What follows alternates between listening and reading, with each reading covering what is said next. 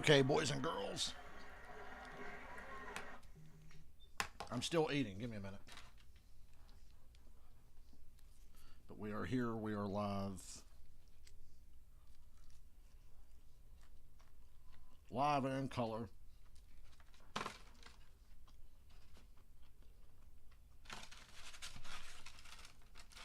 Trying to finish my delicious Zaxby's.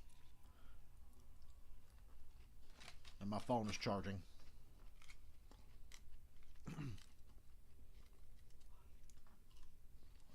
I worked until 2:30 today.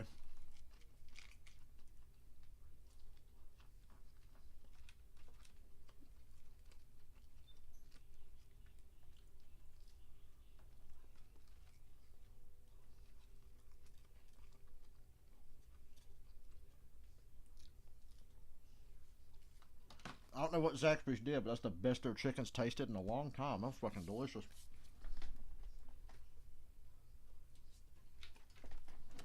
Alright. Let me get my stream on my phone. I still can't see your comments. God damn it. That was some seriously badass chicken. I saw it stormed this morning at the racetrack. We got rain and shit in my area in North Carolina.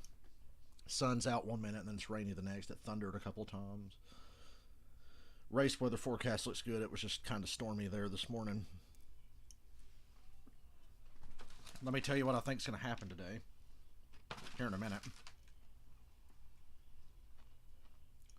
As soon as I get my damn stream on my phone. I'm trying to eat and find my stream. Okay. 1 second.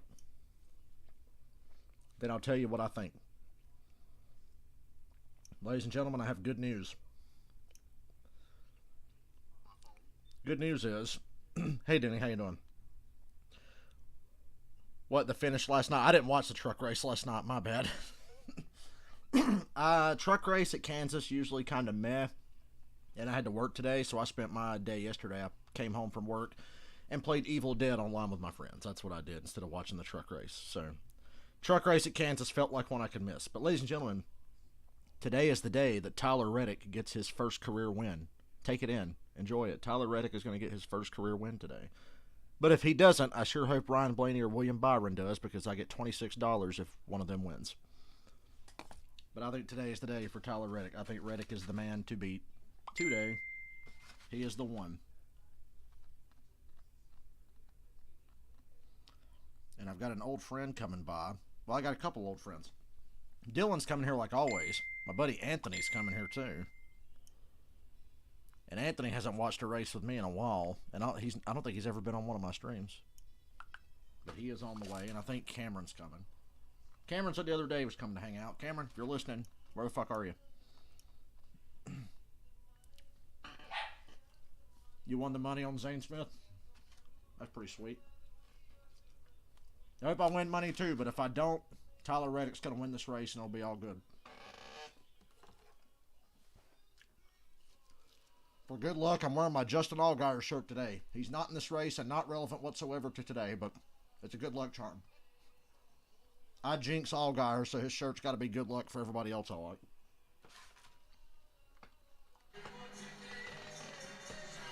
We're live and moments away from the start of the race. And if you want a free chance at Clint Boyer's money, scan the QR code, download the Fox Bet Super 6 app, and then answer 6 questions about today's race, and you'll have a shot at $5,000. We wish you a lot of luck. This may help your kind of pick things today. The Hendrick Motorsports team, they won the last 4 races on 1.5-mile tracks, and that's what we have here in Kansas.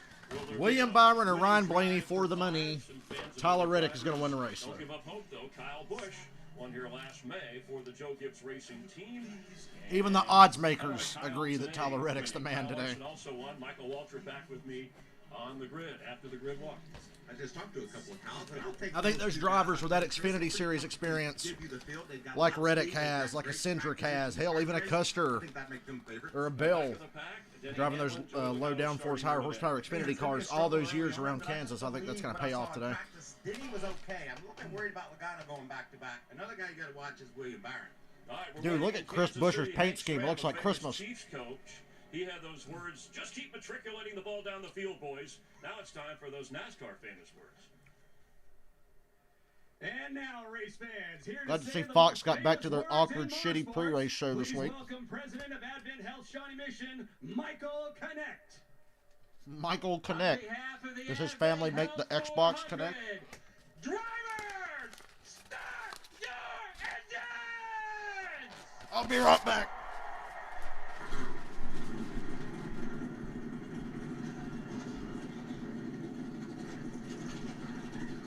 The engines are fired. You're along for the ride. Christopher Bell on the pole with Tyler Reddick on the front row. NASCAR from Kansas right ahead on FS1.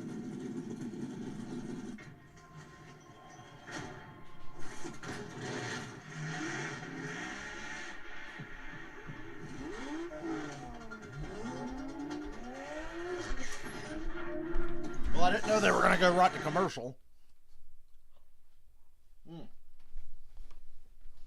Them Zaxby's did me right today.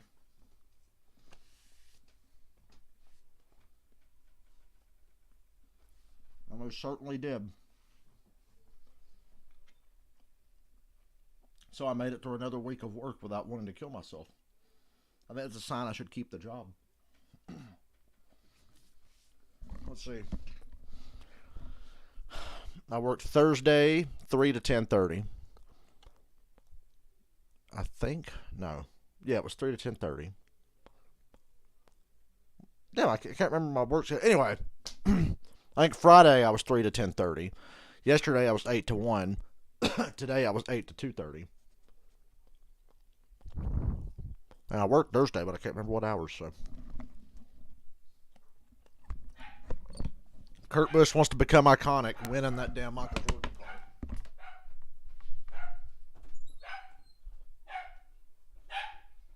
Security. My friend Dylan's coming too. Cameron said he was coming, but I don't know where he's at yet. Okay. My friend Dylan's coming. I think you've met Dylan. You've been here with Dylan before, haven't you? Dylan, what's his last name? Dylan Hall. Dylan Hall. He's cool as shit. He's one of us. Okay. He Yeah. shut my door. Okay. Because I'm live streaming during the race, like I always do. Okay. So here's the deal. I told them, Yeah. I know you ain't watched much in a while. No. You're going to see a first-time winner today. Okay. Tyler Reddick's going to win his first Cup race driving for RCR. Sounds good. However, if William Byron and Ryan Blaney wins, I get $26. So, because my friend Michael gives me a bet every week. He's a Michael. Let's be honest, you're a serial gambler. The man has a problem, but he pays me. So Oh, that's funny. yeah. You like my Justin Allgaier shirt? Yeah. Xfinity Series car. Yeah. He's driving one of Dale Earnhardt's Wrangler paint schemes. I like it. Yeah. Oh yeah, here you go. 2001 Talladega win car. Yes. First Talladega win car. I like So now I've got 3 out of the 6 Talladega wins. Okay. I've got 03, 01, 04. Mm-hmm. I need both from 02, and I need the one from 2015. Okay. I like it. 2015 was going to be hard to find. That's Yeah. the nationwide blue and silver looking one. And those newer ones, believe it or not, the older ones are easier to find than the newer ones. I guess they just make less now. But Who yeah. knows? And put it back over there whenever. But yeah. Oh.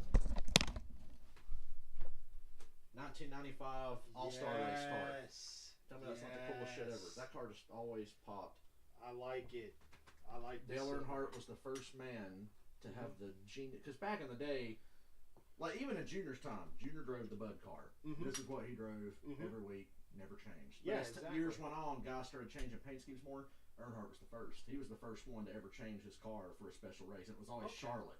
When Okay. they run Charlotte, he'd run something cool like this. Okay. And then they realized, oh shit, we can sell more diecast cars that way. So now everybody changes paint schemes. Of course, now the reason there's so many different paint schemes is because sponsors hard to come by. Yep. So So many different sponsors. You know, you got to shoot the ones you got. I'm a Dale Jr. collector. Imagine being a Kyle Busch collector though, and having all those. Oh, no. Fuck. No, Yeah. because you got to keep up with all the M&Ms. Everybody, And then you got to keep up with all the. I was there last week. The look on my face, I was like, wow, he just did that, didn't he? And Joey said, well, when he took the lead before, he rubbed me. He rubbed me, and I touched the wall. You didn't do shit. You didn't even hit the wall. You brushed the wall. You both kept going. It's Darlington. Darlington's like that fucking wide, dude. It's narrow. Your door. He didn't take you out. And then Joey said yesterday, well, I hope he tries to get me back, so I'll just do it harder to him next time. Because Joey goes, the way I see it, we're even. What, you wreck a guy and ruin his race? You kept going. Yeah, all he did was rub your door. I was there, and so with about 10 to go, I'm going, hey, William Byron's going to win this fucking race. Good for him, driving the Jeff Gordon throwback. Oh, that's pretty cool. 5 to go. Joey starts closing in. I'm like, uh-oh. And I could see it happening. They get 2 to go. They go by start-finish line. I look over at Dylan and go, Joey's found something. Watching them. They go into turn 3, and it's like Logano just doesn't even hit the corner. He just fucking blows through there, hits Byron, puts him in the wall, drives on. I was like, wow. What an asshole. And then Joey goes, yeah, that's what he gets. And I'm like, God, you're a piece. You didn't learn when Matt Kenseth scrambled your brains 7 years ago? You think he would have learned after that? Maybe that made him worse. Maybe he got hit so hard it gave him CTE. That's my theory. It's Antonio Brown syndrome. Like, he got hit so hard. These new cars are fantastic. They race good everywhere, except there was a problem. Martinsville was bad. Martinsville's one of the best racetracks. I went there. I was there. I love Martinsville. Horrible fucking race. These cars, the gears didn't like they were shifting like a road course. And they were like, you would bump a guy. You know, at Martinsville, you got to bump to pass. Yeah, you do. You would hit somebody, and they would go, oh, and just shift up and drive away from you. So you couldn't do shit with anybody. It was the most dreadfully boring fucking race I've ever seen. And they were like, look, don't change the cars. Can we run different gears next time we come here? But the big tracks everywhere else, road course racing's never been better. These cars were actually built with road courses in mind. Like, these are the most versatile cars they've ever had. And they look cool. I like the way they look. They're more compact in the back end. That's why the numbers have been moved forward on the car to make more sponsor room, because you got to pay the bills. Yes, I'm re-educating Anthony. He hasn't been a regular watcher in a while. No, it's been a while. But I like the way the new cars look, though. Yeah. My William Byron shirt, before the race last week, when I was like, yeah, he's driving the Jeff Gordon car, I'm going to get me that shirt. So I got me a William Byron throwback shirt. Okay, I mean, And then I saw, and like last year, I bought a Kyle Larson shirt at Bristol. He won Bristol when I was there. With an assist from Chase Elliott fucking over Kevin Harvick, but it was deserved. And I was like, wow, I buy your shirt, you're going to win. So I'm sitting there with 10 to go, my Byron shirt going, hey, if I buy your shirt, you're going to win. Nope. well, Kyle Larson. Kyle Larson is a demigod. I like Kyle. When you were watching, he was a little baby.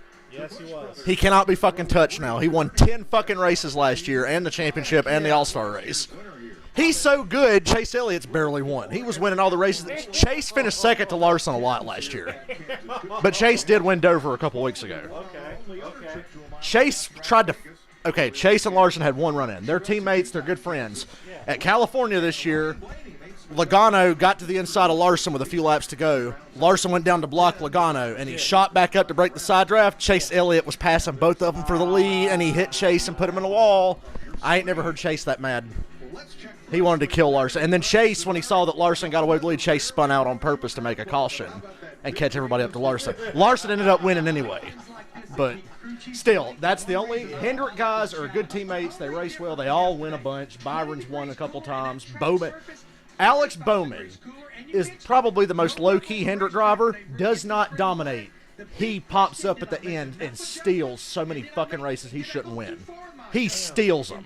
Like, he will run 15th all day and then pop up at third place at the end, and the two leaders fuck each other up, and he takes it. He did it at Vegas. There was a caution late at Las Vegas. Kyle Busch was probably going to win. Here comes Alex Bowman with a two-tire pit stop, and him and Larson get the lead, and Bowman beats Larson line by that much. And it's like, last year at Dover, Kyle Larson led over half of Dover.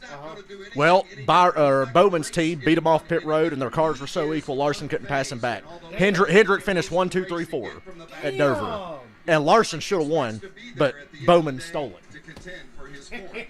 The funniest one was one that didn't happen. So Ross Chastain and AJ Allmendinger are racing hard for the win. They race a brand new road course called COTA, Circuit of the Americas. It's in Austin, Texas. Allmendinger's a road course monster. He's only part-time. He's not in the race today. Yeah, AJ is He's a mercenary. If you're a new car owner and you want to win a race, put Allmendinger in your car at a road course, because he won Indy last year. And he was going to win again. And he knocked Chastain out of the way. Nothing dirty. Moved him out of the way. Not Logano style. It was close. Moved Chastain out of the way. Here comes Alex Bowman passing both of them on the final lap. But Chastain just drives off in the corner and slams AJ, sends him into Bowman. Bowman spins. AJ gets stuck in the dirt. Ross wins. It's been a crazy season. I can tell. Yeah. Talladega was funny. Ross Chastain won Talladega as well. He's got 2 wins now. Talladega, they come off a 4. Eric Jones is leading. Kurt Busch goes to the outside. Larson goes to the outside. They crash. Jones tried to block them. Ross Chastain just rides by on the bottom, wins the race. And Ross goes, I didn't even do anything. Oh, that's awesome, because that's exactly what I was thinking. And I'm like, that's classic Talladega. You don't even do anything. And Yes. I'm here. Oh, hey, look, I'm third, and the 2 idiots in front of me just killed each other. Did I buy? No, Michael, I didn't buy a Ross Chastain shirt because all the Ross Chastain shirts suck. Because he's driving for a kind of newish team. They don't have a lot of merch. No. He drove a Dale Jr. throwback car last week. It was in 1998. They had a Cup race in Japan. It was Dale Jr.'s first time in a Cup car. He drove the #1 Coca-Cola car with the polar bear on it. And his dad drove a red #3 Coca-Cola car. Suarez drove the red one last week, and Chastain drove the Dale Jr. #1. But they didn't make merchandise of it, and I think it's because Teresa Earnhardt probably bitched about it. Because I went there going, I want a Ross Chastain shirt with that Coca-Cola car on it, but they didn't have it. Ross wrecked leading the race last week. He came off a 2 side by side with somebody and lost it. These cars are that hard to drive. Guys will just spin out randomly out of the blue. They're really tough, but the drivers love it because this is what they've been waiting for years. Yeah, they've been wanting a car that actually makes them earn their keep. Yeah, this should be a really good race. This car loves these big tracks. The old car didn't. Like Charlotte, a lot of times, kind of dull. These cars right here they're perfect. Oh, finally, Ford's running the Mustang. Finally. Well, we're getting the green flag. Go Byron, go Blaney. It's not a long race. It's only 400 miles. And remember, everybody, get you a slice of Hump Brothers pizza today. I wouldn't feed that to Bubbles. And I don't mean Michael Jackson's monkey. I mean my dog.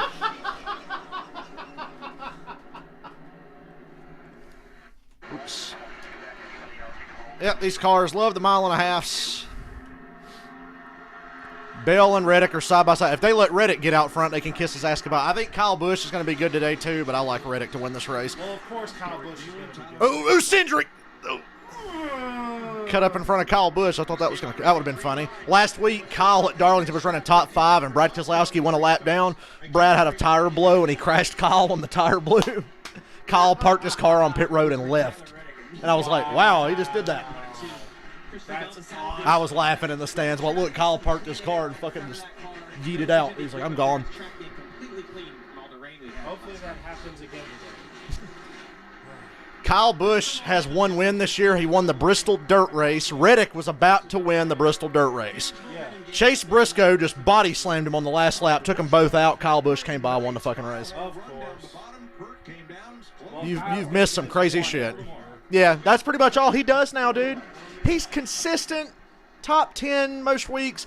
Kyle has not straight up won a race dominantly in about 3 years. Good. His only wins have been like fuel mileage or like Bristol when Briscoe and Reddick wrecked. Take each other out, and then he just gets lucky. Yeah, he won Kansas last year, same thing. Larson and Blaney took each other out. And, oh, Kyle Busch is here.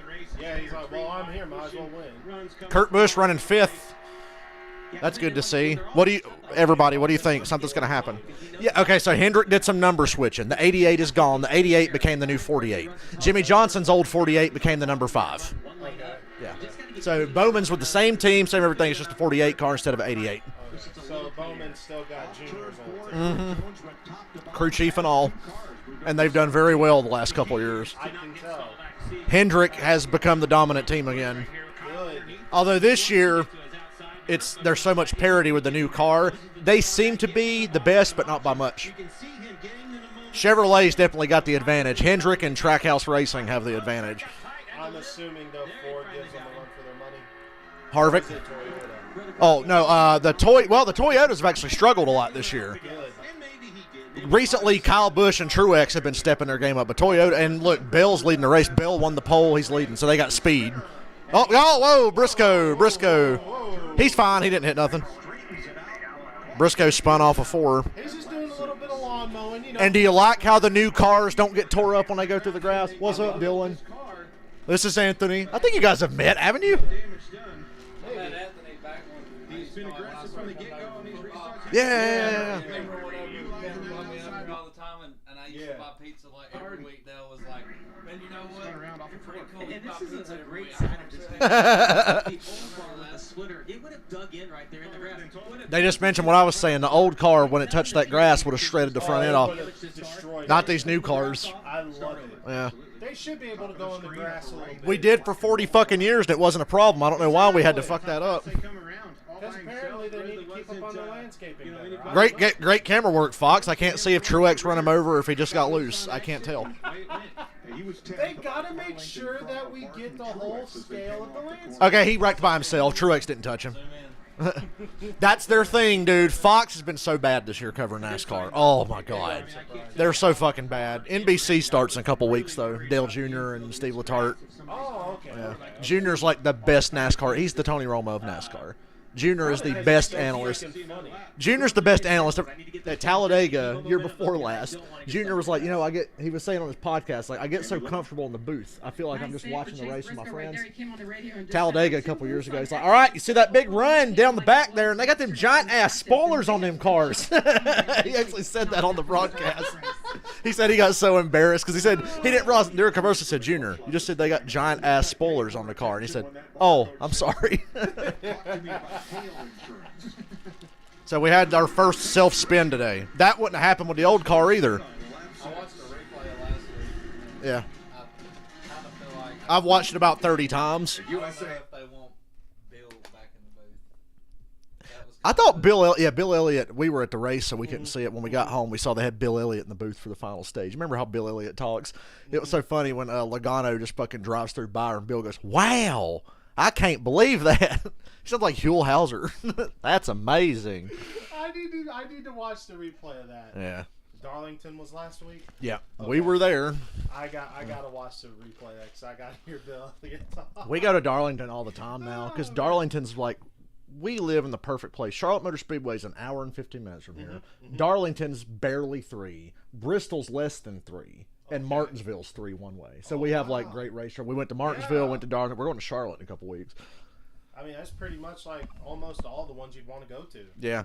Talladega and Daytona are the too far away, kind of. But we could do Daytona. Daytona's like 6.5, 7 hours. We could do it. It'd have to be a weekend If you trip. really wanted to, yeah, you could do it. We've been talking about doing Daytona. Probably not this year. You guys would love Daytona, though. Yeah. I know you guys would. That's It's a hike. the biggest place I've never been to, is Daytona.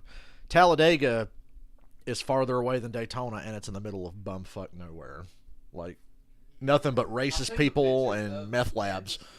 the racetrack. Yeah, dude, the weird thing about NASCAR is they're the only sport where it's like, okay, Charlotte Motor Speedway, not in Charlotte. It's in Concord in the middle of fucking nowhere because racetracks can't fit. They're actually trying to bring back Nashville Fairgrounds, which is a racetrack from the 70s and 80s that NASCAR used to race on. It's a short track.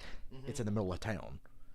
And there's like noise ordinances and shit that they're trying to deal with, and people in the town are bitching about it already. It's like, dude, what are you bitching about? You can charge people $25 a car to park in your grass on race weekend. Fucking shut up. It's race cars. Darlington, it's like having a racetrack in Forest City. You can ask Dylan. Straight up, dude. Get rid of where the Owls play and put a racetrack over there. That's what Darlington's like. It's gotta be be the road awesome, you pull though. on to go park and shit, like those trailer parks right beside it. Like, literally. There's a fucking gas station and a Dollar General. Oh, man, It's great. Awesome. Martinsville, very similar. Martinsville's kind of like Shelby. Oh, my Martinsville's a little like God. Shelby. There's a lot in Martinsville, more than I thought.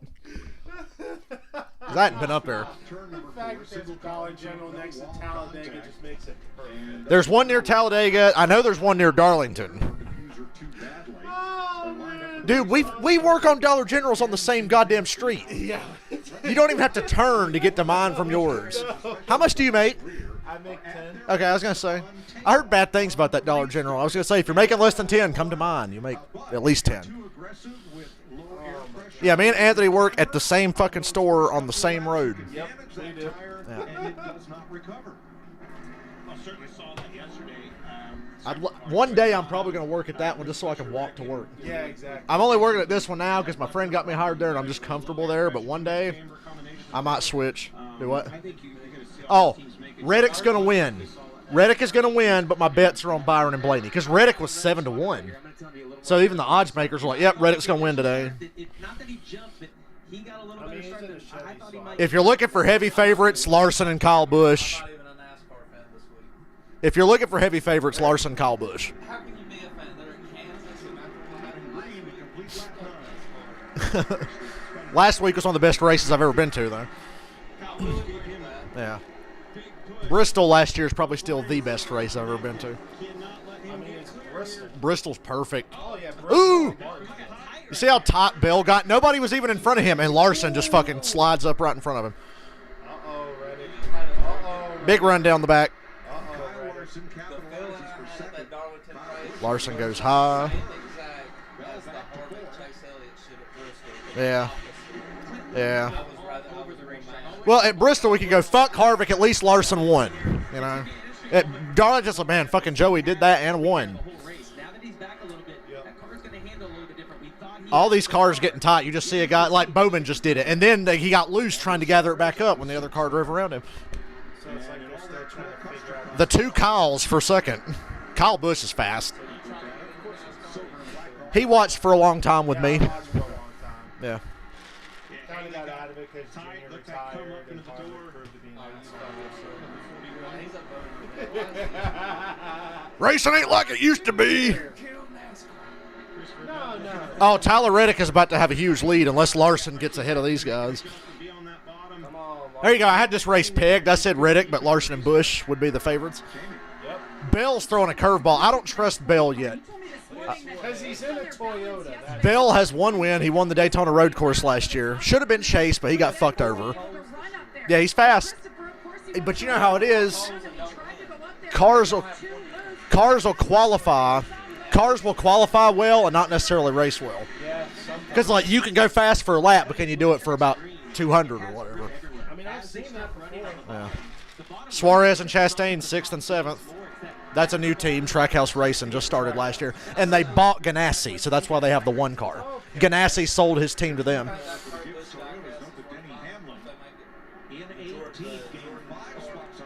If you're a Kurt Busch or Michael Jordan fan, yeah. He had to start due to unapproved adjustments. Here's the 11. A bunch of my buddies that don't even fucking watch NASCAR was telling how good that car looked, and I was like, So you'll be happy to hear this, Anthony. Denny Hamlin's in the middle of the worst year of his fucking life. Good. He has one win. He got lucky at Richmond a little bit. Oh, of course. He was good at Richmond no matter what. So he was running top 5. Some guys fucked up the tire strategy. Hamlin passed him with a few to go. Won the race. Denny Hamlin is 23rd in points. Good. Has a shit ton of DNFs. Do what? Yeah, he was kind of lucky. Right place, right time. Yeah.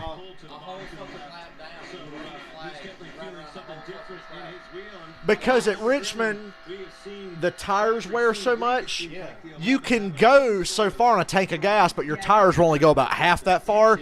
A couple of guys said, we're going to go that far in our tires. We're going to have a big enough lead when all those guys pit the extra time. We'll be fine.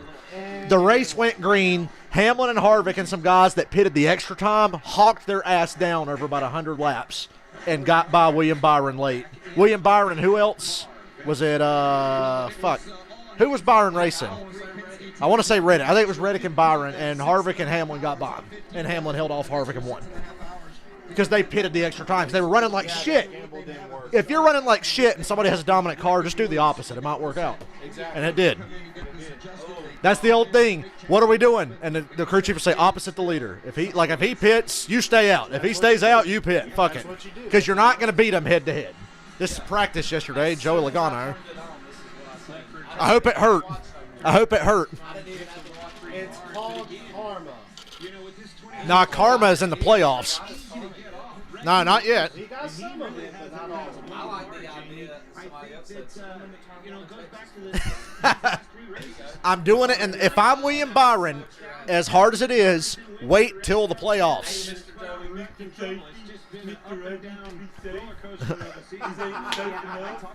There's Bubba Wallace and his old rod. And then it wasn't One product of the new car is the 43 car doesn't suck anymore for the first time in literally 30 years. Like, not even exaggerating. I don't think Petty's had a competitive car in 30 years. Eric Jones is a very good driver, too. So. Yeah, and he drove the 20 car that Bell's in. He drove that for a couple years. I think I remember Eric Jones. Yeah, he's good. Yeah. Turned out to be good. Reddick, Larson, Bell, Busch, Cindric, and Suarez. Bubba can't even outrun his up. God, the boomers hate Bubba. You can take a guess why. You know, Mike, you've been running good. Not finished well. You know, racing, we would say. I mean, I like Bristol. I love Bristol. That's one of my favorite races. I got so much shit in a YouTube video I did from Bristol because I made fun of everybody hating on Bubba just because he's black. And people are like, hey, well, we hate him. And I'm like, dude, I was there. I know that's why you don't like him. And then Bubba won Talladega last fall, and that just sent these boomers into a fucking rage. Bubba has become amazing at Daytona and Talladega in particular. He is, I can't say junior good, but he's pretty damn close. Yeah. If I made a list of top 3 super speedway guys, Blaney and Bubba are the 2 best. Yeah. Reddick's going to make this race boring, isn't he? Honestly, I don't mind. He ain't won before. He does. Well, I don't know. He's kind of fun. He talks a lot of shit, but not in like a mean way, not in a Kyle Busch kind of way. Yeah. Kyle Busch is a bigger dick than ever off track. On track, he's very mature, rising veteran.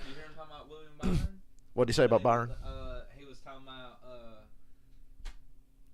how they wasn't really friends. Yeah. But even though Byron drove for him a couple years ago. Yeah, he was like, William will come to me and I'll give him answers to questions and stuff like that. And he was like, but I'll always hate him because he took Rudy Fugle from us. But he's like, but William's young. He's like, I'm glad he's got somebody like that. Rudy Fugle was Kyle Busch's crew chief in the truck series, probably the best truck crew chief, and Kyle put him with William Byron for a year, and they won like 8 races together. Okay. And then Byron eventually made it to Cup, and Hendrick got Rudy Fugle to leave Kyle Busch Motorsports to come to Hendrick. And Byron's career took off. Like his first crew chief was Chad Canals. Pretty fucking good. They split Jimmy and Chad up because they got mad at each other. Shocker. They split Jimmy and Chad up. They put Chad with Byron, and they had to basically build a brand new team together. And they didn't run that great. They won Daytona a couple of years ago in the summer, and then Chad got moved. Ever since Chad Canals became president of competition at Hendrick's become the dominant team again. Yeah. Remember how good Chad was with Jimmy Johnson? Yes. Well, now he does that for all 4 teams. They've got 4 Jimmy Johnsons. Awesome. Essentially, it's like having 4 Jimmy Johnsons because Chad oversees everything now, and they got Rudy Fugle to come over and hook him back up with Byron, and Byron's been great this year. There's only 2 repeat winners this year. Byron has won twice, and Chastain's won twice. Dang. Yeah. Hendrick's is killing it. And Hendrick's won with all 4 drivers because Bowman won Vegas, Larson won California, Chase won Dover. Byron won Atlanta, the new Atlanta, and Martinsville. I think I'm going to have to start watching again. Oh, here you go. Atlanta's super speedway now.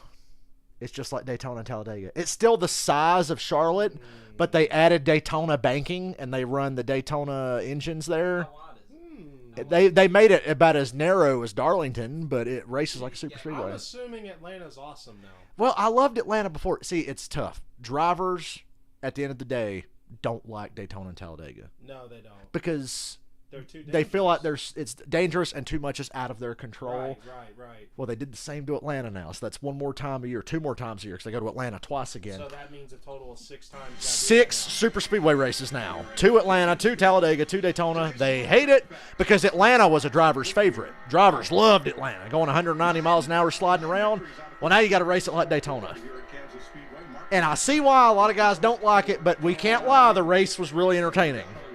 No, Atlanta. I mean, super speedways are freaking awesome, just not fun to drive. Although, I mean, if you ask Dale Jr., they're the greatest fucking thing in the world. Well, that's because, I mean, look at who Junior is. I think it was coming Hamlin up 8 since the restart. Yeah. It was, they had to like modify the wall because Daytona and Talladega are shaped like tri-ovals. They left Atlanta shaped like Charlotte. That wall was like at a 90-degree angle. They had to fucking smooth that out. Because drivers in the test were like, I am looking straight at that wall like I'm going to hit it head on. I don't like it. Can you please change that? So they widened out the front stretch. And then going into turn 1, the track just narrows up. Yeah, it's a clusterfuck. I want to watch it, but I don't want to drive. They race there again in July. Okay. Yeah. We thought about going, but we're just going to save money. Just go to races closer around here. I mean, I think I'm going to start watching again, but Yeah. man, You come hang out with us. We watch it every week. absolutely.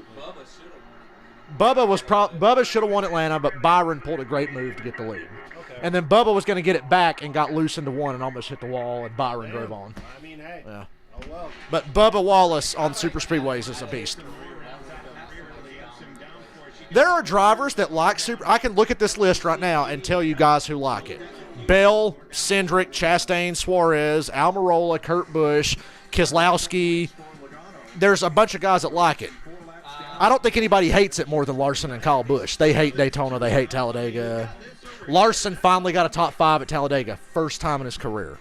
Can you believe he had never finished top 5 at Talladega? No. As good as he is and as long as he's been around, he never had a top 5 till a couple weeks ago. Well, where's he running? He started dead last, so.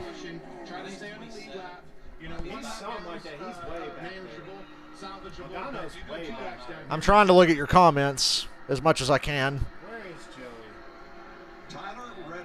Joey? 31st. He ain't moved. Damn, Joey's running like shit. Yeah.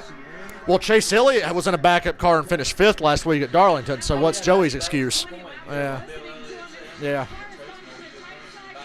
Every time he'd say it, Clint was like, I'm going to tell you what, that 4 car, I heard Bill Elliott doing his best Ned Jarrett impression last week, talking about how good his kid is doing.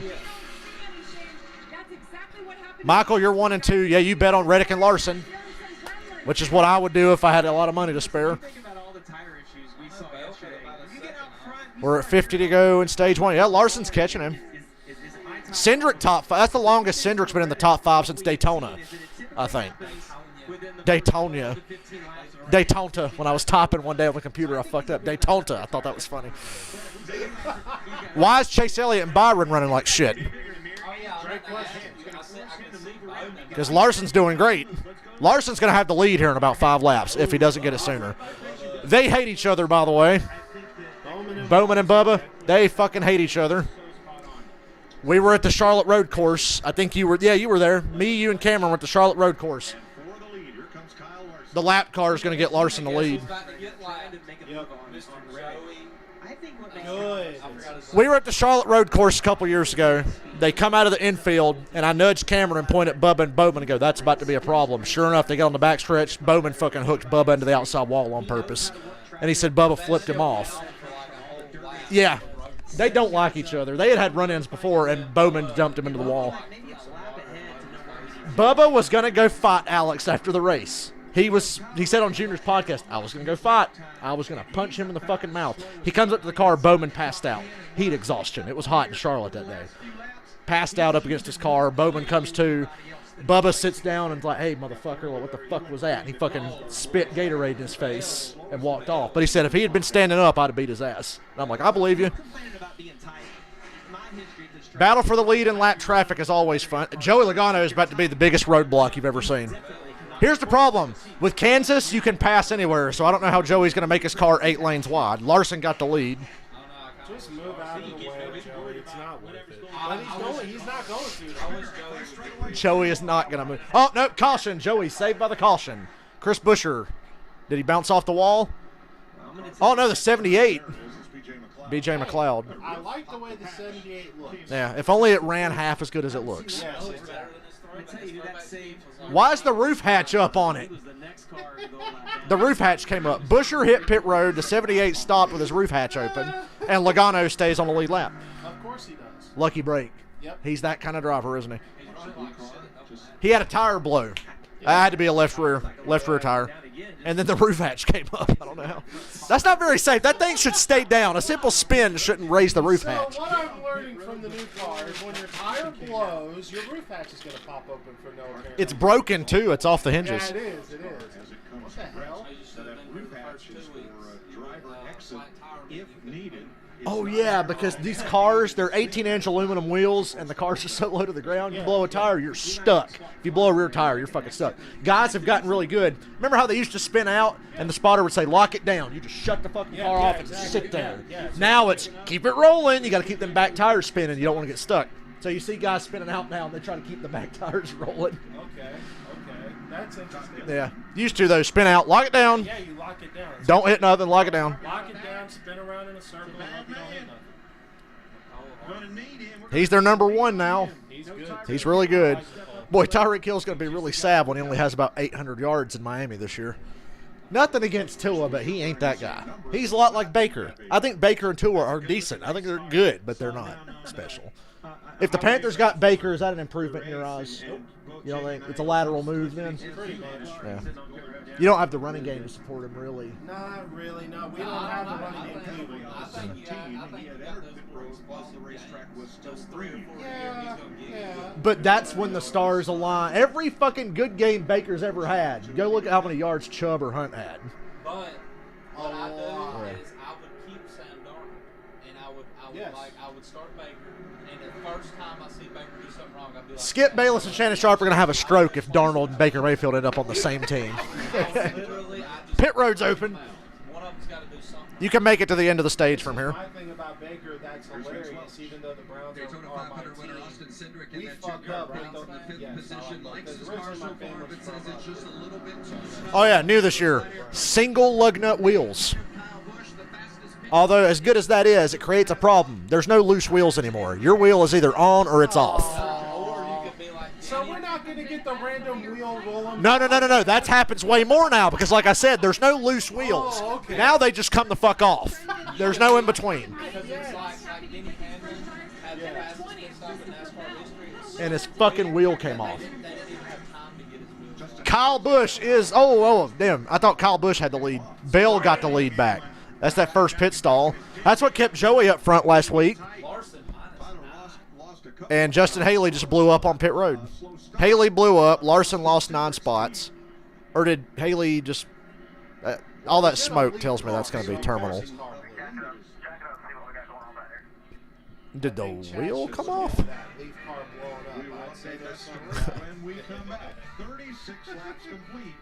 You're right, Michael. Carolina owes Sam Darnold a whopping $19 million, and that's how much it would cost to get Baker right now, because the Browns won't cut him yet. Well, yeah, and that's what I was about to say about the Browns, that we messed up with the whole Deshaun Watson thing. We should have got rid of Baker first. You want to handle that right, do what the Falcons did.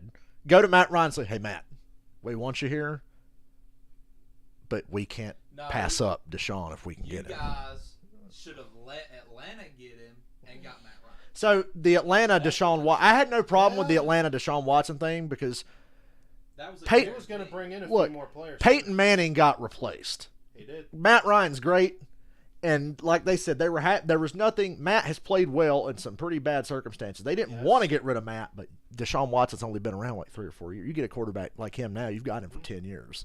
Matt probably doesn't have 10. Matt might have 4 to 5 at Matt's most. only got like, what, 3 or 4? Maybe.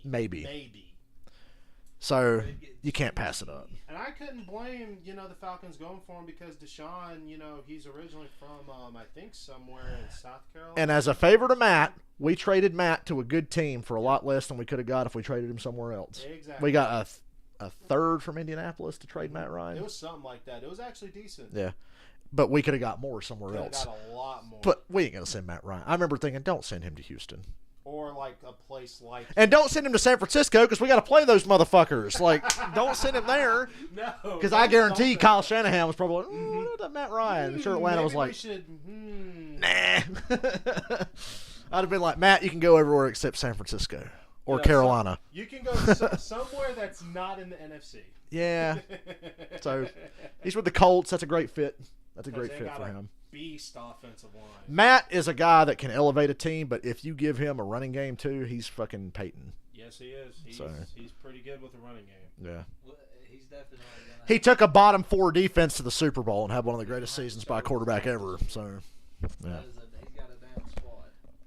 The Colts are going to win that division. They've got one heck heck of an offense now. The Jags still suck. The Titans are taking a step back. Houston doesn't matter. I think the Colts win the division. Yeah, is what a lot of it boils down to. Mike Vrabel didn't look happy with the A.J. Brown trade on draft night. No, what? You're going to trade A.J. Brown for a worse A.J. Brown? Honestly, though, what do I need A.J. Brown for? We run the ball.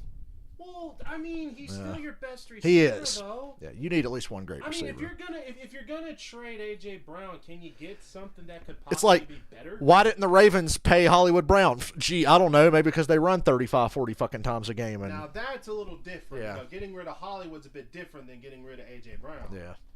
Why do you get rid of Tyreek Hill? Pure money. Just money.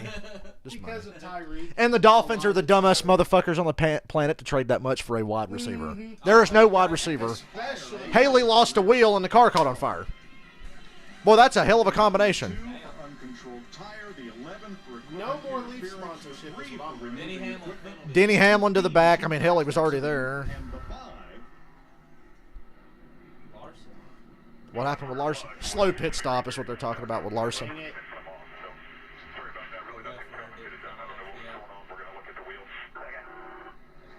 So no penalty on the 5. Just No penalty. They just lost 9 spots. So they're fine. They're in the top 10. I mean, only 9 spots. Austin Dillon removing equipment. Austin Dillon drug a piece of equipment with him. That would be the gas A lot of penalties.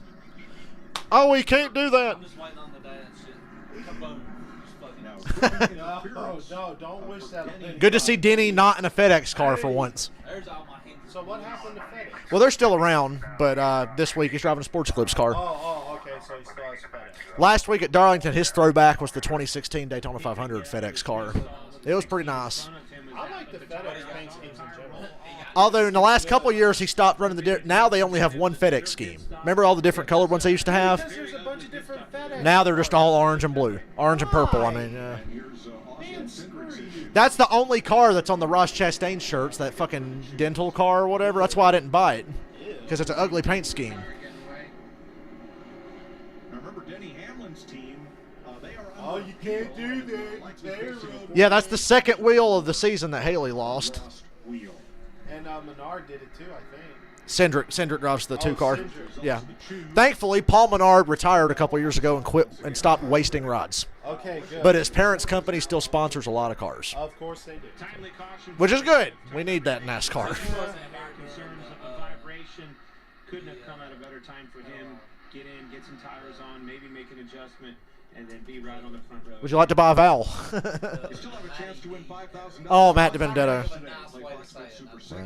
Scan the QR. Matt DiBenedetto was a little bit of an overachiever in bad equipment. Like, he drove some pretty bad cars. Got in some decent cars and just did, But people hyped him up like, get him in a good car. He's fucking going to dominate. He'll be great. He wasn't, and he hung around for way too long. And I'm like, the dude's had his chance. I remember him. Yeah. Nice guy. And then when he was losing his ride, he started complaining about Penske. He blamed them for him losing his ride. And then said nobody wants to hire him because he's a Christian who loves guns. Like, no, nobody wants to hire you because you can't win. Sorry. You're not a bad driver. You're just not really a winner. He hasn't won a truck race, Xfinity, or a Cup race in his life. Second. So it's no wonder why nobody wants it. It's like, dude, you've had your chance, bro. Yeah. He was in Cup for a while. Yes. All right, Bell's the leader again. Good pit. Gibbs still has the best pit stops, mostly. Of course they do. Like they said, Denny Hamlin's team had the fastest pit stop in history. If only the wheels stayed on. Only the wheels stay. Blaney 3 wide mid-pack. Kyle Busch into second. Reddick slots into third. Suarez dive bombing his teammate for fourth. We're going to be 3 wide for third here. Look at Chastain. Those are 2 of the wildest drivers you'll ever see. Chastain and Reddick, fucking wild. More wild than Kyle Larson. He's up. They're in his category. They're wild. Okay, well then I gotta make sure to pay attention to them. Chastain is a beast. Chastain and Bowman had similar career paths. They drove really bad cars for a long time. Junior got Bowman the shot in the 88. And wow, he's actually good. Chastain drove the worst cars. Finally got a good shot in the Xfinity Series. Hey, this motherfucker can drive. Worked his way through, got the Cup, and now he's won a couple races. He and Bowman are identical. Yeah, they've got identical career paths. Although Chastain drives like a maniac. Bowman's more methodical. I love the drivers that drive like that. Oh, yeah, the ones that are really good, that still race you clean, but somehow drive crazy. Yeah. Chastain sometimes rough you up. But like I think Reddick and Larson are the best. They drive like madmen and don't wreck anybody. They just drive hard and clean. Teammates. Yep. Suarez and Chastain. Their car owner, Pitbull. Pitbull is the owner of Trackhouse Racing. Yeah. Anthony really hasn't watched in a while, guys. That's why I'm stating the obvious for most of you. No, I have not. You think I think the Eagles have a shot at their division. I think the Cowboys take a step back, but the Cowboys should still win it, but maybe the Eagles.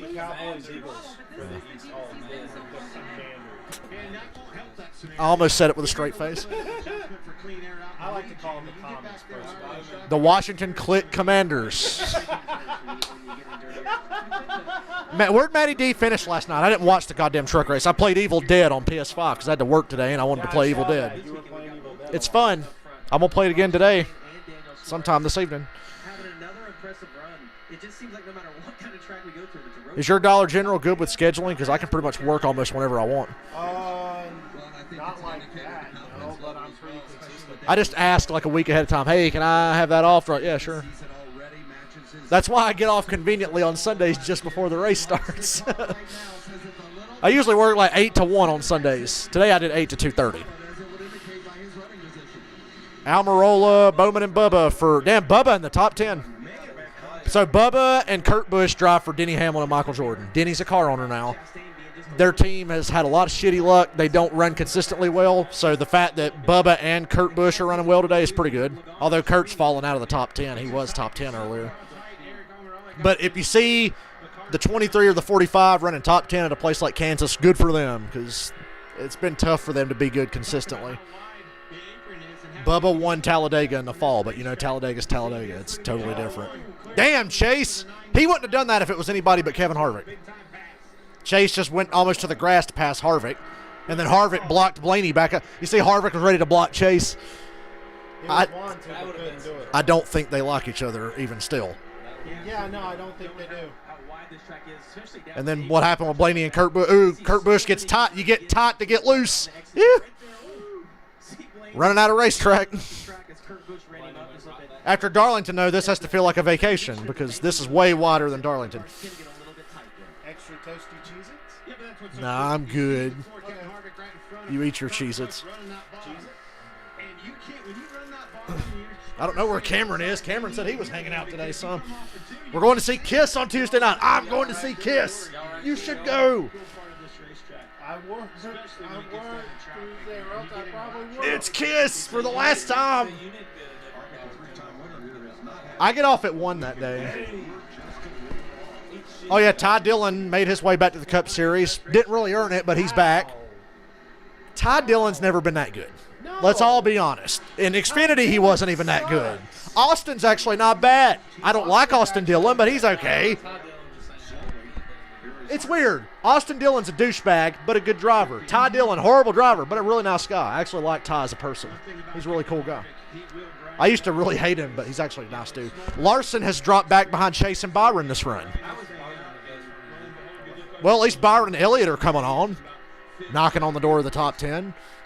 Reddick 5th, that's concerning. I know he's still top 5, but to lose 4 spots and stay there is concerning. And I don't like seeing 2 Gibbs cars running 1-2. No. A second and a half ahead of everybody else. Almirola's retiring at the end of the year. I mean, credit to Almirola. I think he's been an overachiever most of his career. He drove a lot of shitty cars, too. Yes, he did. And Stuart Haas is the best car he's been in, and he won a couple races for him. He won New Hampshire last year, dominated. When he dominated New Hampshire last year, that came out of nowhere. He's one of the best Talladega Daytona super speedway guy. That's Almirola's thing. They went to New Hampshire last year, and he smoked them. And I was really impressed with that. He never does that. Almirola's got an interesting career because almost every race he's ever won has been just a clusterfuck. His first Xfinity win. So Denny Hamlin was doing the Cup race in Sonoma. Xfinity Series is in Milwaukee that week. So they say, hey, Almirola, come to Milwaukee, qualify the Sports Eclipse car for Denny Hamlin. Just qualify it and practice it. He's going to come and do the race. All right. Race time comes. Denny Hamlin's helicopter can't find a place to land. The race is about to start. Fuck it. Almirola, you got to do the race. Get in the car. And Denny was like, yeah, tell Eric to do the race. It's fine. Have Eric do it. This is your big chance, your opportunity. Eric Almirola is dominating. The sponsor goes to Joe Gibbs and goes, if you don't take Almirola out of that car right now, we're not paying you a dime. We want Denny Hamlin in the car. But it's like, dude, Almirola is dominating this race and winning. We want Denny Hamlin in the car. Eric Almirola, for the first time in his life, is dominating. Has to pull into the pits and get out of the car and let Denny Hamlin finish a race because the sponsor said so. Ooh, Almirola was pissed. Denny goes on and wins. But because Almirola started the race, he gets credit. Almirola's first career win, he wasn't even in the car for. Denny came back from a lap down. That's how good the fucking car was. Denny came back from a lap down, won the race. But in the record books, this is Almirola won. How about that for your first win, huh? Mm-hmm. Pretty fucking stupid. His first Cup win, Daytona in July 2014, rain. I mean, he was going to run good, probably finish top 5 anyway, but it rained. Won that. There was an Xfinity race at Daytona that he won. They're coming off turn 4, him and Allgaier side by side. Allgaier wins it. Actually, the caution came out about 30 feet before the finish line, and Almirola was ahead. Why did you throw the caution 30 feet before the start-finish line? And, well, Almirola wins, so okay. I think I might pre-order it, Dave. Yeah, that's the William Byron, Jeff Gordon throwback. That's the one from last week. I got the shirt. It was going to, yeah. I've been waiting for them to bring that paint scheme so back they're doing the- for throwback week. It looks good. I'm surprised that I like the throwbacks where the numbers move forward. I was like, can they move the numbers back for the throwback schemes? But like Denny Hamlin's 2016 FedEx paint scheme last week looked good with the number moved forward. Some of them looked good. Chastain's Dale Jr. number 1 Coke car looked fine. You could barely tell the difference unless you're like looking. That Byron Jeff Gordon car just popped though. That fucking fluorescent day glow red orange, whatever the fuck it is, the sparkly blue. If I squint my eyes when I was watching the car go around, if I squint, I'm just like, yep, that's Jeff Gordon. Like for real, it looks just like the damn car. I had to get that shirt. Had to. That's all the winners this year. It's as diverse as you can get. Penske, Hendrick, Stewart Haas, Hendrick, Trackhouse, Gibbs, Hendrick, Penske. It's as diverse as it gets. And RCR has been close with Reddick. Reddick has been knocking on the door. He's going to win sooner or later. Should have won the damn dirt race at Bristol. That was bullshit. I love Chase Briscoe, but come on, man. You got to have more sense on that. Okay, so my bets are sucking ass. Blaney's 19th and Byron's 10th. So I shit the bet on that. But I kind of knew I was because, like I said, Busch, Larson, and Reddick were who I really had my eye on. Kurt Busch just passed a Trackhouse car is passing a Hendrick car. That's not good. Or, I mean, a 2311 car is passing a Hendrick car. My bad. Okay, Larson's holding him off. You like how symmetrical the sides of the cars are? That's what makes them so hard to drive. Because there's no push on the right side of the car to keep it turning. That thing will just fucking come around if you ain't careful. Those the old cars were packed with fucking right rear downforce. Yeah. These cars are lighter on the back end. That's why they spin out so easy. We haven't talked about the biggest shocker of the year was Stenhouse finishing second at Dover to Chase. Although Stenhouse got into second with like 30 to go, and I said, yep, Chase has it won. They're like, Stenhouse ain't beating Chase. So I do Chase. I was like, even if there's a caution, he's going to have to wreck him, which Stenhouse would because he's a madman. He's another one, drives a little – it's not like Keselowski like that. And speaking of Keselowski, I think his career's fucking dead. He left Penske, became part owner of Roush, and Roush still runs like Roush did when you were watching. They still suck. Haven't gotten any better. New car, don't matter. Right now, nowhere to be found. Buscher in the 17, Keselowski in the 6. Where the fuck are they? I don't know. The leaderboard doesn't show that much. Logano's 20. Boy, that caution really did save Logano's day. He's 20th now. He went from 30th to 20th on this run.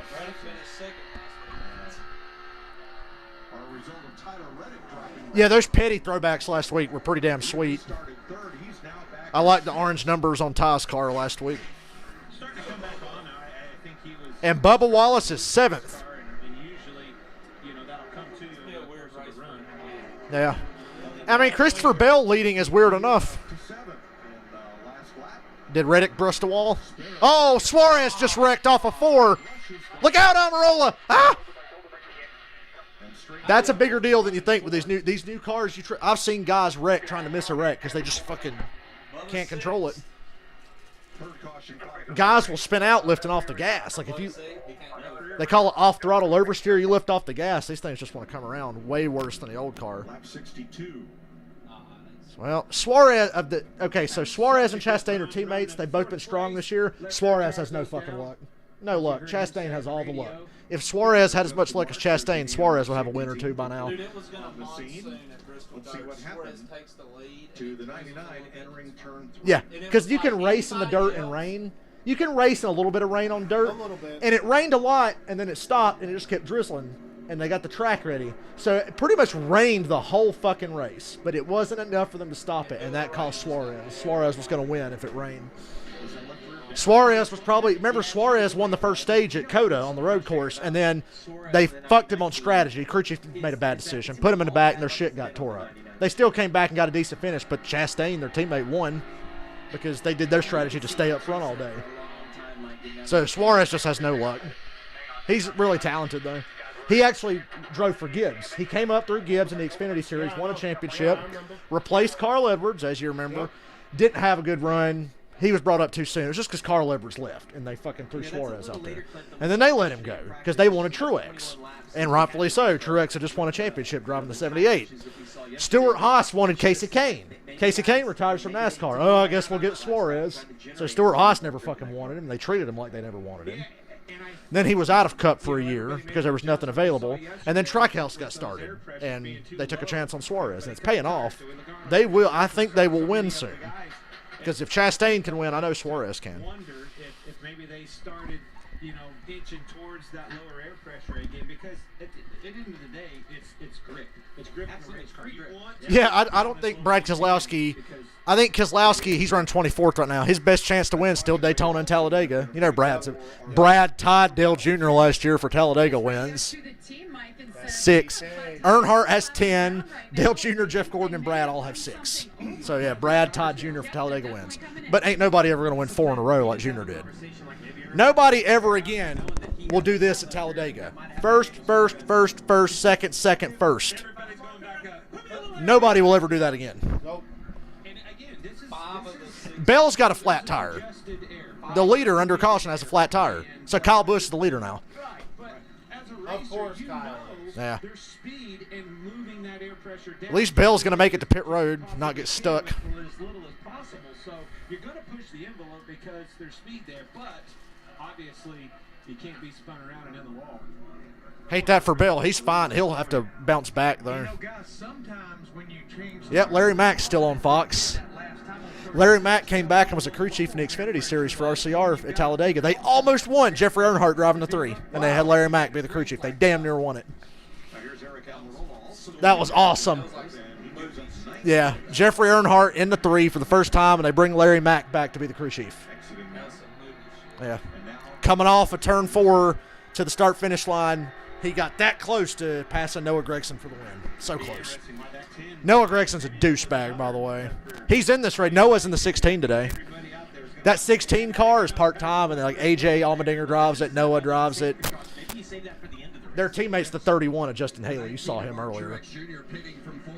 They're a new team as well. They've got an Xfinity team, and they've won a lot of Xfinity races, and this is their first year full-time in Cup with a driver. They have a full-time driver and a part-time car. And guess which races AJ does? All them road courses, buddy. And every now and then he'll race, like, I think AJ raced Martinsville. We were there. He raced Martinsville. Martinsville is basically a road course with just left turns because it's flat and you got to brake, and now you got to shift there, which totally killed the race. Hopefully they fix that. Yep, Kyle Busch the leader. Oh no, Eric Jones 2 tires. Eric Jones 2 tires trying to get stage points. He's near the playoff cut line, so yep, go get them points, Eric Jones. Thanks for the copyright, Fox. YouTube is a fucking Nazi for some music. Yeah, they are. Do you see that video of Paul Heyman and the Bloodline reacting to those kids doing a parody of the Bloodline's entrance or whatever? And they're doing it in character out of it, but then Roman starts laughing and the Usos. But Heyman's trying to stay in character. He sees this little black kid dressed like Paul Heyman, handed Roman the belts, and Heyman goes, "Ain't think we should sue them. We should sue them. And Roman's just couldn't stop laughing. He was like, like I said, I don't watch WWE regularly. I watch the pay-per-views because that's really all that's worth watching. I thought even most of the time pay-per-views ain't worth watching either. WrestleMania Backlash had a lot of great. I thought Edge and AJ was much better than their match at Mania. I thought the tag match in the main event, it was like a fucking PWG match. The Bloodline versus RK Bro and Drew. That was a good match. So well done. I love the part where it's like, Roman's like, I ain't tagging in. And then when he thinks somebody's down, he tags in, and then fucking Drew McIntyre hits a quick tag, and Roman's like, fuck. That was a great moment.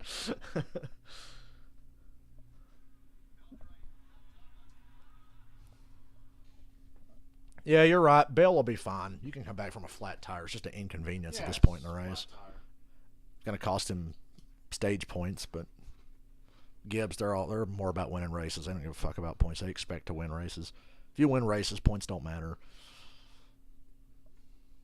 In search of Matt Benedetto race win diecast. Non-existent. This item does not exist. Nope, the item does not exist. Daytona 500 race win. Oh, that's harsh. Finished second to that one. Poor Tony ended up finishing second to Junior a lot at Daytona and Talladega. He probably has enough leftover sheet metal to make some. That's what somebody said. That's great. That wasn't right. I like how, Brad bought part of Roush, and Brad's a part owner of Roush, drives a 6 car. At Daytona every year they have the qualifying races for the Daytona 500. Yeah. Brad won his, Buescher won his. Oh, damn, Roush got some speed. Nope. Haven't been worth a shit since. They won the qualifying races at Daytona. That's it. Haven't been worth a damn. Buescher had a good run at Dover.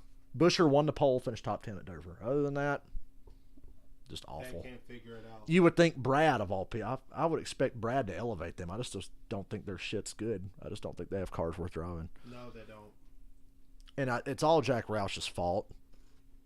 Jack Roush has become the Al Davis of NASCAR as far as his team goes. Because before you started watching, hell, even when you started watching, they were still a top-level team. Yeah. Carl Edwards, Matt Kenseth, Greg Biffle, they all won a lot. Yeah. Before you started, they had the run with Mark Martin and Kurt Busch and Matt Kenseth, everybody. They were like a super team. At one point, they had 5 fucking cars. They're the reason NASCAR said, okay, you can only have 4, because Roush had 5 out of the 10 chase drivers one year. And then I don't know what happened when they switched from the COT to the Gen 6 car. Fucked their whole game up. Corey LaJoy is your lead. And yeah, Corey LaJoy, Ricky Stenhouse, and Austin Dillon just stayed out and took the lead.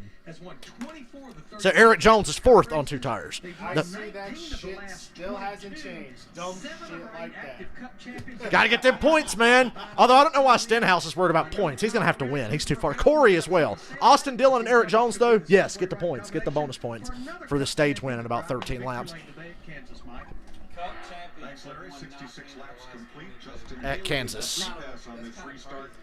Think about it. Yeah. And supposedly Kansas sucks. Justin Haley going to the garage. Clint, I'm going to be a little bit careful here because we got some different players. 13 to go. How long is Corey LaJoy going to be up here before he gets taken 4 wide? He's about to get run over. And as soon as they hit start-finish line, Chastain's going to jump out of line. Oh, no, he didn't. He stayed in line.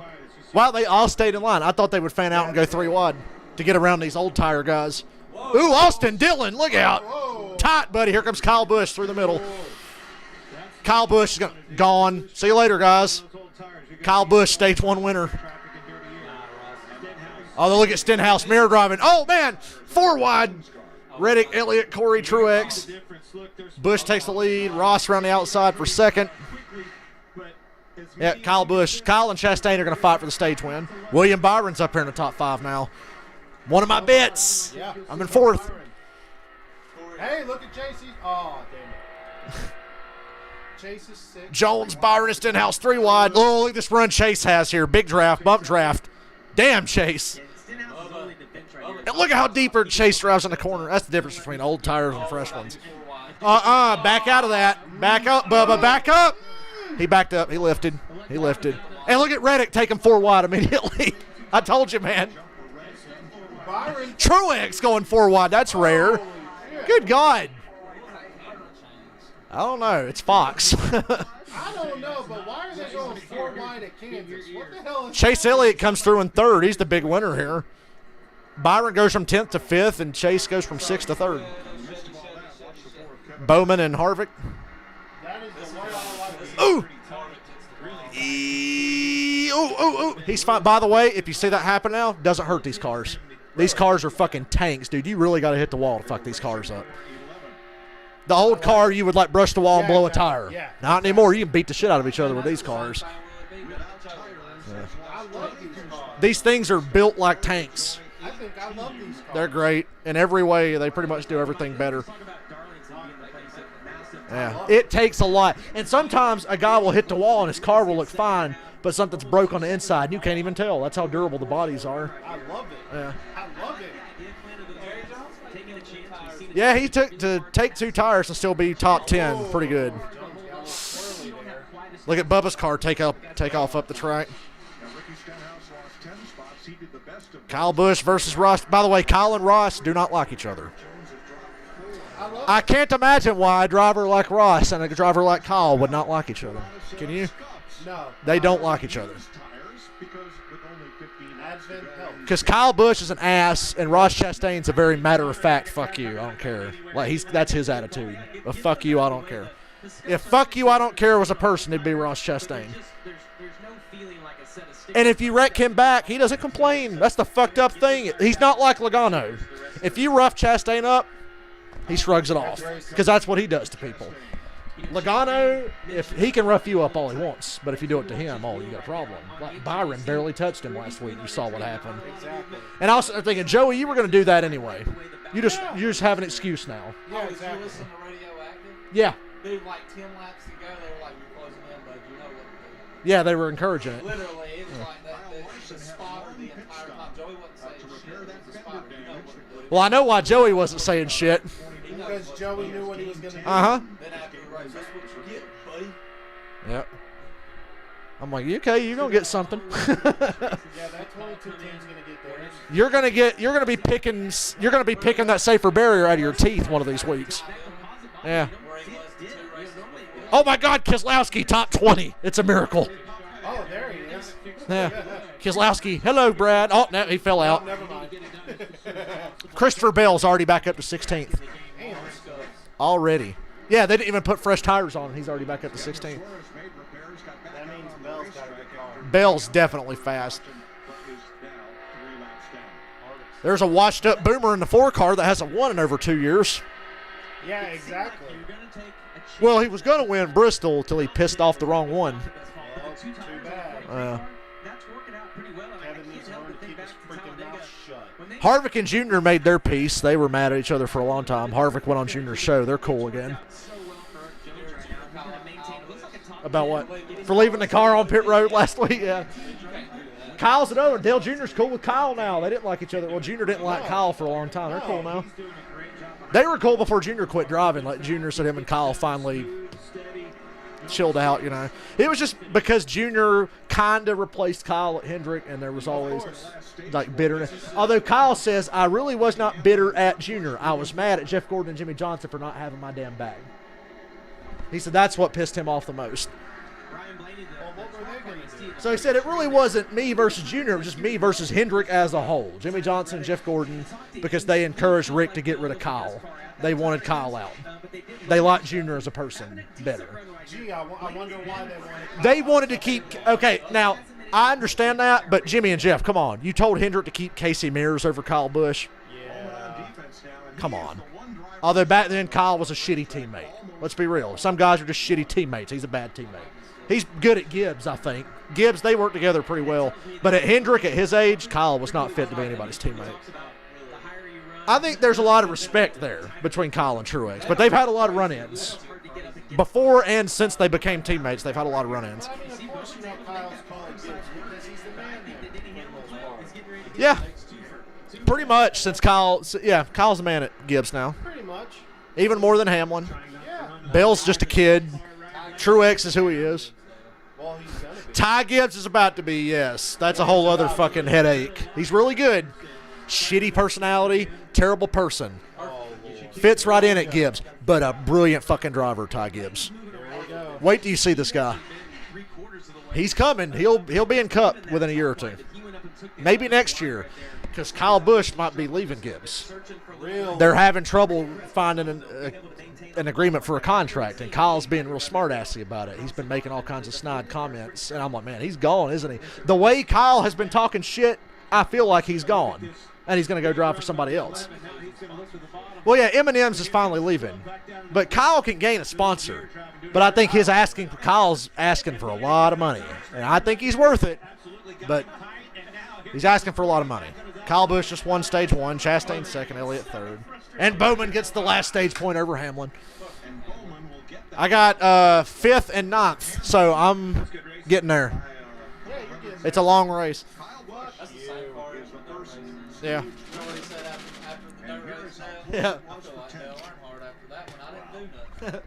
And then Kyle was trolling because he knew he got lucky. He turns around to piss off the crowd, and he goes, man, doesn't matter what you do to Bristol. I'll always win on it. Put dirt on it, asphalt, I don't care. He said, I'll always win at Bristol, no matter what you do. He knew everybody was pissed. Yeah. The leaders race. He got like 4 seconds back, won the race from third. Sometimes it happens. And it's funny because he talks shit about Bowman. Yeah, so back at Las Vegas, Kyle Busch had a nice lead and looked like he was going to win. Okay. He was going to win. Truex going to finish second. Okay. Eric Jones blows a tire. Bubba wrecks trying to avoid him. Caution comes out. Okay. Everybody pits. All the Hendrick cars take 2 tires and jump in front of them who took 4, and there's only 2 laps to go. And I was thinking, okay, if Kyle either gets through the middle or around him, he's got him. He got boxed in on the restart, and Bowman and Larson just took off, and Bowman won. And when Bowman wins, Kyle goes, that lucky, stupid motherfucker, every fucking time that piece of shit gets lucky. He was talking shit about Bowman getting lucky. And then Kyle does the same thing at Bristol. Oh, but it's okay for Kyle to do it. Yeah. He said he fucking backs into it every fucking time. After Bristol, he said, I guess it don't matter how you win a race, a win's a win. And Kyle called him all luck, no skill. And then Alex Bowman started selling 48 shirts that say, all luck, no skill. And then afterwards, Kyle apologized, and Bowman was like, I know, Kyle. He was just pissed off. He probably didn't mean it. Yeah, he was Kyle mad. said some shit about me like that, I'd be like, whatever, that's Kyle. Fuck it. He's mad because he didn't win, and he probably should have won. Actually, they probably do it. He was going to beat Truex and win the race. And it's funny because most of the time Bowman gets lucky, Kyle Busch is second. Yeah. Oh my God. What about Martinsville last fall? Hamlin dominating Martinsville. Bowman spun him out. I don't think he meant to, but hey, if you didn't mean to, fuck you if you're the other guy. Mm-hmm. Bowman spun Hamlin at Martinsville, goes on to win. Bowman's trying to celebrate after the race, and Hamlin came up and parked his car in front of him and started driving into him. And then Hamlin gets out and goes, yeah, he's just a no-talent hack. He's nowhere. He says he gets his ass kicked by his teammates. He can't drive worth a shit. He just gets lucky, and then today he had to wreck us because he's not good enough to win a race on his own. And I'm like, man, these guys are resenting Bowman because he wins so many races. He reminds me of Ryan Newman. Newman used to do the same fucking shit. Almost every race Newman won was like, what happened? Cautions, tire strategy, whatever. Oh, man, Ryan Newman won. Like, wow. Ryan Newman dominating a race happened like once every 6 years, it seemed like. Really did. And I was at one of them. New Hampshire 2011, he dominated. Him and Tony Stewart driving for Stewart Haas finished 1-2 when I was at New Hampshire. Other than that, you were here. It was the day of WrestleMania 28. Hendrick's trying to get their 200th win. They got Johnson, Gordon, and Dale Jr. running 1, 2, 3. Caution, because the 10 car fucking stopped on track. Go off into the corner, and Clint Boyer takes the Hendrick cars 4 fucking wide, wipes out Gordon and Johnson. Jr. gets through, and here comes Ryan Newman, who pitted for fresh tires and passes them all. Yeah, of course. And I was like, God damn it. And Allmendinger finished second that day in the 22. That was when AJ was driving for Penske. Phoenix 2010. Kyle Busch is coming around. 2 to go. Caution. Uh-oh. Tire strategy. Oh, look. Ryan Newman's the leader. Oh, look. Ryan Newman won. How about that? And then at Phoenix again, the last race Newman won, 2017 Phoenix. Same fucking thing. Kyle Busch is leading late. Caution comes out. Logano blows a tire. Kyle Busch gets boxed in on pit road. Newman takes the lead. Stenhouse hits Larson. Newman drives away from both of them, wins the race. Classic Ryan Newman.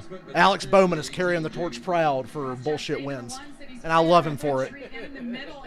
Every time Bowman wins, I laugh because it pisses all the other drivers off. Yeah, they really got a problem with Bowman. Why did they take the white off the 24? Ain't that the ugliest fucking most plain ugly create a car you've ever seen? He won in that thing at Martinsville, and the race sucked. So we were just like, man, this stinks. Chase Elliott's the leader. Tell them about the kids on TV. Somebody at Fox is a pedophile. It's so bad. When we go to a race now, look around to see if there's any kids around to see if we're going to be on television. That's how bad it is. But Chase Elliott is the leader. Yeah. I'm sure that went over well. So he handed me the radio. Look, your car looks great, though. One thing I'm curious about, though. It's a Kyle interview after he just lost 10 spots on pit road. The rest needs to rubber in. What do you feel like on lines right now?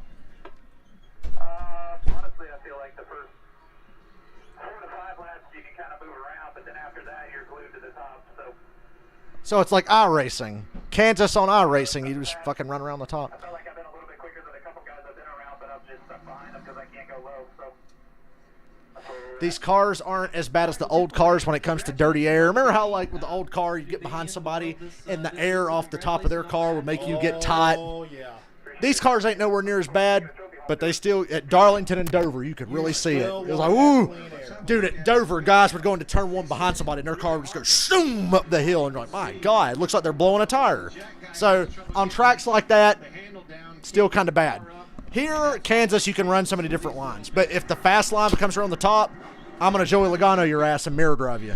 Logano, one thing I got to give Logano, when it comes to defensive driving, there's nobody better. And I don't hate him for it. Joey Logano is the best defensive driver I've ever seen. He will just fucking mirror your ass. And it pisses the guys off. Guys get irritated about mirror driving, they call it. It's like, they're always like, look out your fucking windshield. Quit driving in your rearview mirror. Joey Logano drives in his fucking mirror. He looks to see where you're going. Ross Chastain's a motherfucker about that too. Truex wanted to fight Ross Chastain at Dover because of how bad he was mirror driving him. And then on the last lap, Truex got to Chastain's outside for third. Chastain cut him off. He was clear, and Truex lifted and spun out and wrecked. Oh, Truex was mad. He said he's more worried about keeping me behind him than going to catch Stenhouse and Chase who were driving away from us. And I'm like, the veteran guys are smart. I've always liked drivers that are like, look, if you're faster than me, get around me and run him down. And when y'all two start fucking with each other, I'll catch up. That's what a lot of the old timers do. These new kids, they don't fucking know. They really don't. There's been like a total shift in how guys drive now. And the Truexes and the Harvicks of the world are just hate it so fucking much because they came up in the era of, hey, man, it's like not even halfway through. Let me go. Okay, you're faster. I'll get you back later. Now they race hard for every fucking second, every position. And a lot of it has to do with the stage points because you see, like, they have the stages and you get bonus points for running top 10. So the old guys like Truex and Harvick have a fucking seizure about it the most, especially Truex. Truex is he's a whiner, but he's one of the cleanest racers you'll ever see. Mm-hmm. Yep. Dale Jr. was talking about that recently because Ross Chastain used up Truex at Dover and made him wreck behind him. And Truex was mad as fuck, and Junior got on his podcast, and Junior's like, Martin Truex Jr. is one of my best friends. He ain't going to do nothing. And Junior said, it drives me crazy because he says, I see guys rough Truex up his whole career, and Truex never does anything back to him. And Junior says, Truex's logic is, well, I'm just going to beat him clean and show them I don't have to do that. And that'll piss them off even more. But really, you just want Truex to be like, man, fuck you, and like hit somebody for once. Logano and Truex a couple years ago, Martinsville. Logano's got the lead. His car's fading. Truex is coming. Truex, for 40 laps, stays right on Logano. Never touches him. Stays right there. Gets it loose. Come on, Truex. Passes him clean. Takes the lead. Joe Logano just drives in the corner, takes him out. Gets it back, wins a race. And it's like Truex. Come on, you let dude. that happen? And then Truex gets out and goes, he won't do that again. He might have won this battle, but he won't win the damn war. Homestead for the championship. Truex had every chance to hit Logano and get him back. Doesn't. Logano wins the championship. It's like Truex. You said you were going to do it. So now, like Junior said, Ross Chastain will do that to Truex again because he knows Truex ain't going to do shit. That's why you have to do shit. That's why the William Byron situation last week was driving me nuts. And I'm like, I hope Byron sticks up for himself because if you don't, Harvick, Kurt Busch, Kyle Busch, all the other guys are going to be like, oh, he ain't going to do nothing. I can fucking screw with him. Yep. You have to give something back. And Junior talked about when Kyle wrecked him at Richmond. Junior's like, whether it was on purpose or not, Kyle Busch wrecked me, I'm going to get his ass back. And the next time they're at Richmond, Junior says, I'm second and I'm catching Kyle for the lead. And I'm going, oh, man, I really don't want to do this. But if I don't, everybody's going to think I'm a pussy and race me like that. So fuck Kyle. Took him out. Junior did a really good job of making it look like an accident. But he was like, yeah, I took him out because I had to. Like, I didn't want to, but I had to. because guys will use your ass up and abuse you. Yeah, That's why I'm worried about Tyler Reddick with Chase Briscoe. Briscoe's a nice fucking guy, but other guys are going to see what Briscoe did to Reddick and go, well, I can do that to Reddick. He ain't going to do nothing. So Chase going to the rear. Stop, Vince.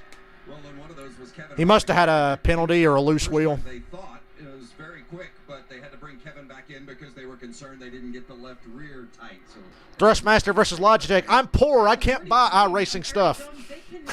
I'm poor. I play NASCAR games with a controller. So they can't get the right rear tire off of Eric Jones's car. Well, his day's probably fucked. As good as the 43 runs, they still have bad luck. Breaker bar probably 5 That foot is long with 2 guys standing on it. Now They're jacking off. they're too tight. Can't get it Literally. on. So what happened to Elliott? They had a penalty? Big time problem coming to the green. So Ross Chastain I had it muted when they came back from commercial. will lead them to the Geico restart zone to begin stage 2. Yeah, Karen, you're right. Kyle Busch and Kevin Harvick, to the surprise of everyone, are actually buddies now. Remember all the run-ins they used to have? They've just been around so long, and they both have very similar mindsets that Kyle and Kevin are actually good buddies. Logano and Harvick are friends. And Harvick hated Logano. Yes, he did. Harvick was the reason Joey Logano turned into the monster he is today. Because Harvick was the one that kept fucking with Joey when he was a kid. Yes. That's why Joey's a prick. I mean, Joey was always a prick, but that's why he's really a prick. Because of all them run-ins with Harvick. And look, Chastain and Truex for the 3rd fucking week in a row. They battled at Darlington last week just like they did at Dover. So that's 3 races in a row. These two can't get away from each other. Here comes Byron. $26 richer. Yes! 3 wide for the lead, Willie B. Byron led that lap. And clear because Chastain and Truex can't let it go, can they? No, they cannot. And Blaney's I got 2 in the top 5, bitch. I'm a late bloomer. Stage 2, we got there. This is what consistency looks like. Joey Logano fan. My bets looked like shit early. They look pretty good now. And Reddick's still hanging in there, top 5. Kurt just cut off his brother. You see, Kurt went to block. I don't block him too much. Just let him go. Was that a good race they had in Kentucky, or was it? Yes, Kentucky. Kentucky, Kurt and Kyle beating the shit out of each other to the finish line. Kurt won. Oh, that's awesome. Yeah. I remember Kyle crashed. They don't race at Kentucky anymore, you'll be happy to hear. Thank God. Yeah, Kentucky. Although the last 2 Kentucky races had 2 of the all-time greatest finishes. Kurt versus Kyle, and then the next year Cole Custer passed Blaney, Truex, and Harvick all at once on the last lap to beat them. Yeah. A 4-wide battle for the win at Kentucky. And Cole Custer won the race. Yeah, that's what I was talking about, yeah. Where Ryan Blaney goes on the apron and hits the fucking manhole and shoots up into Harvick. There's like a drainage for flooding.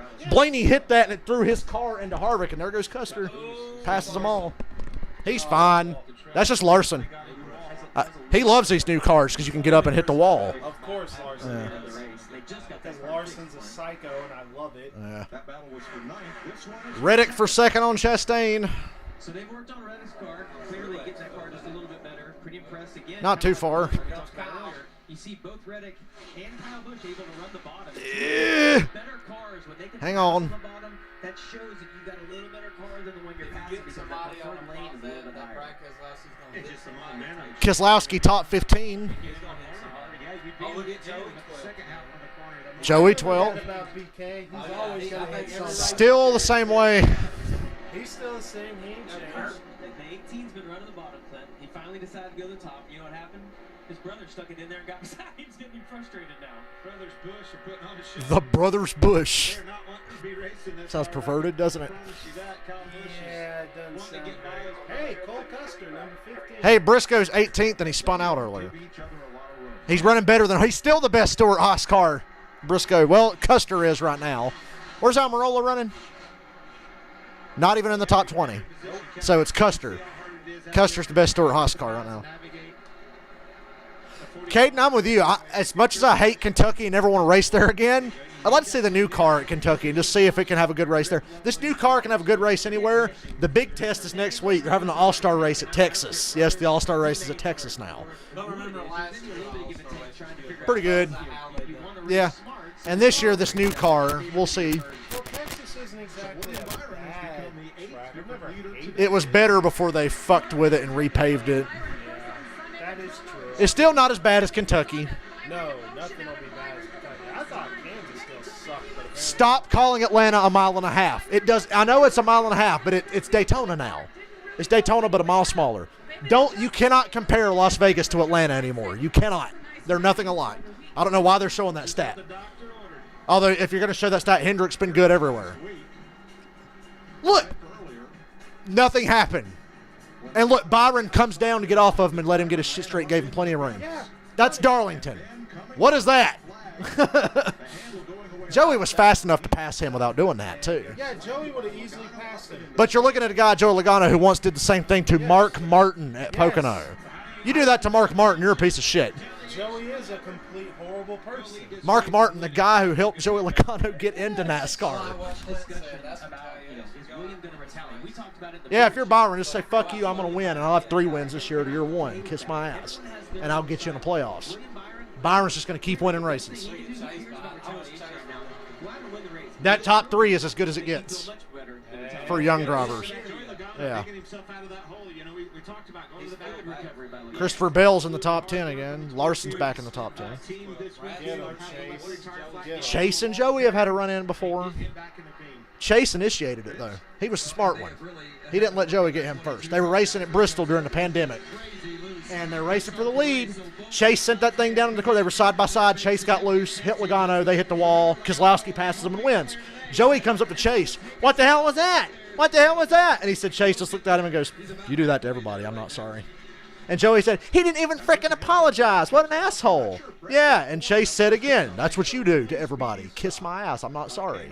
I did it. Get over it. Because you would do the same damn thing to me. And he absolutely would have. Yeah.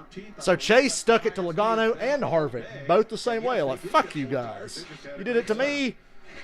Chase doesn't get pushed around. When Chase was younger, Chase's big moment was Martinsville a few years ago.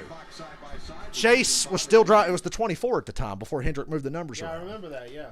Denny wrecks Chase in the playoff race at Martinsville. Takes him the fuck out. Wrecks him. Chase gets out and tells Denny Hamlin, basically, you're fucked. And then they go to Phoenix a couple weeks later and Chase put him in the wall. And Hamlin blows a tire and wrecks, and he's out of the playoffs. So that was Chase sticking it to Hamlin. Then he did it to Logano, then he did it to Harvick. I'm like, yeah, you just completed the holy trinity of fuck those 3 assholes. Mm-hmm. They do it to everybody else. They're not doing it to me. Yep. Chase was the aggressor in those situations. I'm like, you ain't doing it to me. Fuck you. And some people hate Chase for it. Oh, Chase is a fucking no-driving son of a bitch. I'm like, no, he's just sent a message to those guys. I don't think Chase has ever really done anything wrong to much anybody else besides those guys, and they asked for it every fucking time. So I like when Hamlin wrecked Chase, he jumps out of his car like he's the one who's mad and starts pointing at Chase. So I'm like, you piece of shit, you're the one. And then Denny changed his story about 4 times. Oh, Kyle, the 18 got up under me and sent me into Chase. If you go back and watch, Kyle Busch is half a straightaway behind. Hamlin just drove through Chase. And then it was, well, Chase really backed up the corner and really was hard on his brakes. I don't know what happened. Just say you fucking wrecked him, you dumb fuck. You changed your story repeatedly. And then in the same race, Hamlin and Chase are in the back now because they fucking wrecked together. Coming to the finish line, there's a big melee, like a 15-car crash at Martinsville at the finish line. Kyle Busch beats Truex by that much for the win. They all crash behind him. Hamlin comes off the corner, and he's trying to get the best finish he can because of the playoffs. Oh, of course. He just starts wrecking everybody. He fucking takes Ryan Blaney, slams into the inside wall, and then comes back and hits somebody else. And you could see him on the video just hitting everybody that was trying to go by. It's like, you're a fucking prick. And then at Daytona the next year, he did the same thing to Bubba. Him and Bubba are side by side for second at Daytona. Austin Dillon wins. Shoot me. And they come across the finish line, and Hamlin just fucking wipes Bubba out. You get to the end of Daytona. You know why everybody hates Daytona and Talladega? Because you tear shit up and it costs money. Yes, you get to the end of the Daytona 500, your cars are perfect. You've made it through the end of the race without a scratch. And Hamlin tears your shit up after the race. Oh, I'd kill him. And his stuff. I'd kill him. That didn't go over well. And if I'm Hamlin's crew, I'm like, thanks. We got through this whole race, and you crashed the car at the end. Yeah, that was at Martinsville. That's what I was just saying. He hooks Blaney into the wall at Martinsville just because he's fucking crashing everybody. There were so many cars wrecked on the front stretch at the end of that Martinsville race, you couldn't move. Half the field had to stop. Junior had to stop. Junior was still racing then. Junior wasn't in the wreck, but he was parked in it. He was trying to, like, wiggle through. I think he might have got a top 10 or something. It was such a clusterfuck that day.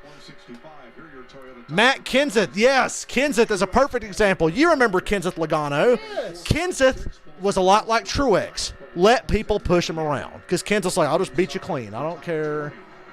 And then Joey Logano fucked with Kenseth one too many times. One of the people he shouldn't have messed with, and Kenseth got him back. It took Kenseth 15 years to finally do something to somebody. And thank God it was Joey Logano. He was into it with Harvick in the past. What a surprise. Harvick, Brad, like just. Didn't he get into it with Jeff Gordon, and Gordon got him at Texas or some shit? Yeah. I think it was. And I'm thinking of, I'm talking about Matt Kenseth, though. Well, yeah. He feuded with Gordon. Yep. Gordon wrecked him repeatedly like a motherfucker. Kenseth didn't do shit. Brian Vickers, who was one of the biggest scumbags in the history of NASCAR. Yeah, Vickers is an asshole. Yeah, what a fucking piece of shit. Dale Jr. to this day still hates Brian Vickers. Won't bring him on his podcast. He's like, fuck Brian Vickers. I don't like him. And finally, it took Logano to get Kenseth to do something. Kenseth never did anything like that until Logano did it to him. He never did. But I think Joey Logano has a supervillain origin story that started with Kevin Harvick in 2009 and 2010. He was a sleeping supervillain, and then Harvick woke him up. Harvick just fucked him over so many times through Xfinity and Cup races. Harvick just fucked him over. You were like, what the fuck is wrong with you? I know, I was like, Harvick, what an asshole. And I liked Harvick back then, but I was like, damn, that was dirty. Yeah, we liked Harvick back then. Pocono, Hamlin and Kyle Busch are 1-2. Logano's third, Harvick's fourth. He's fast, but he's going to run out of time. He ain't going to get to Hamlin and Kyle. Spin Joey and get a caution. He did. He took him out. Yep. Xfinity race at Bristol. Racing for third in an Xfinity race. Spins Logano and then won't even talk to Logano after the race. It's like, goddamn. So I blame Kevin Harvick. That's another reason not like Kevin Harvick. He made Joey Logano the monster he is today. And little did we know that it was actually a good thing that Harvick was doing that. Yeah. You created a monster. It's like the Dark Knight when Joker inadvertently creates Two-Face. It's like, whatever. Harvick is an agent of chaos. Always was. And still is. Although now he's just bitter because he's old and fucking washed up. And I don't know how much longer Harvick's going to be around, if I'm being honest. Maybe another year or two. He doesn't normally do that great. Not what he runs a lot of top tens, but he just doesn't fight for wins like he used to. He's not even been close. Last year at Bristol was the best run he's had in about 2 years, right?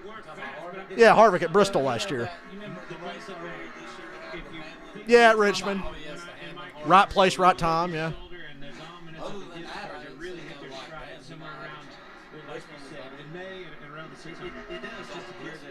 And it's still weird to me seeing Harvick at Ford. I still can't. Yeah, that is still weird after all this time. Tony Stewart's coming back this year to run an Xfinity race. He's running the Xfinity race on the Indianapolis road course. Yeah, they run the Indy road course now. I wouldn't be surprised if they switch back to the oval because they got the new car. I'd like to see what the new car can do with a Brickyard 400 race. But for now, the Brickyard 400's no more. They race the road course. They raced the Daytona road course a couple times in the last couple years because the pandemic. I think I remember that. Yeah, you came here when Chase won the Daytona road course. Because they couldn't go to the West Coast, so they replaced California with, we'll just do the Daytona road course. We've never done it before. Like last year, they still couldn't go to California early in the year, so they just did the Daytona 500 and the Daytona road course one after the other. That had to be awesome. Yeah. And the drivers had to have So yeah, this year the Daytona road course is not on the schedule, but I bet it'll come back. I think NASCAR's getting to a point where they're going to have kind of a rotating schedule with some tracks. I think some tracks will be around and some will go away. Like right now, Brickyard 400 went away because people were sick of it. It was an awful fucking race. So we run the road course there instead. So I think you'll see tracks come and go here and there. Let's just all hope that Kentucky never comes back. No. That's one that I don't want to see come back. Chicago, I would like to see come back with this new car. I'd like to see a Chicago race. Yeah. Chicago was perfect. It was getting to that point where the pavement was worn out. It was perfect. And then because of pandemic shit, they didn't go there. And then they didn't go there last year. And now it's like shut down. So. And look at all the fucking trash on Reddick's grill. He'll let Truex pass him and get the shit off. Gotta get it off, Reddick. Yeah. Oh, he hit the wall trying to let Truex. That's what I'm saying, dude. You can't lift off the gas. You have to be all or nothing with these cars or they'll just fucking spin. That was a hard hit. And he's gotta get that trash. He was trying to let Truex go and lost it. He wanted to get that trash off. Yeah. Because I know that's something you have to do with these cars. Yeah. Byron's slow. What happened? Did he left rear tire going down on Byron? Oh, left rear. Okay. Son of a bitch. Well, there goes 26. Blaney, it's all on you. For this to happen under green and no caution's devastating. Please get a caution. They could throw a caution for that. I see shit flying off the car. Come on, throw a caution. Throw a caution. They're trying. He's trying. See, the thing was, in years past, he would spin out on purpose to make a caution, but you can't stop. You might get stuck. So. Nah, Logano's not doing that well today, so let Logano have today. Let him have today. Logano's 18th, though. So you're going to Dale Earnhardt Jeff Bodine his ass, where Earnhardt was wrecking Jeff Bodine every fucking race till NASCAR finally said, knock it off. You know what's funny? In the 80s, they were more militant about wrecking guys than they are now, because now they're kind of like, yeah, police it, don't get out of control, but if a guy pisses you off and we see you do something about it, we're not going to say nothing, but don't get out of control. In the 80s, I think they had to because the cars were so unsafe. Earnhardt must have wrecked Jeff Bodine 3 or 4 fucking times, and NASCAR was like, stop. Stop. Fucking knock it off. In Xfinity and Cup in the same weekend, he would take his ass out. And it's like, enough. You're going to hurt somebody. At Charlotte, that's a fast racetrack. There is kind of an ethical thing of like, okay, get them back at Martinsville, Phoenix, Bristol. We won't say nothing. Do what you Don't do it at fucking Kansas or God forbid, a plate track. Like, do it at the slower tracks if you're going to get somebody back. And the chase, the playoffs. Yeah, his right rear. His is right rear. You saw what happened. How is Kurt Busch leading? Well, on one hand, he got most of the trash off his grill, so that's good. Well, the one thing, even though Well, I guess Reddick's not. This happened under green. They're fucked. If they got a caution for one of these, they might be okay. Oh, But Reddick is screwed. Yeah. He's screwed. he might be able to plow back to a top 10 if they work really hard and catch the right caution. If they get the cautions at the right time, yeah. Carrying the left front, which means the right rear is down. Yeah. Well, actually, no, Blaney's still right. I have Blaney, not Reddick. Reddick was the guy who I think is going to win, but not my bet. And he could still win. It's just You highly mentioned the unlikely. left front's off the ground. That's just a product of how rigid these cars are. The right rear is so low to the ground. The left rear is coming up. Looks like a fucking World of Outlaws car. Looks like a dirt car. You ever watch a dirt race and see the fucking left rear tire not even touch the ground? And Kurt Busch is leading in that sweet Michael Jordan car. Michael Jordan car does look good. But Reddick is screwed right now. He's screwed. Reddick's fucked worse than Byron because Byron got in and out pretty quick. Reddick, they're having to take the time to pull the fender out and make sure it doesn't go flat again. Yeah, look at all the work they're having to do on Reddick's car. He's screwed. He's so screwed. Something going on here at a particular point? Yeah, I'm seeing It's a lot of rear tire failures today. It's better than, look, I'd rather blow a rear tire than a right front. You blow a right front, it's going to hurt. Yeah, it's going to hurt a lot. It's going to rattle your brain. That's why guys like Dale Jr. said I love running the high line because when I blow a tire, it doesn't hurt as bad because I'm already near the wall. True. So I like running the high line. God, the worst place to blow a tire has to be turn 1 at Pocono. Jimmy Johnson's career was never the same. After a couple years ago, he blew a tire going into 1 at Pocono and just wrecked hard. Indy, very similar because Indy and Pocono were built based on each other. Like, there's a turn at Pocono based on Indianapolis. In Indy, you're going like 195 down the straightaway, blow a tire. You cut a right front at Indy. That's gonna hurt. And if you enter low, it's funny because Bubba Wallace, Jeff Gordon, and Jimmy Johnson all did the same thing at Pocono. They had tires go down in the corner the same fucking way, and they crashed hard. And their cars went all the way around and crashed driver's side door. And Bubba was like, your instincts tell you when you have a tire going down, spin it out. And at Pocono, that's the worst thing you can do because you're already hauling ass. What you should do is if you feel a tire go down, get high and go towards the wall. Like, it's hard. You don't have time to make the decision to be like, okay, right. Say I'm going to enter the corner with a tire going down. I'm just going to rub it up against the wall and let the wall But that slow goes down. against everything that you do. You're still driving hard. Oh, shit, tire's going. Like, you're not going to have time to think about that. Yeah. Pocono is like a death trap. I can't believe more people haven't died at Pocono.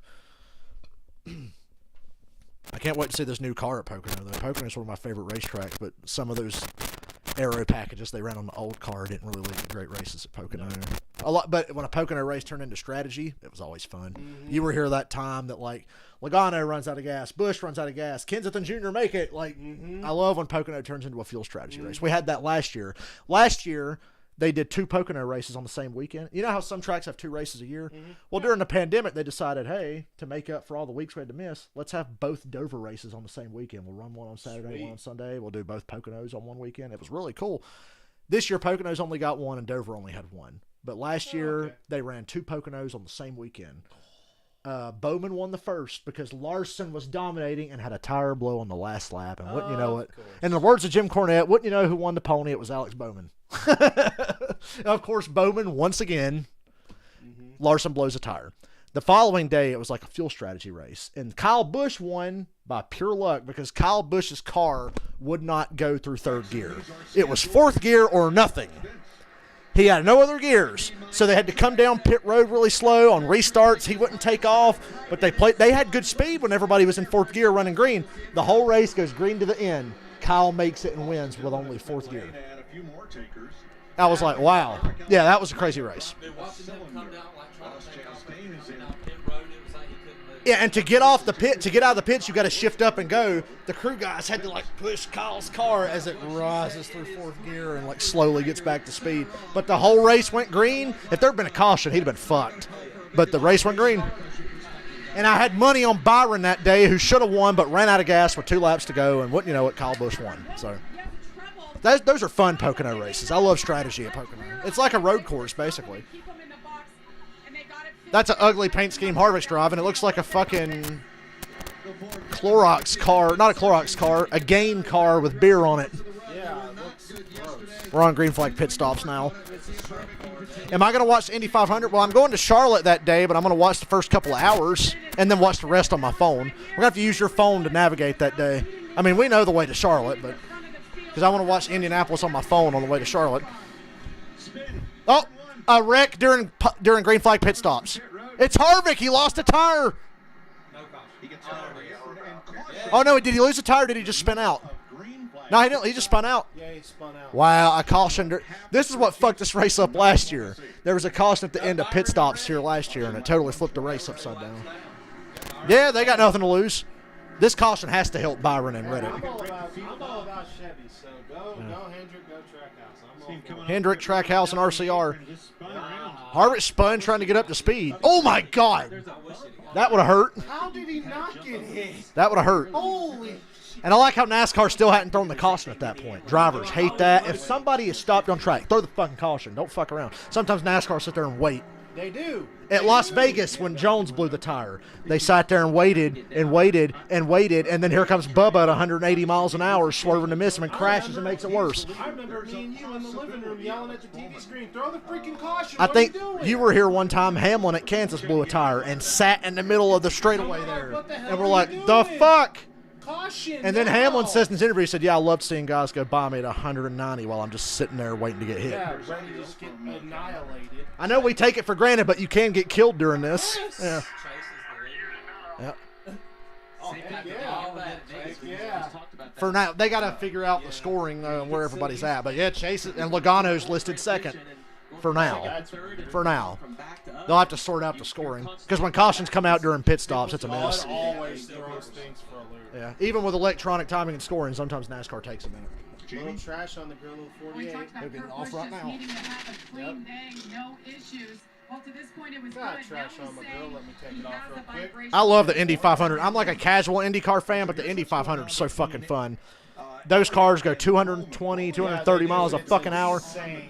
Guess what Jimmy Johnson's doing now? He left NASCAR to be an IndyCar driver. He doing good?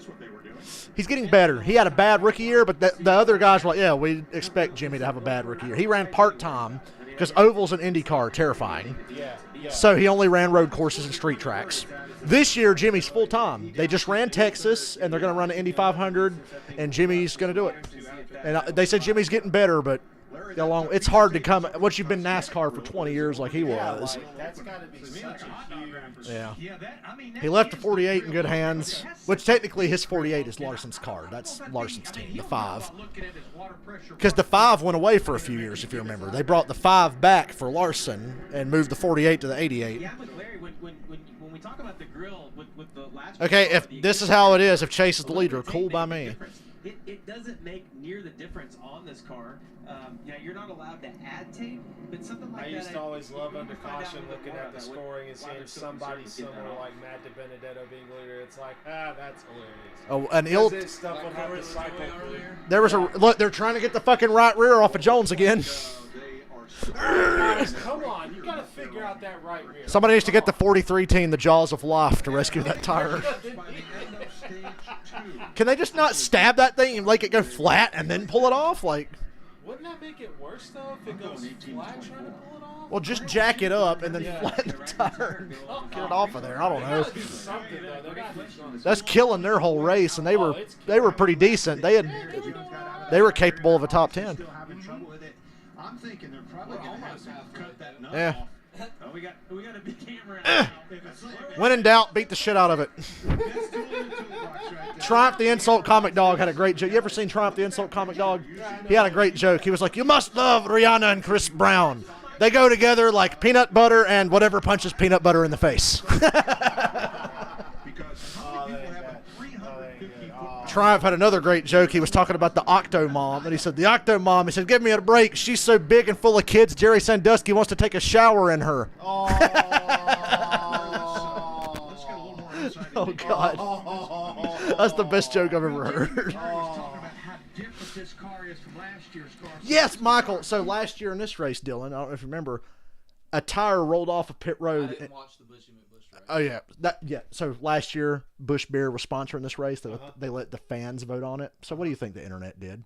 Came up with the dumbest name possible. They called it the Bushy McBusch Race 400, and Kyle Busch won it. And Chris Buescher stayed out. There was a tire that rolled off pit road, and even though it's not on the track, that's a hazard because cars spin through the grass, and if somebody hits that tire. But to me, I was like, you know what? That thing's really not that far from pit road. Let it stay green. So it was during the middle of pit stops, and NASCAR lets it go. They let it go. And Chris Buescher stays out. And it's like, if we get a caution right now, Buescher's going to be the leader and the only car on the lead lap. But NASCAR won't throw the caution. They sit there and wait and wait and wait and wait. And then finally, Buescher's about to run out of gas, and he pits. Oh, caution! Because they didn't want to fuck over the guys that were. Of course. And I'm like, dude, give Buescher a fucking break. Look, I was like, if you're going to throw that caution, throw it. If you're not, fine. I was fine with either way. But don't sit there and fucking wait. That is such bullshit. Screwed him up, and then the whole race was a clusterfuck from then on. Everybody started wrecking each other. Larson and Blaney. Larson should have won. Larson had 10 wins last year. He should have had about 16. When I heard the Busch race was Harvick got fucked. Harvick. They went an extra lap or something. Well, yeah, he didn't really get fucked. Harvick was running about 8th the whole race. But after Larson and Blaney and all them guys started wrecking, Kyle Busch gets the fucking lead. And they were going to restart with 3 to go, and then they wave it off, and they have to go to 2 to go. And Harvick's in second, and he's catching Kyle Busch. But if they had that extra lap, he might have got him. But Kyle Busch wins. They waved off the start. Yeah. Extra lap, and they said that Kyle Yeah, pretty much.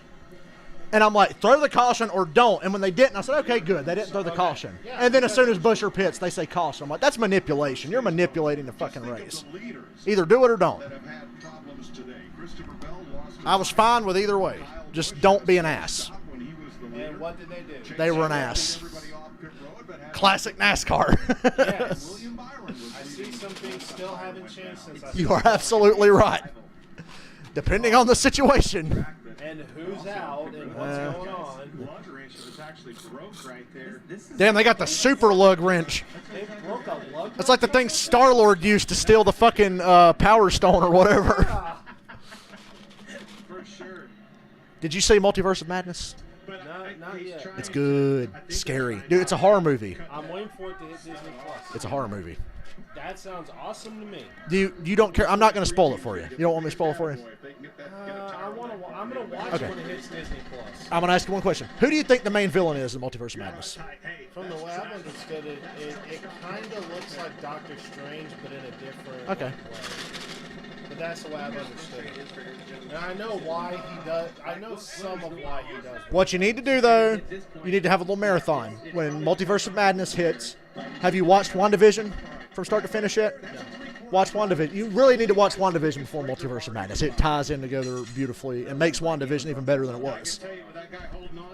And yeah, Wanda's like Scarlet Witch now and everything. Yeah. Oh, she's fucking phenomenal. I love her so much better now. I've never seen one of those before. I'm headed to the general store Lord. on Monday morning, and I'm buying one of them. They probably should have took your advice, Dale, because what they're doing is just wasting a lot more time. They're fucked either way. Yeah, they really are. Michael, thank you for reminding me of how much the Bushy McBusch race pissed me off last year, even though the name was amazing. This track has had the Bushy McBusch race and the SpongeBob SquarePants 400. Yes! They did. Yes! What a top 10 that is. Let's look at those names. Custer, McDowell, Todd Dillon, Harrison Burton. That's Jeff Burton's kid. Noah Gregson, Todd Gilliland. That's David Gilliland's kid. That's a good question. Balicki's on the lead lap in the 77. That means everybody from Ricky This is a really long caution because they're still trying to figure out the scoring, I think. Alex Bowman's free pass. So whoever Bowman's running, he's the first car. Bowman was the first car lap down. We had DeKalsha come out with 17 on the lead lap. Everybody else will get back on the lead lap because this top 17 is going to pit. Oh, yeah. And they'll still be out front, though. Oh, yeah. So that's great for Chase and all them other transients that usually run 20th or so. Okay, so Bowman's going to... I think I understand. This is like a road course race all of a sudden. It actually kind of feels like that, yeah. With the way like things are going so up and down and all that, yeah. What a world we live in. We had 7 road course races and 1 cup season last year for NASCAR. This year we've got 6. Like I said, Daytona road course went away. Yeah, road courses are so fun. Chase Elliott is a road course demigod, by the way. Elliott and Larson. Larson's just, let's be real, Larson's good everywhere. And he's a psycho. But Chase on a road course, we were at the Charlotte road course, and Chase had to pass the whole field twice. He started in the back, passed everybody, got to the front. Then wrecked from the lead, went to the back. They fixed his car. He drove through the field and won. Yeah. That guy right there, he can get the job. I remember sitting there thinking, does he got enough laps? And then it was just like... I knew watching him in traffic because everybody else was like, God damn it, you can't pass. It's dirty air because the fucking high downforce, you can't pass. Chase Elliott was blowing by guys on this road course at Charlotte. And I was like, yeah, he's probably still going to win. And he passed Harvick with like 4 to go to get the lead back for good. See the driver rank. I mean, that's one part of the equation. Driver's got to do a good job coming on and The best pit crews on the racetrack. I'm surprised to not see more Gibbs. I feel like Gibbs, though, is so good. Yeah, we talked about, issues with... Hey, Michael, the 43 teams are going to have slower pit stops than that all-female pit crew had in that one truck race. That clip went viral once. There was like an all-female pit crew. Took them like 45 seconds to change 2 tires. And it's funny, they dropped the jack, and the announcer goes, well, they've got time to put 4 on it. I mean, apparently. If you're going to take 45 seconds to change 2, you might as well change 4. Why don't... Are they got the timer on them? Probably. I mean, why would you at this point? I mean, like, this is pretty... This caution is a clusterfuck. We're going to cut the wheel to get access to cut the nut. They're doing kind of what I said. They're going to cut the wheel. They might as well. I mean, look at how much time they've wasted. 4 laps. They will. You go to the racetrack, dude, you can buy pieces off of cars from previous races. It's pretty cool. Yeah. I don't have anywhere to put the shit. I'm running out of space for those things. So. Definitely could not have come at a worse time in the 4-spun. Coming off of pit road, pit stops were halfway done. The rest of them out. But when a car spins around and stops, you got to throw a yellow. We can't just sit there and let Kevin Harvick stay stranded. Although they wish they could have. So, yeah, the lead lap cars pit now. They will still be up front. Bowman gets a free pass. Everybody else will get a lap back by staying out here. So, everybody will be back on the lead lap that was. We'll just have a bunch of new guys up front. And Chase will be the leader. And they'll pass them. Well, whoever comes off pit road here is going to be the leader. And they'll pass them all because a lot of those guys are Yeah. 20th and behind guys. Yeah. They'll get run over. So. yeah. He started losing grip after about 20 laps in that last run. No adjustments, though, just more tires. Yeah.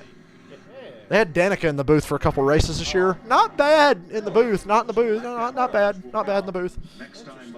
Much better in the booth than she was at being a driver. Have you heard of the SRX racing series? Tony Stewart said, fuck it, I'll start my own NASCAR. Tony Stewart, I mean, he still owns Stewart Haas and everything. He started SRX, which is called, what's it, like Superstar or something racing. And anybody can come run it. Like Chase went and run some SRX races. And a lot of old guys came out of retirement. Fucking Bill Elliott, Bobby Labonte, Tony Stewart, Ryan Newman and Matt Kenseth are doing it this year. They've tried to get Junior to do it, but he ain't done it yet. Although I bet Junior by the end of it, he'll race like Nashville. If they ever race at North Wilkesboro, they're bringing back North Wilkesboro. Yeah, I saw that on your Facebook. Junior says he really wants to race at North Wilkesboro and something. I'm like, he'll do SRX if they ever bring it back to Wilkesboro. It's really cool. They run about 6 or 8 races a year. They have some part-time guys, a lot of full-time guys, just older drivers or new guys. It actually got some, like there's this kid, Ernie Francis Jr. He's an open-wheel driver, I believe. He raced SRX, and it like made his career now. Like he's getting opportunities in like IndyCar and all kinds of shit. He's like an open-wheel guy. They race similar to NASCAR, and they race dirt, but IndyCar guys and open-wheel people come and run it. Like, but don't they have like all the cars are equal? All the cars are equal and built. Tony Stewart and Ray Evernham, remember Ray Evernham? Mm-hmm. They build the cars and give everybody their car. So there's no teams, there's no advantage, there's no this guy has that. They've all got the same fucking shit, and they go race on short tracks and dirt tracks. And it's really fun. It kind of reminds me of the old IROC series. IROC was before you started watching. It was called the International Race of Champions. It was like a series where they did the same thing. The cars were built by the same people, and they give you the cars. And it was like NASCAR champions, IndyCar champions, and whoever. Like Dale Earnhardt was a fucking beast at IROC. And kind of unfair. The cars definitely favored the NASCAR guys. They were kind of built like NASCAR stuff, stock cars. That's how SRX is. And they're really cool cars. There's an SRX video game on PlayStation. I've got it. It's pretty damn good. I just ain't played it in a while. Is your leaderboard updated now? Yeah. Truex, Brad? Yep. Okay. Kurt Busch, Blaney, Truex, Keselowski top 5. Kyle Busch, Larson, Cindric, Elliott, Custer, Bowman. But yeah. Everybody on my stream's like, we know SRX. My Anthony ain't watched in a while. He needs to know. SRX is fun. They start back soon. I feel bad. Your chat's going to get really mad for me because I'm stating the obvious. No, they're going to be mad at me for stating the obvious. Shit we talk about every week. Every time I hear that noise, I think of Hercules when the 2 little demons are like playing with their Hercules merchandise and I'm just thirsty. Hercules is the best Disney movie. Well, one of the best Disney movies. Why are we talking about Disney movies now? I don't know. Hey, did I mention I'm going to see Kiss Tuesday? Did I mention I have ADD? I'm going to see Kiss on Tuesday. You're watching the Indy 500, right? Yeah, I'm watching Indy 500 on the way to Charlotte. Did I mention we're going to the Truck, Xfinity, and Cup race at Charlotte? What song are you wanting to hear at Kiss? Ones that they won't play. That's why I'm going on the Kiss cruise. Oh my God, they finally got the wheel off the 43. Hallelujah. You want to hear songs you don't hear at a Kiss show usually, go on the cruise. Which I am, like always. They're actually pitting the car once again. We're going to talk to one of the pit crew guys once they're done. Hey, James, let's just they did She's So European on the cruise last year. The whole NASCAR industry. Oh, they butchered it, but it was great. They butchered it, but it was fucking great. Paul was laughing because they were fucking it up so bad. And at the end of the song, I see Paul turn around and go, it's like, wow. And then the next day, somebody asked the Q&A, guys, do you have a song that you've ever heard? Or maybe it's one of your songs. Is there a song that makes you cry? That makes you feel something? And Paul goes, well, last night we played She's So European and I wanted to cry. Going right back to work.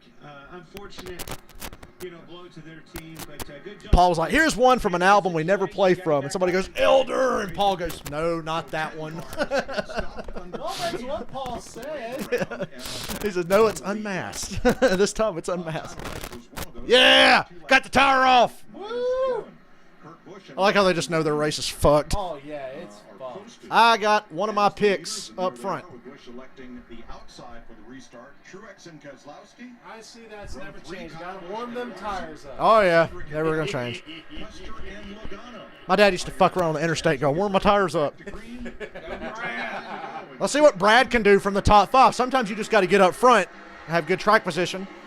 And they fan out immediately. It's Logano and Custer. Logano. Yeah, Logano jumped way out. 4 wide.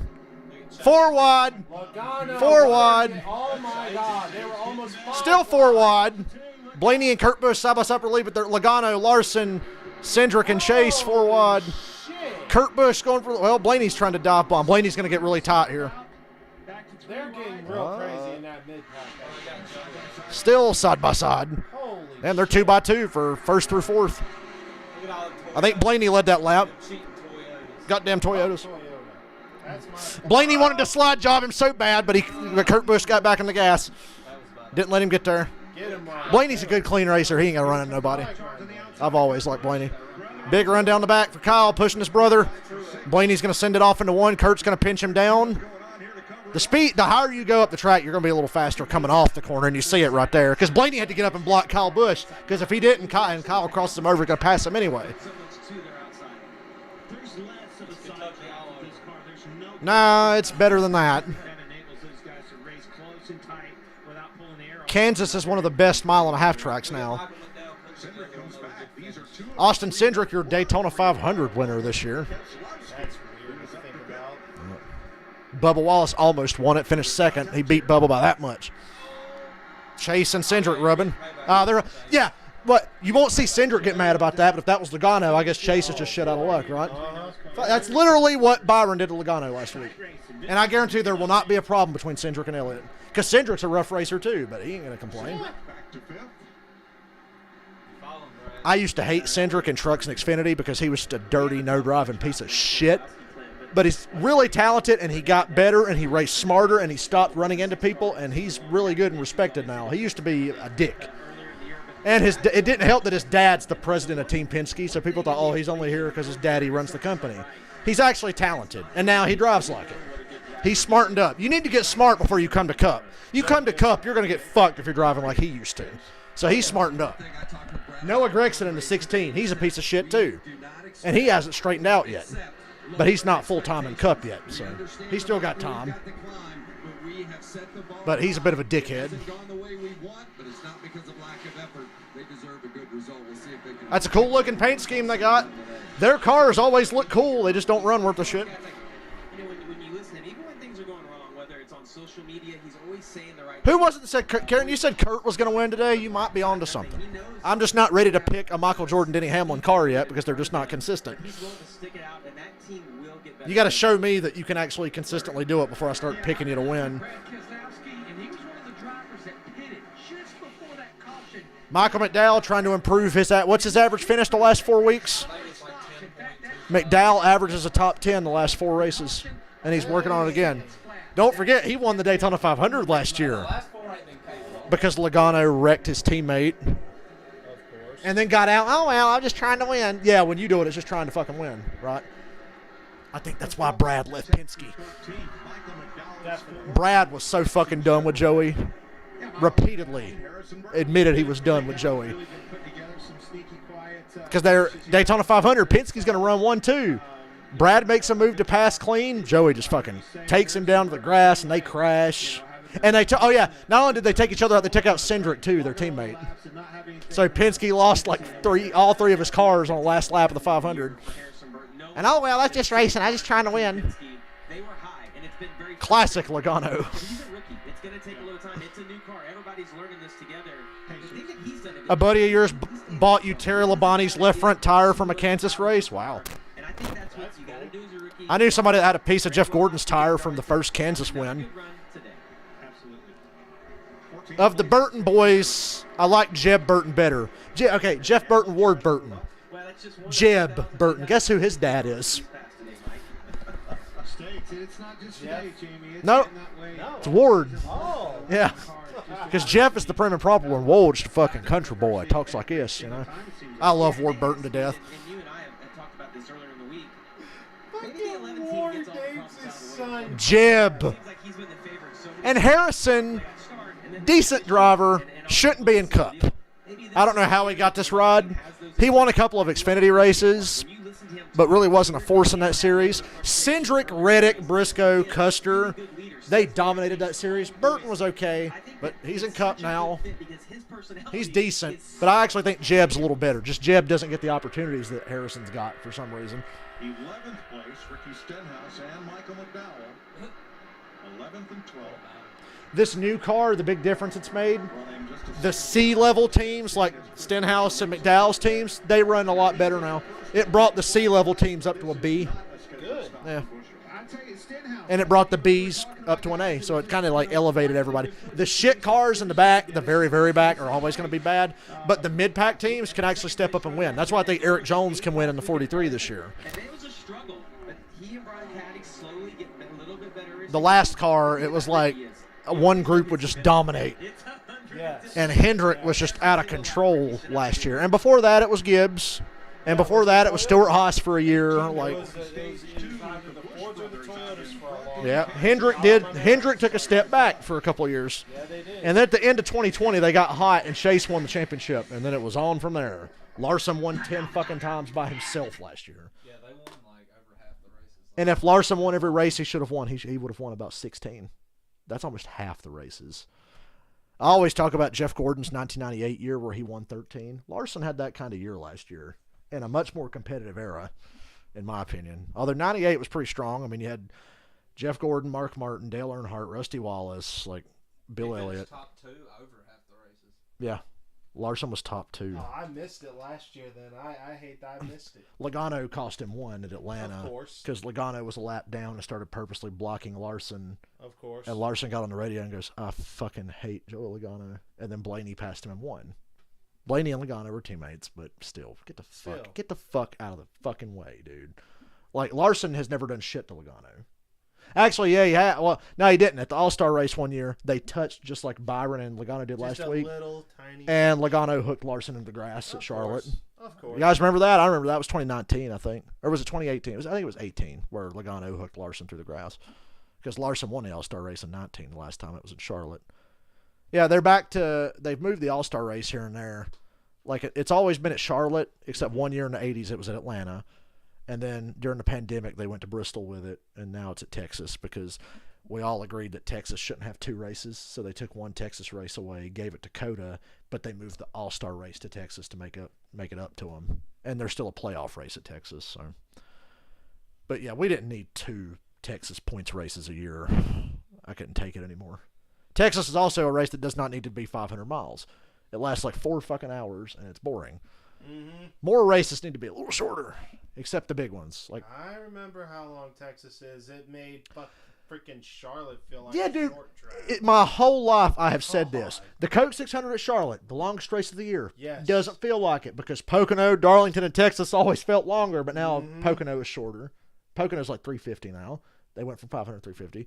Darlington still has the Southern 500. That's fine. That's a crown jewel. They shortened Martinsville from 500 to 400. Yeah. Except the playoff race is still 500. The one we went to was 400, right? Yeah. Yeah, that one was Thank God it was. Yeah. Because that was, unfortunately, a bad Martinsville race, which I never thought I'd say that in my lifetime. 179.6 miles per hour. That's a new thing. And when they were doing the 2 races in the same weekend, like they shortened Dover from 400 to 300. Now that they're back to just one Dover, it's 400 again. But they would do like 2 300-lap Dover races in one weekend. It was interesting because they were like, okay, we're having both races on the same weekend. You run the same car in both. You can change engines, but you run the same car. Teams would have different paint schemes from one day to the next. So what they would do is they would like have one paint scheme under the other and just peel off the other. Because I think one day Kyle Busch had like one kind of M&M's car, and the next day they peeled it off and it was the purple one. And I'm pretty sure no, it wasn't Harvick. Harvick ran when they had the 2 Michigan races. He won both of them, smoked them, and he drove the same Busch Light Apple Ale car both days. But it was pretty cool. They'd have like paint schemes under paint schemes, just peel that shit off. That's funny. Yeah. That's funny. Busch would be that guy. Maybe not going to win 3 or 4, but almost every year will win you 1 race. Cindric started top 5, and he's back in the top 5. I hate that caution bailed Logano out and got him into the top 10 for the day. Lap 2. The Brothers Busch. Is it the Brothers Busch round 3? Trying to get to Noah Gragson and work his way back up into the top. Fuck Noah Gragson. Jamie? Yeah, how about the run for the 6? What year were the Fords complaining? Was that like 90? I think it was 98. I think 98. Jack Roush accused Hendrick of cheating or something. Like, dude, you're all cheating. Everybody in NASCAR is cheating. That's just the way it is. Sometimes you get caught, and the guys who are winning get away with it. But everybody's cheating. We can all agree that everybody in NASCAR is cheating. So I find it funny when one team's like, motherfucker's got an unfair advantage. I'm like, Come on now. You're doing the same thing. That's why I like it when some of them diffuser is where almost all the downforce is generated on it. You see the funky spoiler? You see the funky spoiler? I'm holding up my 2001 Dale Jr. Talladega win for you guys who can't see. See the funky spoiler on them old Chevrolets? Chevrolet complained that Ford had an advantage. So Chevrolet got to run a special spoiler because they're like, oh, this makes up the difference or whatever. So Chevrolet, that's why the Chevy spoilers were like, curved. That's a good example of that. Hamlin has passed 67 cars for position. Well, good for Denny Hamlin. He's passed 67 times, and he's only 10th. All that hard work really starting to pay off. At least he's having a good day as a car owner. He's leading the race as a car owner. So he might get to go to victory lane anyway.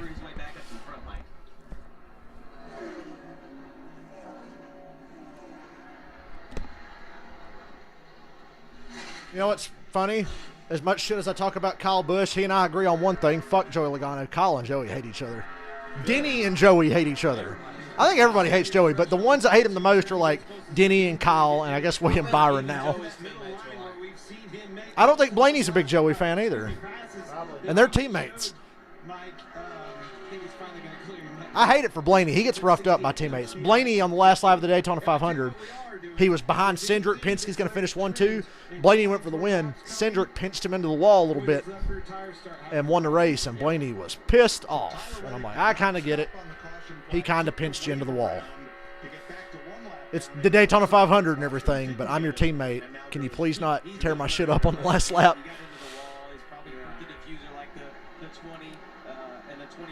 Breaks my heart to see Reddick's day just fucking go up in smoke. And Byron. Yeah, it's been the story of his year. Byron's on the lead lap in 22nd. I still got a chance there. Reddick's 2 laps down in 28th. He's fucked. He's going to have to get 2 free passes at least and hope that the leader doesn't lap anybody else in the next stage. There's no way that's going to happen. No way. If it happens, it'll be too late. He'll get back on the lead lap and be like 25th or something. So I think Byron can bounce back, though. Yeah. It's flying by this race. That automatically would bump Reddick and Austin Dillon out, who's 16th in points. So those guys do not want to see someone lower in the points get a win. If Kurt Busch wins, you're never going to hear the end of it from the Boomers. Why couldn't Bubba win? Because they're teammates. Don't you hate that when teammates have that? And teammates don't do it to each other. The outside world does. Oh, well, why isn't that guy winning if his teammate can win? So you realize how much has to go right to win a cup race? You have to have everything go right. Ask Tyler Reddick this year how much you have to have go right. Ask Chase Elliott the first like 2.5 years of his cup career. And we can all agree. And Larson early in his career. It just seems like everybody goes through that early in their career. Like, oh, damn it, I can't fucking win a race. Back in the day, I don't know what was different. Dale Jr., Matt Kenseth, Greg Biffle, Ryan Newman, Kurt Busch, they all showed up and won right away. Now it's like it takes guys a couple of years. You're lucky if you win a race in your first year or two now. Because Larson didn't win for almost 3 years at the start of his career. Yeah. Cindric, won Daytona 500 first full-time year. Chase Briscoe, it's taken him like a couple of years.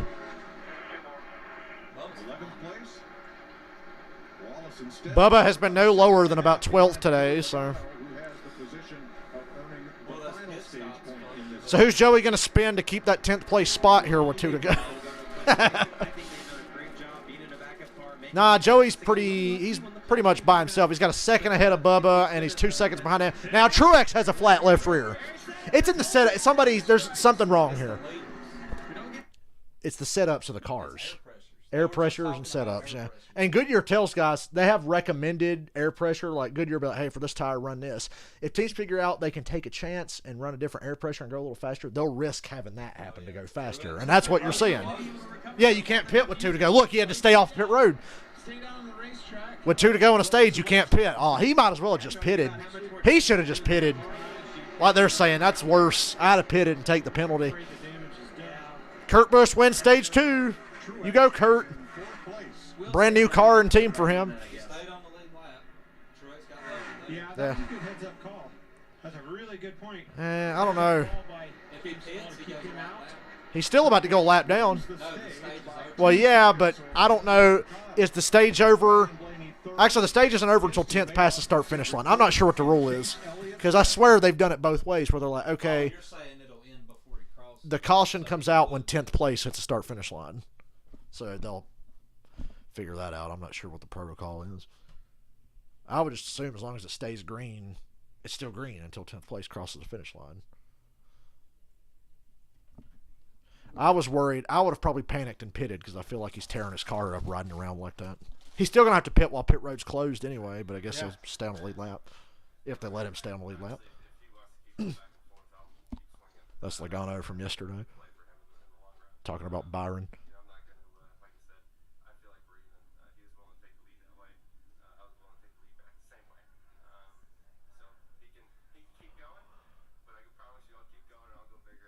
I don't know if you guys know this, but Dale Earnhardt Jr. is right about everything, and even he said on his podcast, Joey saying that those were the same things is totally wrong.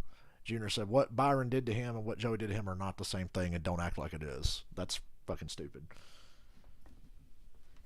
Yeah, as good as Kurt Busch is as a driver, Michael, I look forward to hearing him in the booth more. He's really good when he announces Xfinity races. The best announcer in NASCAR hasn't retired yet. It's Kevin Harvick. When Harvick's in the booth for the Xfinity or truck races, he's so good. I love Kevin Harvick outside of the car and away from the track. He's so fucking smart. His interview on Dale Jr.'s podcast is one of my favorite podcasts I've ever listened to. Harvick is so intelligent. But God, he's two-faced and a hypocrite and an asshole and all that stuff. And I liked him for so long. That's why I still find it easy to like him when he's in the booth. Because I'm like, yeah, it's Harvick. That's the Harvick I grew up with. That's the Harvick I like. Although in his younger days, he was a bigger prick than he is now. I was just a little kid that didn't care. But the first couple years of Harvick's Cup career, he was a fucking menace. He really was. Oh, I've seen the highlights. He got suspended in 2002 for being such a prick.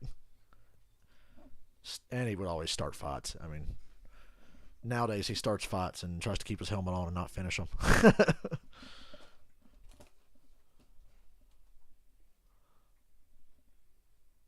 He had a run-in with Ross Chastain that just pissed me off. It was in an Xfinity series. Stage 1, Kyle Busch. Stage 2, Kurt. You remember the Darlington Xfinity race? Ross Chastain finally, he's driven crappy cars his whole career. He gets to drive for Ganassi in Xfinity. He's dominating at Darlington. And he's dealing with some lap cars. Lap cars are slowing him down. Harvick drives in the corner, fucking hits him, takes him out, takes himself out. Now, to Ross's credit, as soon as the caution comes out, he hooks Kevin Harvick's ass into that outside wall as hard as he can. Good. And was like, fuck you. And Ross was like, this is my first chance to drive a good car. I'm not getting pushed around. Harvick got out and said, well, that's why Ross Chastain never gets to drive good cars because he's not that good. He won't be around much longer. And Harvick said that's why he quit racing the Xfinity series. He said he quit Xfinity. He's ran like one Xfinity race since. He said he's retired from Xfinity. And that was the last one that he did. Because he hit Ross and Ross wrecked him back. I have trouble with too much work. That pissed me off something fierce that day. Truex had a flat tire. They did. See, I told you. Caution comes out when 10th hits the start-finish line. So Truex is a lap down. And then here's the discussion. Obviously, no problem if the tire went flat because they've all looked awesome, right? No, it's...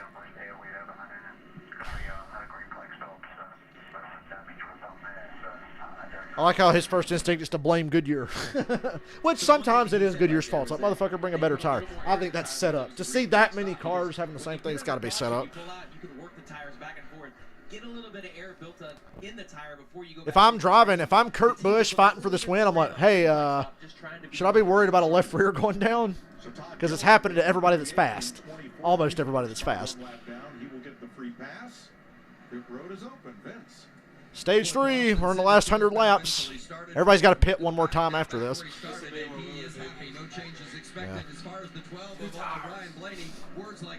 Nah, it's too early for that.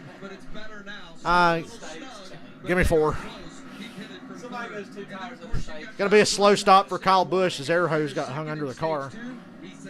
Maybe they'll make it up. Maybe it won't be that slow. We'll see. Slow on the right rear for Chase. That's a slow pit stop. Kurt Busch is going to be the leader still. Okay, Kyle's pit crew must have made time up on the left side. Keselowski back in the top 10 with a good pit stop. Ryan Blaney up 1. Kyle Come on, Blaney. 2, Win me the money. Denny Hamlin, I still got a chance. +4, Bowman +5. I'm still in it How about you, Kurt for the Busch? money. Square up the booth, you got it? Oh no. He's at a loss for words. Remember when Kurt Busch was bipolar? Channel 2. I miss maniac, manic, psycho Kurt Busch. You're what's up? Leading the charge. Fast race car, cool paint scheme. What do you got out there? Yeah, the Jumpman car unloaded fast. Thanks to Toyota. I don't think I was at 2311 lane. Right away we were fast, but then stage 1, we were a basket. Tightness boosted. So I'm glad we've got the balance back, and that's the happiest thing so far is we adjusted. And your lift rear tire hasn't blown out yet. Watch that happen with like 3 to go and cause a caution, and then have one of them clusterfuck 2-lap runs to the finish. Just like the good old days. But man, it sounds good. You got it figured out, and the car's fast. Keep it up, and big win here, Kansas Speedway. One of the biggest shocks of the year was that Talladega, for the last 70 laps, went green. Yeah, it was crazy. 70-lap run to the finish at Talladega. And then it was like, holy shit. I was like, damn, this is really going green all the way. It's better that way. I hate when Talladega turns into a slog at the end. I mean, I like it with you give me a wreck with like 10 to go, but the overtimes, I'm like, man, now it's just Overtimes drive me crazy. Red flags and overtimes and all that shit just like drive me nuts. Give me a good restart, 10 to go. Let them get 10 laps, 10 time to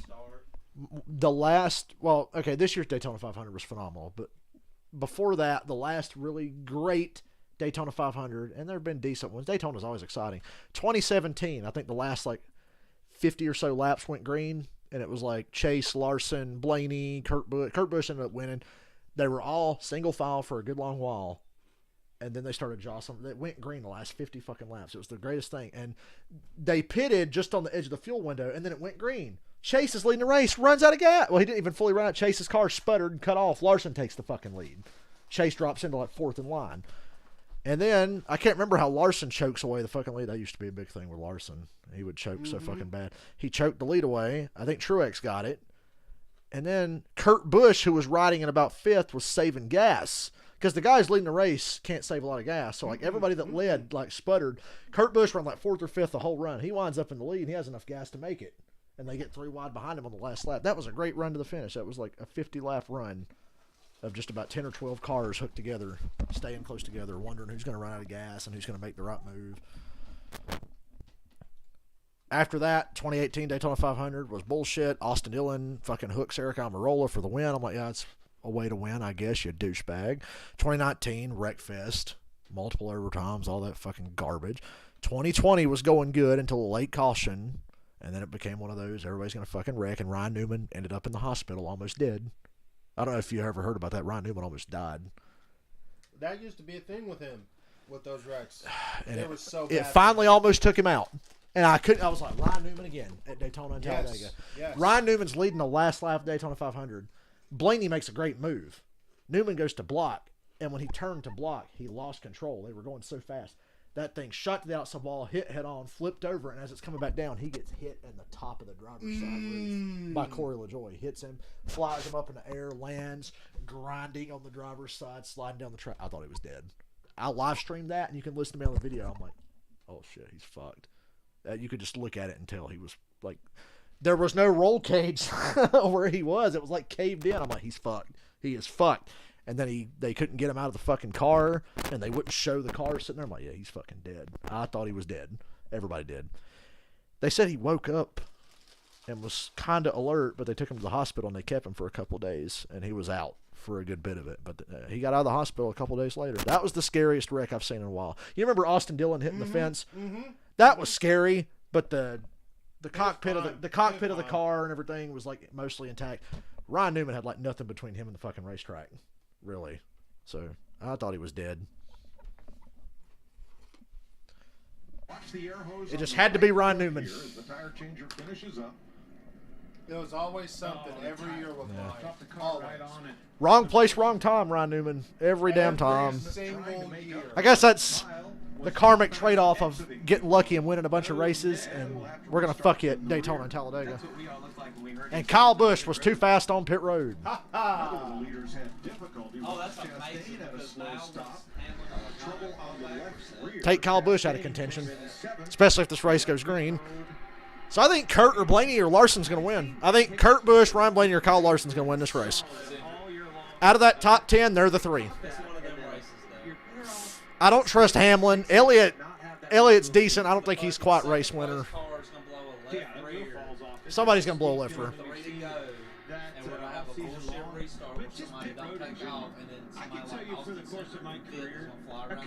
And oh yeah, Truex sped too.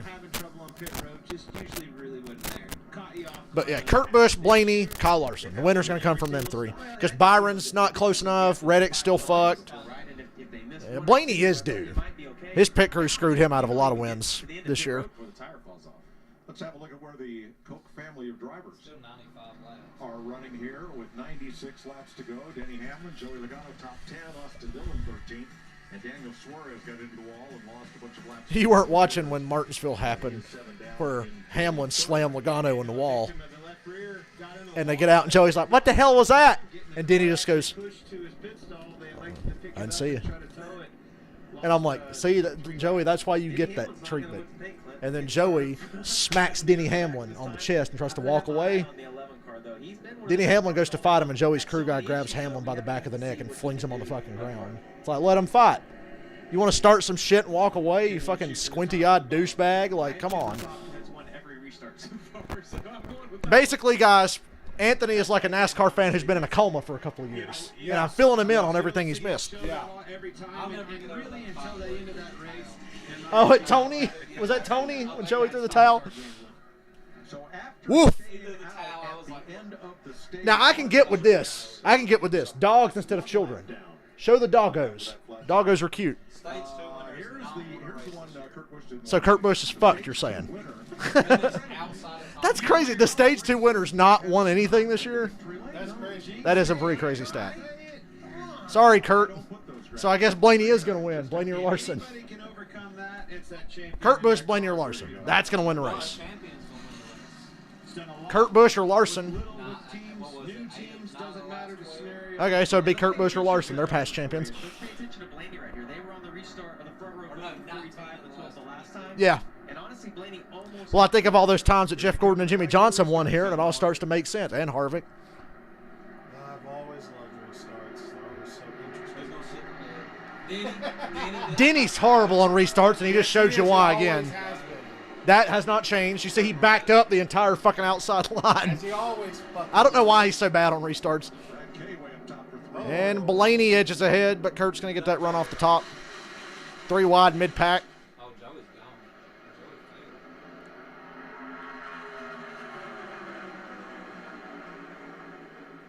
I think the bottom is good for the first couple laps. Blaney wanted to slide it and clear him, but he just couldn't. We've seen that a couple times today. Kurt Busch led that lap. Here comes Cindric and Larson. I love when two guys get side by side. It slows each other down. You see the other cars behind them just catch up. Yep. They're all running off each other to try to keep their cars out of the dirty air. Kurt got the lead. He gets away with it. Larson's got a big run. He doesn't do anything with it. I think Larson's looking to go high. Blaney runs middle. Kurt Busch driving away on the bottom. Bottom is good for the first couple laps. Then I think the tires get warmed up and you want to move up. Over a long run, you got to run the top. Oh, yeah, that's why Kyle Busch ain't winning now. It's going to take a lot. You know, and if you ever have to race at the front versus the back, the guys in the back race 10 times harder because they're all trying to get the position they need. When Larson for second. Gets harder and harder to pass on the bottom every lap. Well, not hard for Larson. Oh, Blaney's going to pass him right back. Oh, runs out of steam. Good move, Larson. I thought that shit was going to take off. Kyle Busch racing with all his favorite drivers. And when you're Kyle Busch right now, you're wanting all those people to know that I was actually in second. I had a bad pit stop, but I'm in back. But I got a fast car, so don't mess with me right now. You know that. You know that. Darlington had a lot of guys that were good. Rick. I don't think I've been to a race with that many DNFs. in a long time. There was like 9 or 10 DNFs, and they were mostly all good drivers. Dominant cars did not finish last week. The only survivors are the best. Joey had the best car, I think. He survived. Byron was good. But Chastain, Hamlin, Truex, fucked in wrecks. Yeah, Larson blew up. Larson had a really good car. He blew up. Look at the move by Bubba. 3 wide on Stenhouse and Logano. That's for 8th. Damn, Bubba, 2 at once. Do they have a 2-for-1 special at McDonald's? Oh, wreck. Ooh. Wow. He hit the wall in the tri-oval on the front stretch. Yeah, I'd like to see a replay of that. Knowing Fox, we'll see satellite imagery 3 days later. That's why they said trouble. I was like, uh-oh, wreck. Fox is like, quick, find the replay. Do we have it? I'll tell you what, it does not look like it did much damage to the 2 car. Janet will be happy. Kurt Busch is probably going to win. Still a pit stop and a long way to go. Bubba's going to pass 2 more now. Damn, 23-11 has some good shit going today with Kurt and Bubba. But uh-oh, here comes the Grim Reaper. Did I mention he won 10 times last year? Both of the races here last year. I know it was with a different car, but he has a knack for this track. Cliff Daniels makes such Homestead in Kansas, you're never going to see anybody better than Kyle Larson. And Kurt's starting to mirror drive. Take the top away. I have no problem mirror driving. I understand why it frustrates drivers, but I'm like, hey, I'm not hitting you and I'm racing you. But guys get frustrated by it. I would get pissed if it was happening to me, but I'm all about mirror driving. Especially with that old car before this year, you had to do it. Good God. Straightaway speed. Slide job time. Here it is. Dive it down. Slide up. Clear. Kurt let him have it. Oh, Larson hit the wall trying to slide her. Look out. And Kurt takes it back. The wall saved it. The wall saved it. God, Larson's crazy. He ain't changed. A little more mature, but damn. That was How the hell did Larson save that? Kurt Busch, the veteran, lifted to let him have it. Because he knew that if he didn't lift, they were going to wreck. Because Larson was taking this right here. Yeah. Talladega. I'll never forget it because you said years ago Larson's problem is that he drives his car way too hard and it leads to The reason his career is finally taken off because now he's got cars up to his skill. I don't think Ganassi ever had the cars to match the skill. Yeah, still happens. Happened last year a few times. Yeah, that's unreal. And he's fine. I think he'll be all right. And Kurt Busch has to be like, ha, gotcha. Kurt Busch is too smart for that. This point in the race, yeah, lift. Let him have it. That's what Kurt did.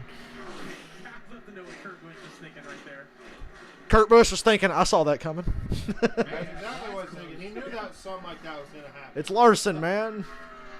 And he's still second, almost a full second ahead of Blaney. And Kurt Busch driving away. And Blaney's now running Larson down. That's good. Couldn't have gone any better. Yeah, I think it's a Kurt Busch day.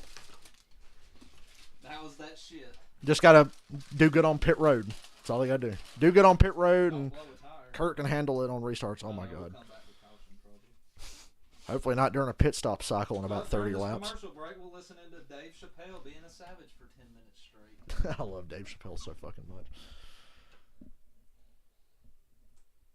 That guy attacked him on stage, and Dave Chappelle, Chris Rock, Jamie Foxx, and all their friends beat the shit out of this guy, broke his arms and broke his jaw. It's like, yeah, you ran on stage with a fucking weapon.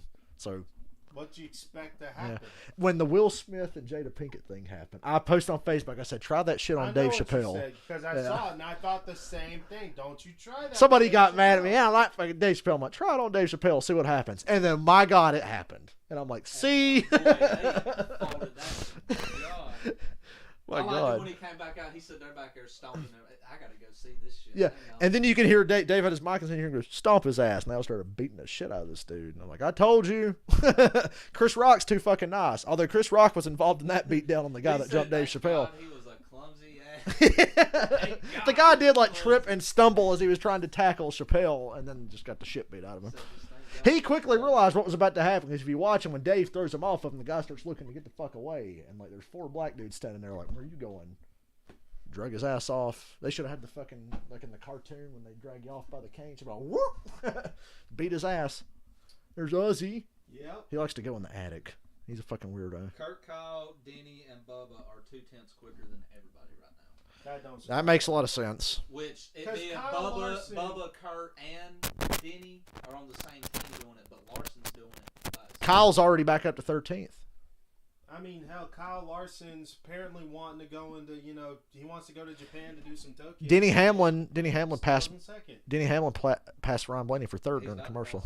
Wow. Hey. I'm not surprised. Larson must have banged his shit up a little bit. Running 31 threes. Everybody else is running. Kyle Larson probably used a good bit of his shit up. Kurt Busch is cruising. Yep. That's pretty much the deal. Kurt Busch has got it, especially if it goes green all the way. I don't think it'll go green all the way, but I don't think it will either. There were too many laps left. Yeah. Last year with the old car, this would probably go green, but these new cars are so easy to spin out. Somebody will blow a tire or spin out. Yeah. That's how you know 78 laps to go. I like how that's like a race-winning move, and Larson did it with like fucking 60 to go or whatever, 70 to go. Every lap. Wasn't it like 80? Yeah, it was like 80. God, Larson, I said, the fuck? Ain't got nobody to blame but yourself. Daniels and Kyle had to say That's Kyle Larson.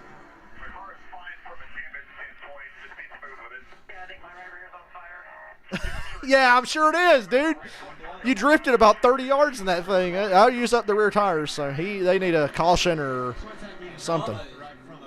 Bubba's going to be top 5 here soon. So what you do is you try to drive it in the corner harder, use a little bit of brake, lean on that right front, try to build a little bit of, I think Bubba's got the capability of winning if he could get a restart on that first or second row. I know, they're running 10th. Show Bubba and Chase.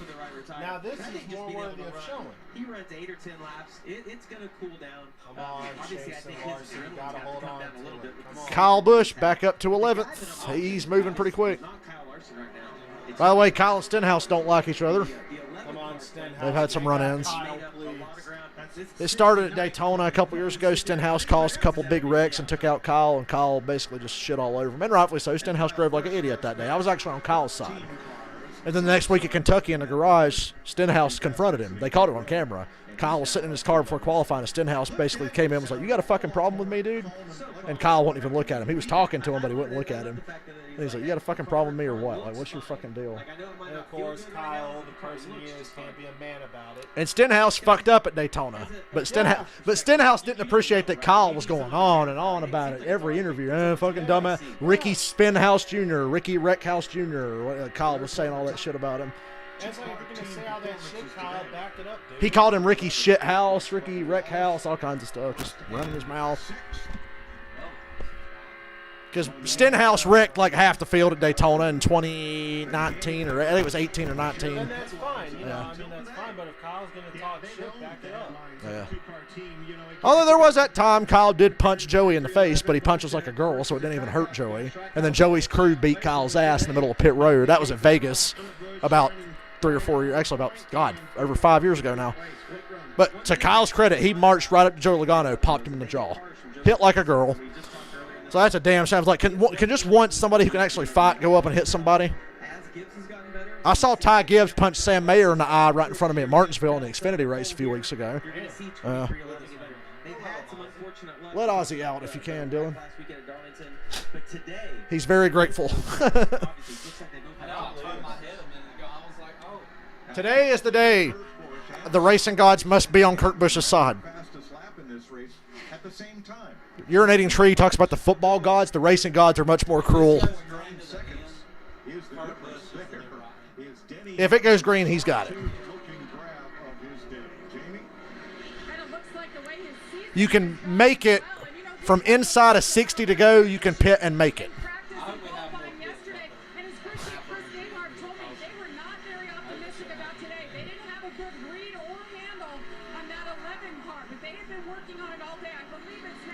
Denny Hamlin's crew chief made me laugh. We're the most dangerous 22nd place points team you've ever seen.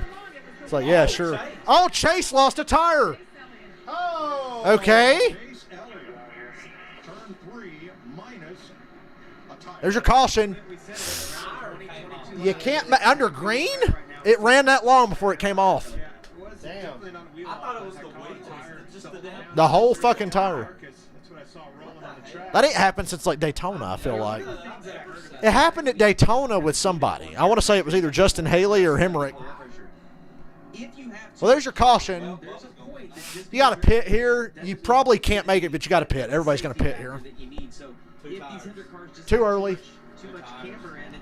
2 tires is what caused that clusterfuck last year, but that was with like 5 to go. Damn. That's unfortunate. And he's in the grass. It's going to take a little while to get. Michael just said, watch Kurt Busch and Bubba both fail post-race inspection. Yeah, that'd be their luck. Damn, Ross. Yeah. When he hit that transition from the banking, Chase almost flipped over. Yeah, we talked about how fortunate William Byron was. Some of the other ones that happened on the straightaway when they could get the car slowed down. So that was his left rear, wasn't it? Yep. 5 cars in practice, maybe 6. Now 5 cars in the race. My back. A left rear tire. Reddick was right. Look, the tow truck's getting stuck. It rained there all this morning. Oh, great. Things very muddy. Hey, what is it next time? What is it next We time? need to. 69 to go. Perfect time. Well, these crew chiefs are hoping this caution runs long, so they might be able to pit here and stretch it to the end. He will get the free pass and be back on the lead lap. You're going to have to keep your Come on. Come on, man. We need a tow truck for the tow truck. See, this is where NASCAR's like Retro organization. Those guys have stepped up in a big way. You know, they've hired Truex get the free pass? Is that why they showed him? We're not utilizing this is from, this racetrack. Look, they brought the backup tow truck in. These guys have been every step of the way learning the process. This pit road open, yep. You see, You can't make it from here. Pit road is open. If you did, it'd be shocking. Well, certainly Of course, has been an J.J. adventure Reddick's for, going to, but he's Ryan trying Blaney, to- who's pitting from the 4th spot there in that 12 Reddick. car. They have Oh, this car. yes, this is a It's sport. wrecking loose on the bottom. Yes, too it tight is up a top. sport. Really Motorsports. better, and that's where they're hoping to make a change. I like people say it's not a sport. I'm like, it's in the fucking name. It's called motorsports. That's the name. From my leaderboard, Reddick is the last one. Okay, now Reddick is first car lap down. See how long it took for Reddick just to get the first car lap down? Yeah, that's why he got the lead. I bet this race gets messy now, though. Kurt Busch still the leader. See, they're doing their thing, Kurt Busch. Kyle Larson, though. Yeah, what the fuck happened to Bubba? Slow pit stop for Bubba. What a surprise. Damn. Whose tire was that ran away? Come out, and then Alex Bowman pulls out of a stall and actually hits Boink! it Ah! out into Chastain. Kyle Busch have to swerve to dodge the tire. Oh, man. Driving guys. Oh, there you have it. I don't know whose tire that was. When this happened. Oh, Bubba got held up by the tire. And that's They had a slow stop anyway, but that didn't help. why the penalty. Everybody says these penalties are really harsh when those tires get loose. That's because dangerous situation. That tire What they're really worried about with the wheels coming off is what if a tire comes off under green, bounces around and gets hit at 190 miles an hour, goes over the fence and hits somebody. At Dover, we had a tire almost get hit into the parking lot. Like somebody came by, somebody's tire came off at Dover. I think AJ Allmendinger's tire came off. Somebody came by and almost hit the shit, and they had to throw a caution real quick. If they'd have hit that thing, it would have went soaring over the fence. It was right in the middle of turn 2 at Dover. Oh, it was Bubba's tire. Okay, that's what I thought. Yeah, Bubba's day's fucked probably now. He's got a fast car. It's just asking a lot to have to keep coming through there. That's not possible. They only got 2 cars. Or are you talking about Hamlin, the owner, finishing That's what they're third? talking about. Picture this. Denny Hamlin, 23-11, finished 1-2. I made the joke when Hamlin bought the team last year. I said, what's going to happen when Denny Hamlin pulls a Dale Earnhardt and dies blocking so Bubba can win the Daytona 500? Oh, man. The one time Earnhardt decides to not be a selfish dick, it literally gets him killed. Yep. That still sticks with me about that. I'm like, man, he drove like an ass his whole career. Wouldn't help Junior, wouldn't help anybody. And the one time he does, The kills him. NFC East has the 4 easiest schedules. What a shock. And Because they all get to play each other. NFL fans are like raging over it. Well, how can that? See, I hate when people are like, that's not fair. I'm like, you do realize They the play them half the year. I was like, you do realize that the NFL schedule is determined by a formula. It's not the NFL going, okay, this team played this team. Half of their schedule is against each other. It's bad teams. Now the only part of the schedule I don't understand. Okay, I know the 17th game is an extra NFC versus AFC game for each team. How do they pick which team? Is there like a rotation? Because I feel like I would assume there's a rotation. I feel like it's random because like, so this year who do we play? We played the AFC North this year, right? I think so. And we each have an extra AFC game, but I feel like we all have different AFC games against different opponents from different divisions. So I think it's different divisions. I don't know. I still ain't figured it out, but I know how the schedule's made. You have your 6 division games. You play the other teams in your conference that finish the same position as you in their division, and you play one whole division from your conference. Yep. It rotates every year. So it's not like the NFL's going, oh, give the Cowboys the fucking... No, that shit rotates, and it's already set in stone. Now, sometimes the timing and the order of said games can be a little fishy. Like Tampa Bay, the last couple of years, their schedule's like all the hard games are up front, and then they get like... The year they went to the Super Bowl, what was their home stretch? And I can't remember the exact order. Their home stretch was Carolina, Detroit, Atlanta twice, and who the fuck... They played like 5 or 6 shit teams. And Tampa had just gotten their ass beat by the Saints. And they get to play Atlanta twice, the Lions, the Panthers, and the Jets or whoever, and cruise to a fucking easy end of the season. Because if they didn't get that, the Saints were going to have a chance to win that division. You can't tell me that's not convenient. Oh, man. I can't wait to have to play the Lions, Panthers, and Falcons late in the year. Oh! He only had 1 win at this point last year, but it's about this time he came to life and got all the wins, and he just had He came to life. Race right there. Well, Kurt Busch going to win it. They're all saving gas. If this race goes green, they're going to try to stretch it. I guarantee they've all saved gas. And the cars on the tail end lead lap have probably pitted repeatedly under this caution to just keep putting gas in and putting gas in. So, but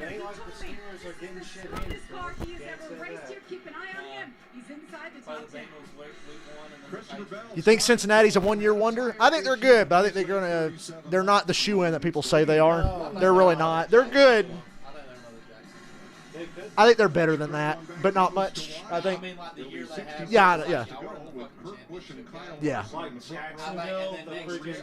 Cincinnati had a lot of holes, even though they still made it to the Super Bowl. Bad secondary, bad offensive line. Now they did fix their O-line. Yeah, they did. We'll give them that. They did do that. Weapons for days, though. So. Oh yeah, weapons for days. 66 to go.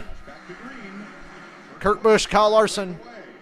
Byron trying to go 3 wide further back. Larson dives it into 1. Can't clear him. Look at Bell, 3 wide. They're on the outside of Hamlin and Blaney. Can't get there. You know, Clint, it's so Oh, Blaney's going to take him 3 wide. Blaney, look out. Larson, Carlo. Blaney gets loose. Larson's going to clear Kurt Busch, is he? Clears him, and Kurt crosses him over. That's as close as you can get without hitting. Man, that's a great battle. And Kurt Busch back to his inside, going to take the lead back. And Larson got tight. He's going to get it back. He's going to gather it back up, though. There's more speed off the top, but he got tight, and that let Kurt edge ahead on the bottom. Here comes Bell, another Toyota, who we all know is technically the fastest car here. He won the pole. Oh, Kurt. Loose. Now Larson's got the advantage off the top. No, don't let him clear you, Kurt. Don't let him clear you. Here comes Bell. Now Larson was coming down on him. Now Larson's got to block wherever Bell goes. That bottom's so tough. He's going to prevail. Or not. Damn, man. They're dead even. I'd rather be on the outside, though, even though you're more vulnerable to get spun out there. You're faster on the top. Larson's been on the outside, but he in the wall. Larson bounced off the wall. Kurt Busch clears him, takes the lead. Bell, look at the block Larson threw on Bell. Oh, if I'm Bell, I'm mad about that. man. If I'm Bell, I'm pissed the fuck off about that. And look, Bell, look how much time he lost getting blocked. Bell cut Larson a break just like Kurt. Well, Larson's catching a lot of breaks because I'd run through you. You block me like that, I'm not going to Logano you, but I'm not really going to lift for you either. If I was Bell, that motherfucker blocks me like that again, I swear. Yeah. Byron ain't going to do nothing today. Today's not the time or the place. Kyle Busch back in the top 5. Today is not the time or the place for Byron to do what he should do. Not necessarily. There really is a time and a place. This ain't it. There is. If it was for the win, yeah. If it was for the win, but for 10th, nah. We're cool for now. There it is. Nah, they're not going to do nothing. Byron's clean. He ain't going to do nothing. But obviously Fox has been waiting on this all day. They're going to wait. He's going to race Joey really hard, but he ain't going to touch him. He let him go, yeah. He got tight and let him go. Look at the run Cindric has.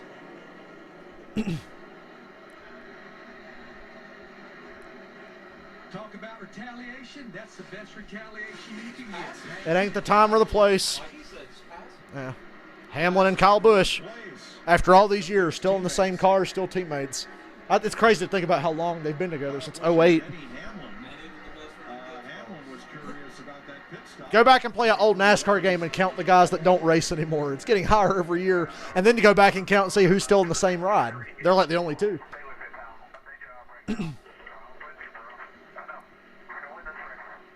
I play NASCAR 2005, and the only active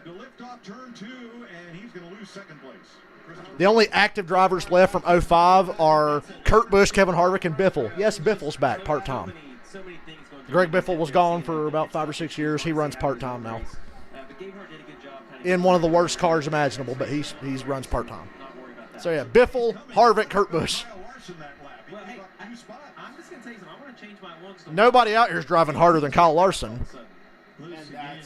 And it shows you how strong Kurt Busch is. Larson had the top and couldn't beat him. And we all know the top is faster. And he hit the wall again. That's why he's dropping back now. He's going to kill that fucking car.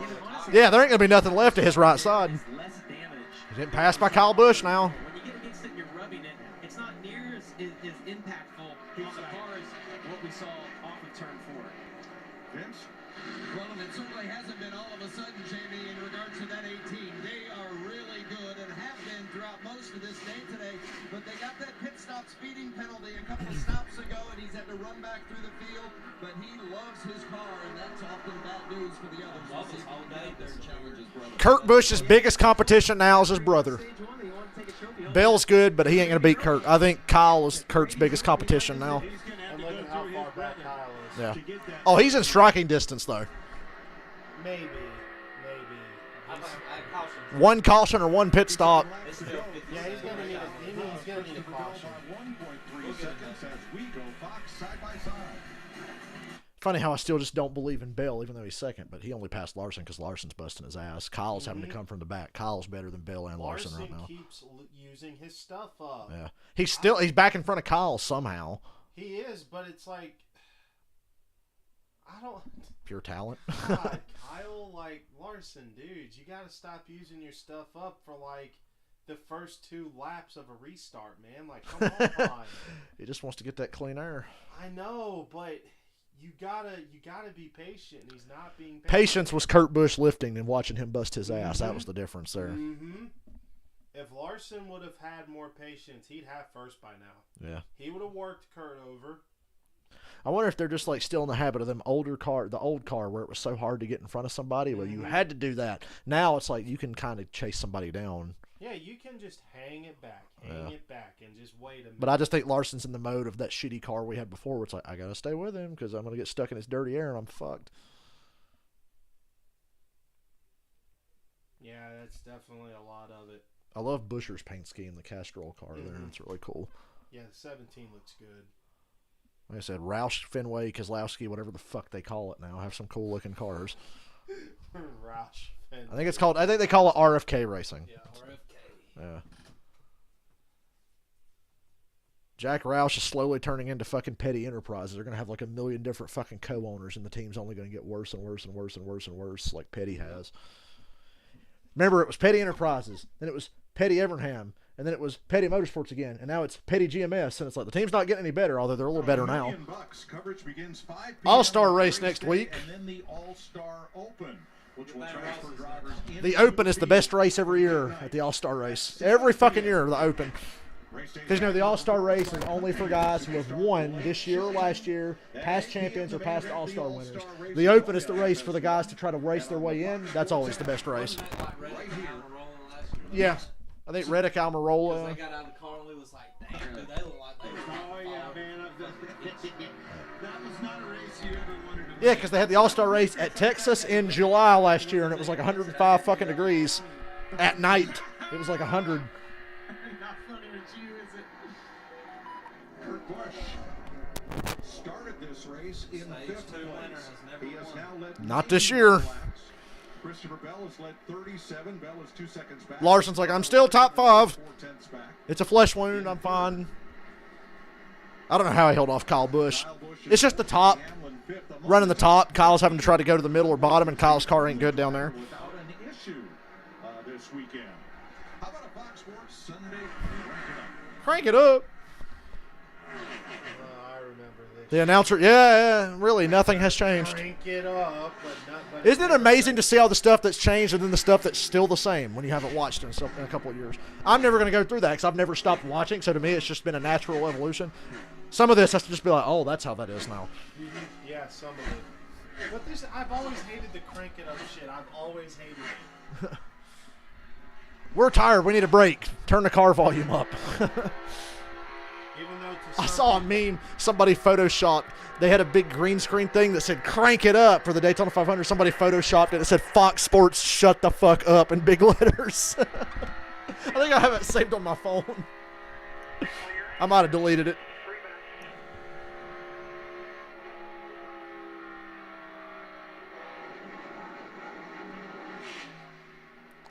I bet I did.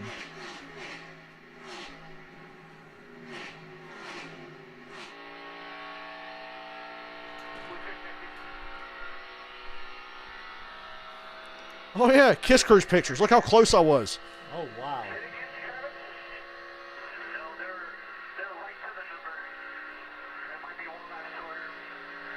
Yeah, I get good seats every year because I've been on so many now.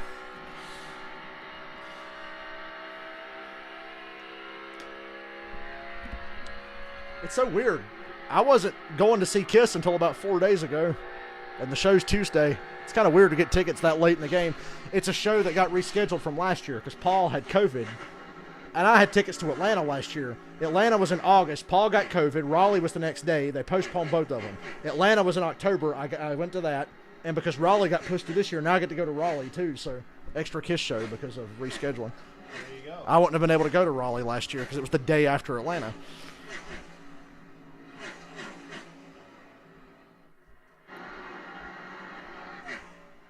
Is Ace? No, Ace is not in the band. I did see Ace open for Alice Cooper last year, though. Oh, wow. Yeah. And I saw Ace on the cruise a couple years ago. He did 3 shows. Yeah, Ace and Alice Cooper. That was a great show. No, I believe it. That was awesome. Guns N' Roses and Kiss are going to be together in Florida for a festival. They're on the same festival, wow, yeah. That's interesting. Yeah. That's got to be like one of the first times that's ever happened. I think so. Bands that big, for whatever reason, they can't tour together because they're just too big, and festivals get like a few big headliners.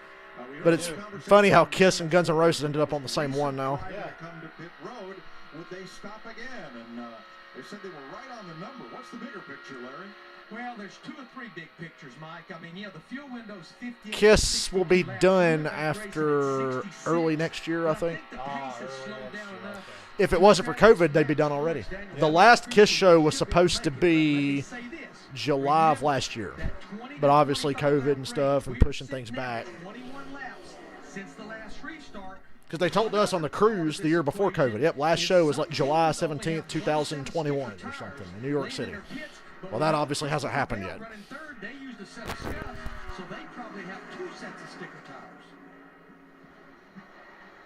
If a caution comes out, you're obviously pitting again. If this goes green, I don't know if you pit.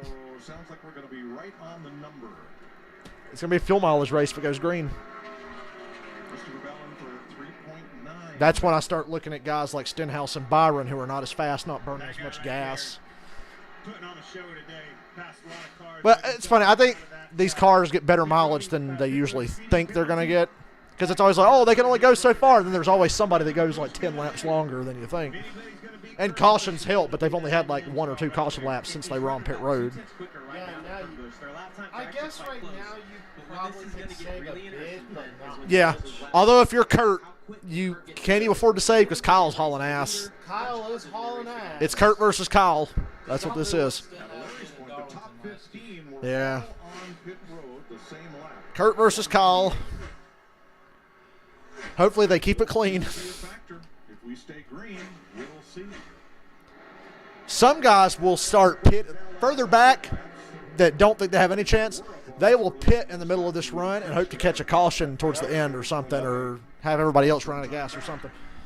You'll see guys give up and pit pretty late. There's smoke on the front stretch. Was somebody smoking? Or is that just my eyes? Ricky Stenhouse has had quite an event. Thought I saw some haze. Down the left rear during practice. Spun. Got substantial damage, not enough to go to a backup car, but he was one of 5 cars that started in the Todd, it's funny. I think I've seen Kiss 30 times since the farewell tour in 2000. It's over 30 at this point. I have to count before Tuesday, so I know for sure.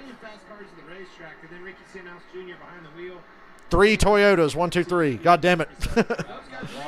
Oh, well, Larson's going to just send it off in there. Yee. 2 of the best dirt track drivers in the country right there, Bell and Larson.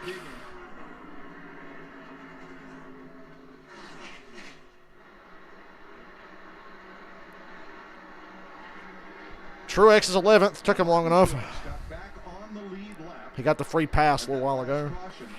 And he has gained 11 positions since the restart.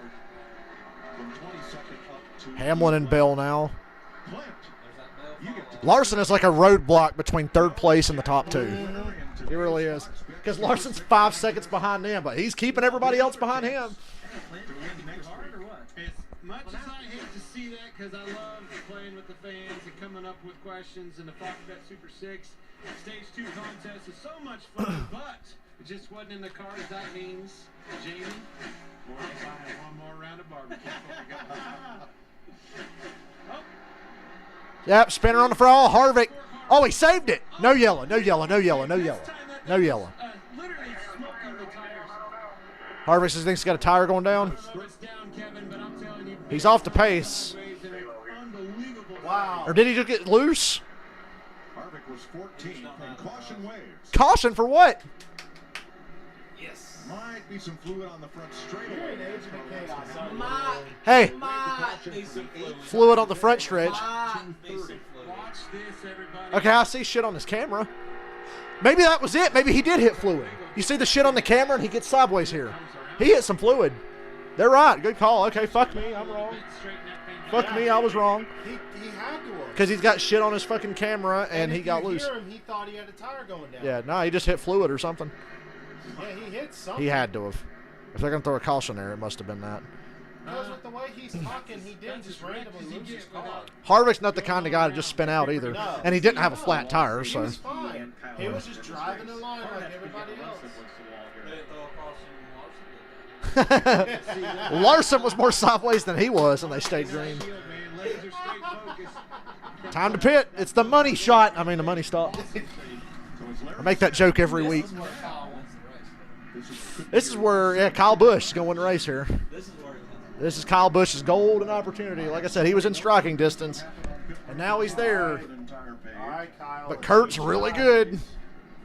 I remember how damn good Kyle's pit crew is. Our best story of the weekend. Last night on the way to dinner, Daniel Suarez, his crew all chief the time in this situation. Byron team, we need to go from 10th to 1st. Can we do it? No, not a chance. No, it's Byron Blaney for me, so I get some money. Put it in their car and brought it down to the river, down there near where we stay, and gave it a good home. What the hell? Tootsie's is a bar, I think. No match. You don't want to mess with Freaking this. Tootsies, though. Like, come on.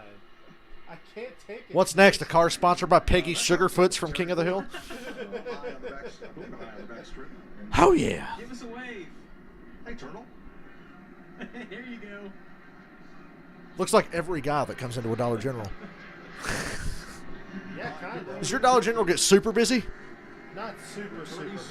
Neither does ours, but I'm not surprised by ours because we're in the middle of like $25 generals, so yeah. I can manage. Would be wrapping the corner a little better and exiting on pit road. Now this pit crew is spot on, but they've had a couple of slower stops. This is the stop. You're not pitting again after this, I don't think. Unless there's another caution. Even if there is a caution. 2 tires at most. Yeah, because they've got one set left. Yeah, because he put scuffs on when he blew his tire early in the race. Kurt's out. Ooh, boy, Kurt's going to lose the lead. Kyle Busch. There you go. Busch, Larson, Kurt Busch. Saw that coming. Larson, can you please not use your shit up again? Larson's good now. He's got fresh tires, so now's the time to drive like that. He hasn't been able to make it work, the past 2 times. He's going to try a little harder this time, if that's even possible. If that was him trying hard earlier, I'd hate to see him try harder. Yeah. So I don't know if you ever saw the finish while you weren't watching. Anthony, I don't think Anthony's seen the slide job, guys. It was Chicago in 2018. I don't think I did. Kyle Busch had a nice lead, and Larson's gripping the top, running him down, but not enough. Kyle Busch runs up on some lap cars. His brother, Stenhouse, some others. And Larson starts hauling ass. And Larson runs Kyle Busch down through this lap traffic at Chicago. Gets to Kyle's inside. 1 lap to go. They go off in the corner. Larson loses it under Kyle. Hits him, puts Kyle on the wall. Larson somehow keeps it straight, takes the lead. They go off into turn. Yeah, here it is. Just show him. 4 laps to go. It's the last 4 laps of Chicago in 2018. Larson still in the 42.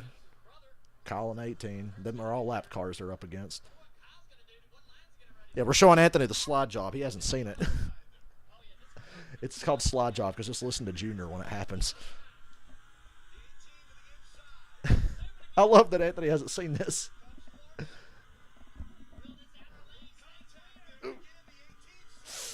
Them lap cars are doing a terrible job, especially Stenhouse. Yeah. That's nothing new.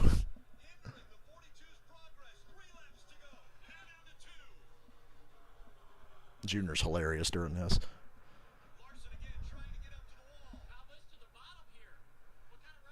How does Larson run him down? Look at Kurt lay over and let Larson go by. I was sitting there, I was like, is Kurt going to help his brother? No, he got out of the way. With Kurt, you never know. He'd go either way. I'm like, is he going to help his brother, or is he going to, he laid over? Out of respect, I think. Here it is. Look at that. Wow. Here it comes.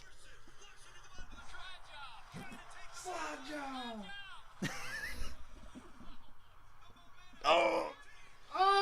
And there I go, Larson, you better drive away. I was like, Larson, you better run. You better run. You know what's about to happen, don't you? Mm-hmm. I do. Bam! Well deserved. I mean, hey. Lost it. Saved it. He saved it. However, He's the damn best at doing that. he fucking drove away from that. Can't blame Kyle Busch for hitting him there. He had it coming on that deal. Yeah. And they shook hands and were laughing about it afterwards. Yeah. Because Larson didn't do it on purpose, but hey, you fucked up and hit him. And I was like, he's going to knock the shit out of you. Kyle drove on the apron to get to Larson to hit him back. That was crazy. Oh, boy. Hey, I always loved the Jack Daniels car. You might remember that car. I do. Yeah. That car His Jack Daniels cars were always cool. Whew, those were some glory days, old Clint's I love going through sponsors that have never had a bad paint scheme, and Jack Daniels is at the top of that list. Oh, Their yeah. driver's putting on a show today. That he is. Tide and Jack Daniels. Tide cars are always great. M&M's have had some really cool ones. Actually, I like Interstate batteries. Interstate batteries, that's one I've talked about a lot. Bobby Labonte, Dale Jarrett, Kyle Busch, all in that 18 car. It's been on the 18 car since the 90s. Really? Yeah. Because, yep, singular, oh man, then Robbie Gordon, Jeff Burton, singular cars, orange and black. And then when AT&T bought singular, they kept the orange and black, but put the big blue AT&T logo on it, and somehow it looked even better. Big bright blue logo. Earlier that pit crew has come through at the right time. At the right time. That's exactly right. Bass Pro Shops always has good ones. Yeah, they always I love Dale love Earnhardt. those cars. Dale Earnhardt's black and gold Bass Pro Shops car that he drove at Charlotte in '98. Bass Pro Shops always has it. Menards is hit and miss depending on what other colors they put with it, but Look at what they got going right there. Yeah. That's probably the best looking Menards car. it pops. Everybody drives. Yeah. Oh, Paul Menard, I miss you. No, I won't. Nobody could ever run 15th better than Paul Menard. Exactly. We have 33 to go. It's Busch, Larson, Bill, and Kurt Busch. All right, Larson. Kurt Busch lined up behind his brother. All right, Larson. We need Oh, yeah, did you notice they get to pick what line they restart in now? Ah. Yeah. Everybody gets to pick their line. 33 to go. Great launch by Kyle Busch. Damn, Larson. Bottom line's tougher to get going, but Kurt, just stay with your brother. Stay with your brother. Jamie, was that an opportunity to maybe try to get Kurt didn't. His car didn't like being in Kyle's dirty air there. trying to win a race? Larson, I need you to drive even harder now. Big push from Hamlin to Kurt Busch. Hamlin's pushing his own car. Come on, Larson, clear him. Oh, Hamlin got railroaded. Larson's going to bust his ass again. No, he made it work. Look, he did get loose, but he's still in front of him. Go, Larson. All right, Larson. Got the lead without doing anything stupid this time. Yeah. Didn't use up none of this stuff. Just I hate this for Kurt because they're going to lose the race because of pit road, because of a pit stop. That always stings. That's just part of racing, but that stings the worst when you know you've got it, but then pit road fucks you. Get a little bit of fire out of the headers as well. Yeah, that last caution. And these Toyotas are looking up going, God damn it, a Hendrick car still wound up in the front anyway. And I love it. At the most important time of the race, a Hendrick car still winds up in the lead. Good. Yeah. If Kurt can settle in, if Bill and Hamlin start fucking with each other, Kurt can settle in here. He is. That's working out for Kurt. Staying out of Kyle's dirty air. Kurt Busch ain't out of this yet. It just sucks that he lost the lead the way he did. He's not out of it, but his car definitely doesn't like being in traffic. Yeah. 4 Toyotas in the top 5. Well, at least everybody can make it on gas now. Yep. Should be. If not, I will have some serious questions. Yeah. Denny Hamlin's pit crew was so fast at Talladega, they didn't get the car full of gas, and he ran out of gas late in the race. Single lug nut wheels have thrown everybody for a loop because you don't have to go it's just with the wheels now. So Xfinity still runs the old 5 or whatever lug nuts. He's had a tough day, 2 laps down. You know, we talk about drivers maybe driving a defensive line. We also talk about If I'm Kyle Larson, that's all I'm doing from here on out. he's going to drive Oh, of course. And if you're Kyle Busch, wait for him to bust his ass. Kyle Busch just needs to stay with him, and if he doesn't fuck up, then push him with like 2 or 3 to go. But right now, just stay with him, and he'll fuck up. Yeah, I'm not surprised. That's where Hendrick's dominated the last couple of years. Yeah, Kyle Busch, keep pace. Larson might fuck it up. That's what Busch is doing. He's just waiting to see if Larson. Yeah, Larson's going to blow a left rear, no fault of his own. And now Kurt's running them both down. We're going to have a 3-car battle here. Unless Kurt gets it done quickly. Which there's no guarantee that Kurt's going to. This is basically 40 laps to the end. Oh, man, they're both closing in on Larson. Damn. Them fresh tires did Larson a world of good, but as the tires wear, I just think Kyle and Kurt's a little better.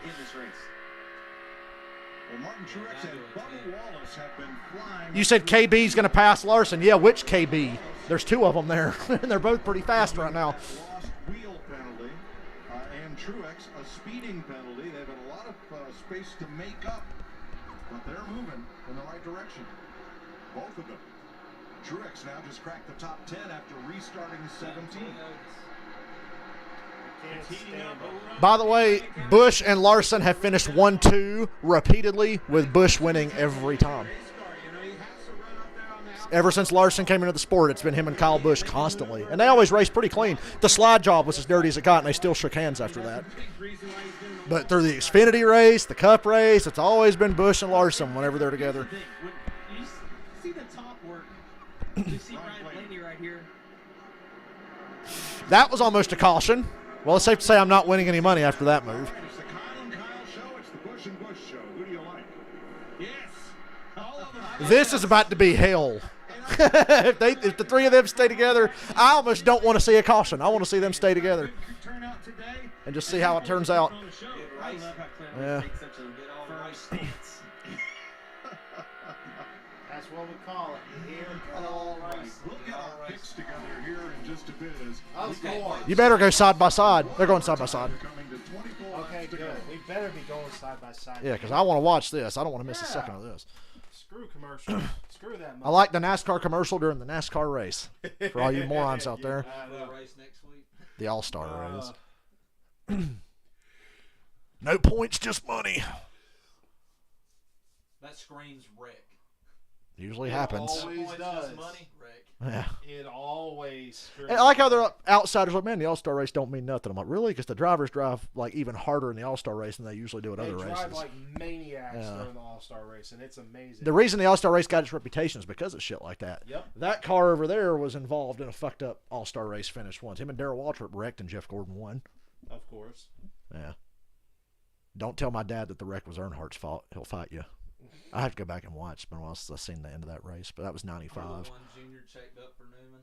Yeah, I still. So Junior won the All-Star race as a rookie. He was the first guy to ever do it. Ryan Newman's a rookie a couple years later in the All-Star race. Junior's flying. Junior's the only car on fresh tires at Charlotte before the repave. So Junior's just fucking flying. He comes off a corner. Ryan Newman moves up. Junior turns him sideways and lets him have it. And Junior's like, I didn't want to wreck him. And I'm like, Junior, you got to go win. Kurt's to the inside of Kyle. I like this better. Yeah, this is great for Larson. There's going to be lap cars. This is great for Larson. There will be lap cars here. Damn, did Kyle let him go? Yeah. Damn, Kyle just straight. He had to. That's a veteran move right there. I'm just so not used to that in modern NASCAR. About Brian Vickers doing that? Yes. Why can we not? Yeah. He just let his brother buy it. See, Kyle, I'm not. I guess I shouldn't be surprised because Kyle's a veteran and he thinks that way. But I'm just not used to seeing that in modern NASCAR. So, I mentioned Michigan from a couple years ago all the time, where Logano had the best car by a mile, and Truex and Kurt Busch couldn't get him. And Kurt Busch said after the race, "My game plan was to stay behind Truex and draft him and push him to Logano." But then the caution came out and fucked that whole deal up. Logano ended up winning anyway. But if it had stayed green, Kurt was like, "I was not going to get side by side with Truex. It's a death sentence. So I'm just going to stay behind him and push him." Kyle there made the smart move to let Kurt go. Because Kurt's going to get the Larson. I think Kurt will run Larson down. They're going to battle, and Busch is going to fly right by both of them. And then he's going to be like, you see? Yep. That's smart. You watched it all day. That third car come flying by down the front. Yep. Always. It always does. Always. These new cars don't side draft as good as the old cars. No. But the side draft still works, and you've seen it a lot too. That's what happens when the guys get side by side. But that old car, man, you get side by side, and it's like the car behind you was going 100 miles an hour faster. These, it's not quite as bad. But still, that's a good thing, though. It's a good feature to have. I like when two cars get side by side and it brings everybody with them.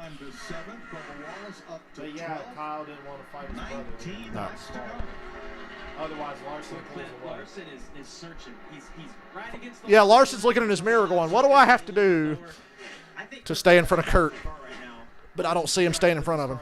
The best position he can to hope that he doesn't get Kurt the air that he needs. You bring up a good point, and with him searching, that makes Kurt Busch search too. He moves his line down, not running a consistent line, gets you, scratching your head of where you can find grip in your car, and then make you feel 190. I've never done that here at Kansas. They've done faster, actually. 2013, 2014, they were faster. Stenhouse is on a roll lately. To take a set, but look at Kurt's steering wheel right here. Well, considering he's the third best Chevy right now. Yeah. And Bowden's the fourth. The focus in his eyes. 17 to go. This feels like an old school race. Now there's the telemetry of both of the leaders. Into the corner, Kurt's way better. When you drive in on the outside, you have to lift a little more, and Larson makes a little bit of it back up, but Kurt's gaining consistently. He's driving in the corner deeper. There, right there. Just good God, the way he's able to drive in the corner. And Kurt's still running pretty high. He's running just high enough. Just high enough, but not too high because he's keeping his nose out of Larson's dirty air. Larson down the front stretch, though. Hendrick horsepower. But into the corner. Couldn't get into that corner well. Yeah. Not as good as the last lap. Now drafting. The only place I want to be behind the guy is on a straightaway. For some reason in the corner, it like changes the flow of the air and it makes you get tight. Oh, man. He got into it really good that time. The temptation is to just drive all the way in and door him.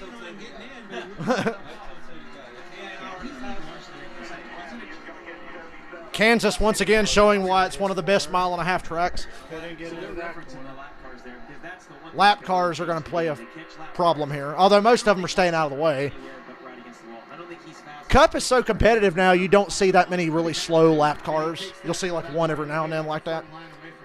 Where you get into trouble, though, is on a long run, like a 70, 80 lap run where you start lapping up into the top 15. Them motherfuckers are hell to pass because they're fighting to stay on the lead lap, and they're just as fast as you almost because they're running top 15. I call that the Joey Logano, Ryan Newman effect because, God, you don't want to catch either one of them. Now Kurt lost a couple bits that lap. He lost a couple tenths. Probably because of that lap car. Something wasn't right when they got to that lap car. They were showing it when Larson blocked his line. Yeah. Truex and Chastain again for the 95th time in the last 3 weeks, every week. Because they're both running top 10 all the time. And Yeah, look at all the Toyotas in the top 6. Everybody. Come on, Chastain, get him. 23, 11, yeah, and Bubba's making a comeback from his bad pit stop.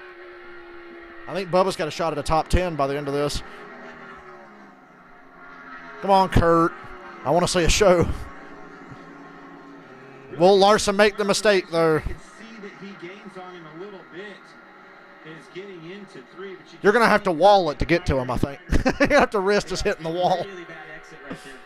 Yeah, that straightaway. You can't. Kurt cannot afford to be bad off a turn 4 because Larson's faster than him on the front stretch anyway. Yeah, and they're all running different lines. They'll sort it out. Yeah. I would be screaming at my spotter right now.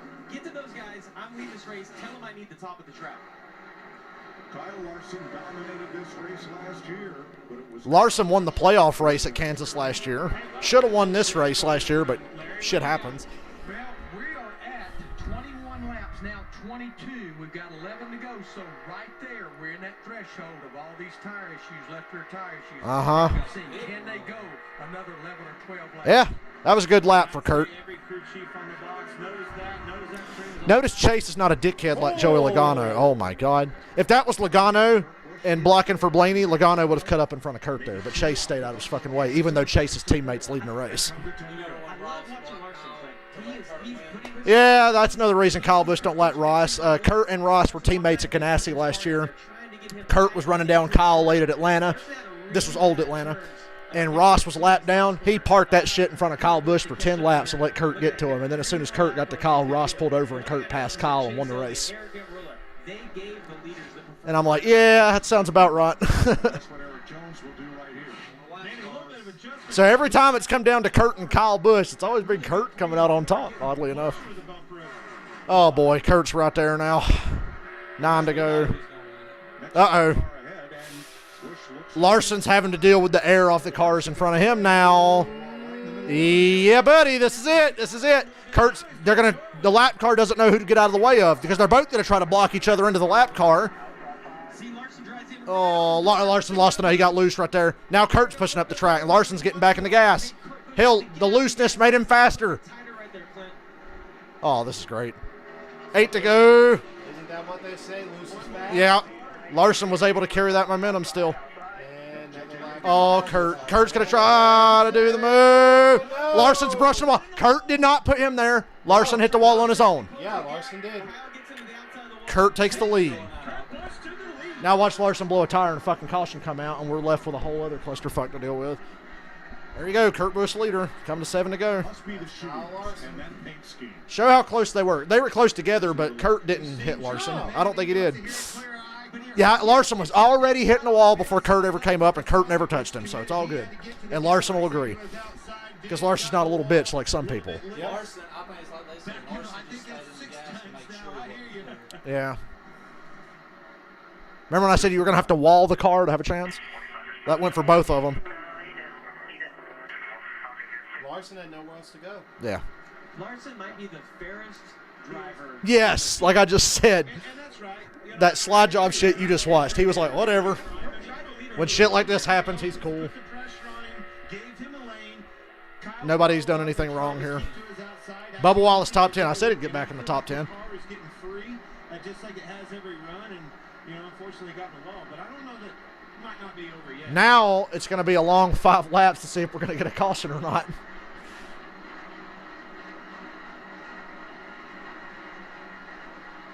I didn't wake up today thinking I'd see a Kurt Busch win. I dominated this race, yeah. Not over yet. Since the second stage.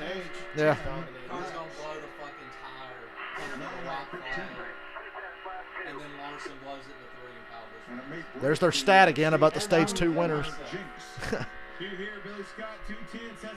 I just got my boating license. Hey, I'm getting mine next. Hey, I doubt it. That little SpongeBob. Hey, I doubt it. Jordan did when he was wearing these colors and these shoes in the 87-88 season. What are those? He was the All-Star game. 4 to go. Kurt Busch pulling away. He was the steel champion. What a day for Toyota. The defensive player of the year and the most valuable player Of course, of the season. the one day I decided to watch. Yeah, Such a cool thanks. guy. Yep. Thanks, Chevy. Well, you can come watch the All-Star race if you want. I'd say come watch Charlotte, but we're going to Charlotte. Although you could come with if you wanted to. Knocking on the door, their first win with his 45. Yeah, he is. You want to go to the Cup race at Charlotte? It's up to you.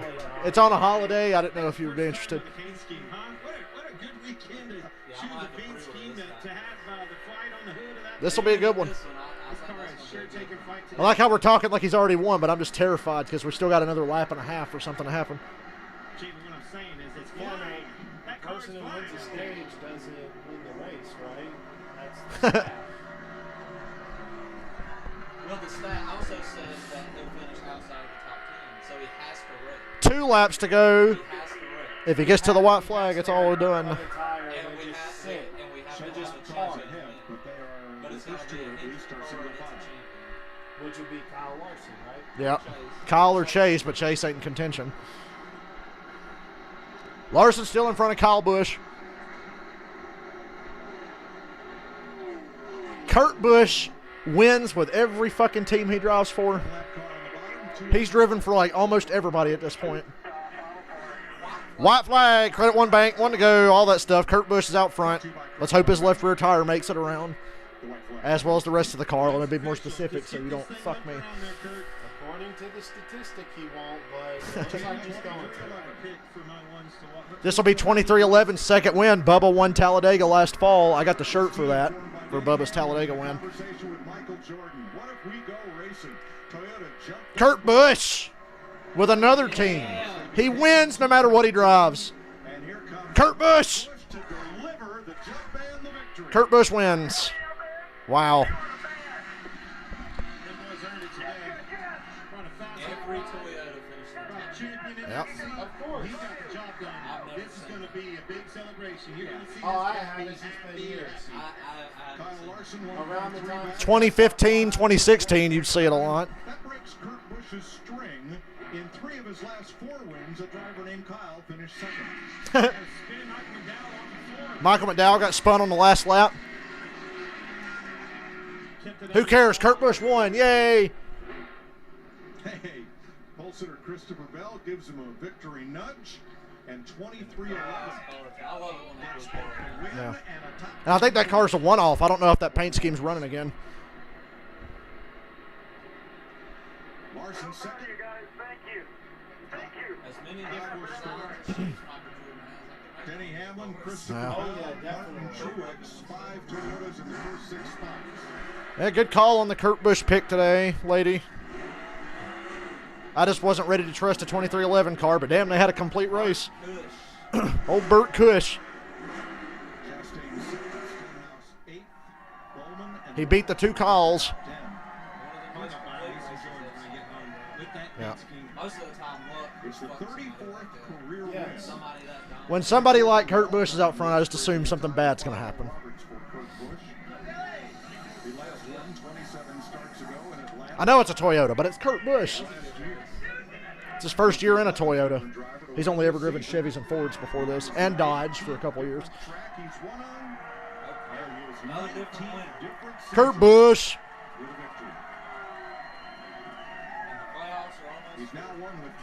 Almost, and we're not even halfway through the regular season yet. Well, actually, are we? Actually, I think this is halfway. I think this is race 13. Doesn't matter what kind of car you put him in, what kind of situation. There's only 3 at job done. Yeah. Dodge, Toyota, Chevy, Ford. He's won with all those. He won with Penske. He won with Roush. He won with Stewart-Haas. He won with Ganassi. Now he's won with 2311. Which is the shittiest, most generic name for a team. Between Michael Jordan and Denny Hamlin, the best they could come up with was 2311. It's like, wow. I don't even know what the heck that really means aside from the 23 part. He can give a dissertation on the origins of the checkered flag. Because he's got one. Jamie. That is one thing he is familiar with. Denny's a car owner. 3 tries. Kurt Busch finally gets that first victory at Kansas Speedway. And Kurt, the year you guys have had. Fuck whoever's booing up there. How did you guys come out and dominate the way you did to get this first victory? It's all about teamwork. I mean, I don't do this alone. And the way that Toyota's helped us, JGR, our little brother has been Michael, what's up? Just on the family Kurt side. Busch just won. You got to get through these steps. Rob is a tremendous teammate, but this is 2311. This is our first win for the 45 car. And with Jordan Brand on the hood, I mean, I felt like I had to play like the GOAT, or race like the GOAT, and I had to beat Kyle's. I had to beat both. This was like the Kyle and Kyle show. You had to Remember, beat the GOATs. Ned Jarrett said this is the Dale and Dale show. I can get one Kyle, and I'm like, I can get both. I just had to. They didn't show Larson got out of his car smiling a minute ago. I don't know if you caught that. Do things on short run and long run, but thanks to Jordan Brand, Toyota, Monster Energy, McDonald's, Moneyline, just all the team partners of this 2311. 45 cars a winner now. When Kurt Busch won at Las Vegas a couple years ago, he beat Kyle. Kyle got out of the car mad as fuck, and the camera caught him. You see Kurt on the front stretch celebrating, you see Kyle break and start smiling. I was like, oh, he loves his brother. Even though Kyle wanted to kill him probably. He couldn't help but smile. It's the most gratifying to work from the ground up with a brand new car number. And yes, I've been with a lot of teams, a lot of manufacturers. Now this is the check off the Toyota box. But it's about family. Is he going to win with the next new? There's a new manufacturer coming, but they won't say. Honda. Maybe. Dodge might be coming back, or maybe it's Honda. No matter if you lose a couple spots on pit road, no matter if the car is a basket or whatever to start. If I'm Kurt before I retire, I'm going to make sure I get at least 1 year in the new manufacturer, whoever it is. Because NASCAR says they're close to having somebody. I want it to be Dodge. Dang it. Dodge has flirted with coming back. They didn't want to leave. It was just a matter. They kind of got forced out because teams were backing out. The only team they had left was Penske, and they won the championship that year. Brad won the championship. Last year. I've never seen anything like it. But it was because they didn't have to share their stuff with anybody else. Yeah, that was big. Because the next year Penske sucked for about a year, and then they got back on track. But they had a bad 2013. Brad only won once. Joey won once. They weren't very good. Joey missed the chase, I think, the playoffs. So yeah, I mean, he never got into me, so I'm trying to squeeze throttle to get position on him, and just got tight. So that was fun race with Kurt. You know, the last half of the race, I was trying hard the whole time. Obviously. I spun out in front of him there. At some point, I think in the He almost stage, took himself then, and Kurt out several we times. just kept fighting through it. So thanks my team for building me a war machine. I hit the wall a lot today, and He sure did. Yeah, you struggled. did. Like people could put air on me and get me really tight, and then I hit the wall. So we'll work on that and figure it out. But you're happy with my car. The Happy Toyotas with are my obviously car. I kept hitting extremely the wall. good today. And Eric Jones's 45-second pit stops net him a solid 32nd place. Great job, Eric. A lot of speed, just raw speed. So it was hard to hold off Kyle, and then I knew when Kurt got by him, it was going to be really hard to hold him off. So I did my best, but came up one spot short. Well done. I did my best. Turning Came of up the one tide stop, finally, one and that spot luck short. for Denny Hamlin, your Hit second the top wall a 10. lot. Denny's only got his second top 10 this year, and the other was the fluky win at Richmond. Right now, as driver and owner. I'm just so happy for these drivers. I'll be right back. Yeah, fuck you. Thank you. Appreciate the help. Appreciate it, man. That's us. We did this. We did it, man. Hell yeah. Thank you. Thank you. Hey, you can't say that. Oh, you got tears in your eyes. There's Kyle. What are those emotions right now? going through this? They're Toyota teammates now for the first time ever. That's interesting this year. I'll take them. Party on the Denny Hamlin plane tonight? Tyler Reddick. That's what Kyle said. You go on there, Denny. When Kurt beat Kyle to win Kentucky, Kyle left him in Kentucky. They were going to fly back together, and Kyle left him.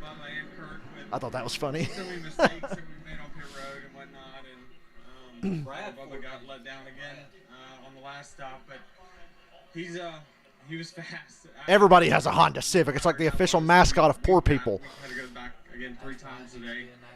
Yeah, it'd be perfect. Let's talk about the positives.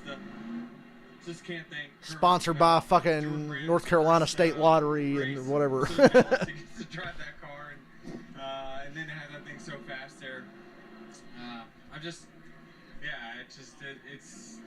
I've never had certainly this kind of feeling, even for a win for me, much less, when I did win. So it's just different.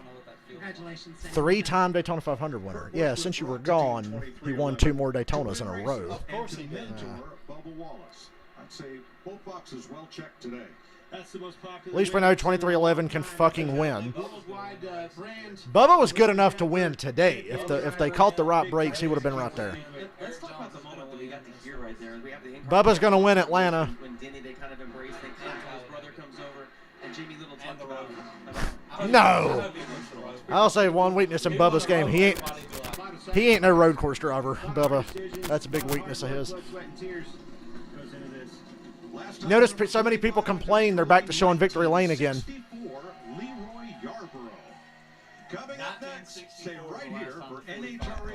Well, I'm ending my stream here, guys. Kurt Busch just won, which is really cool.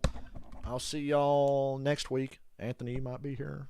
I might be. All-Star race is Sunday evening around 5-ish.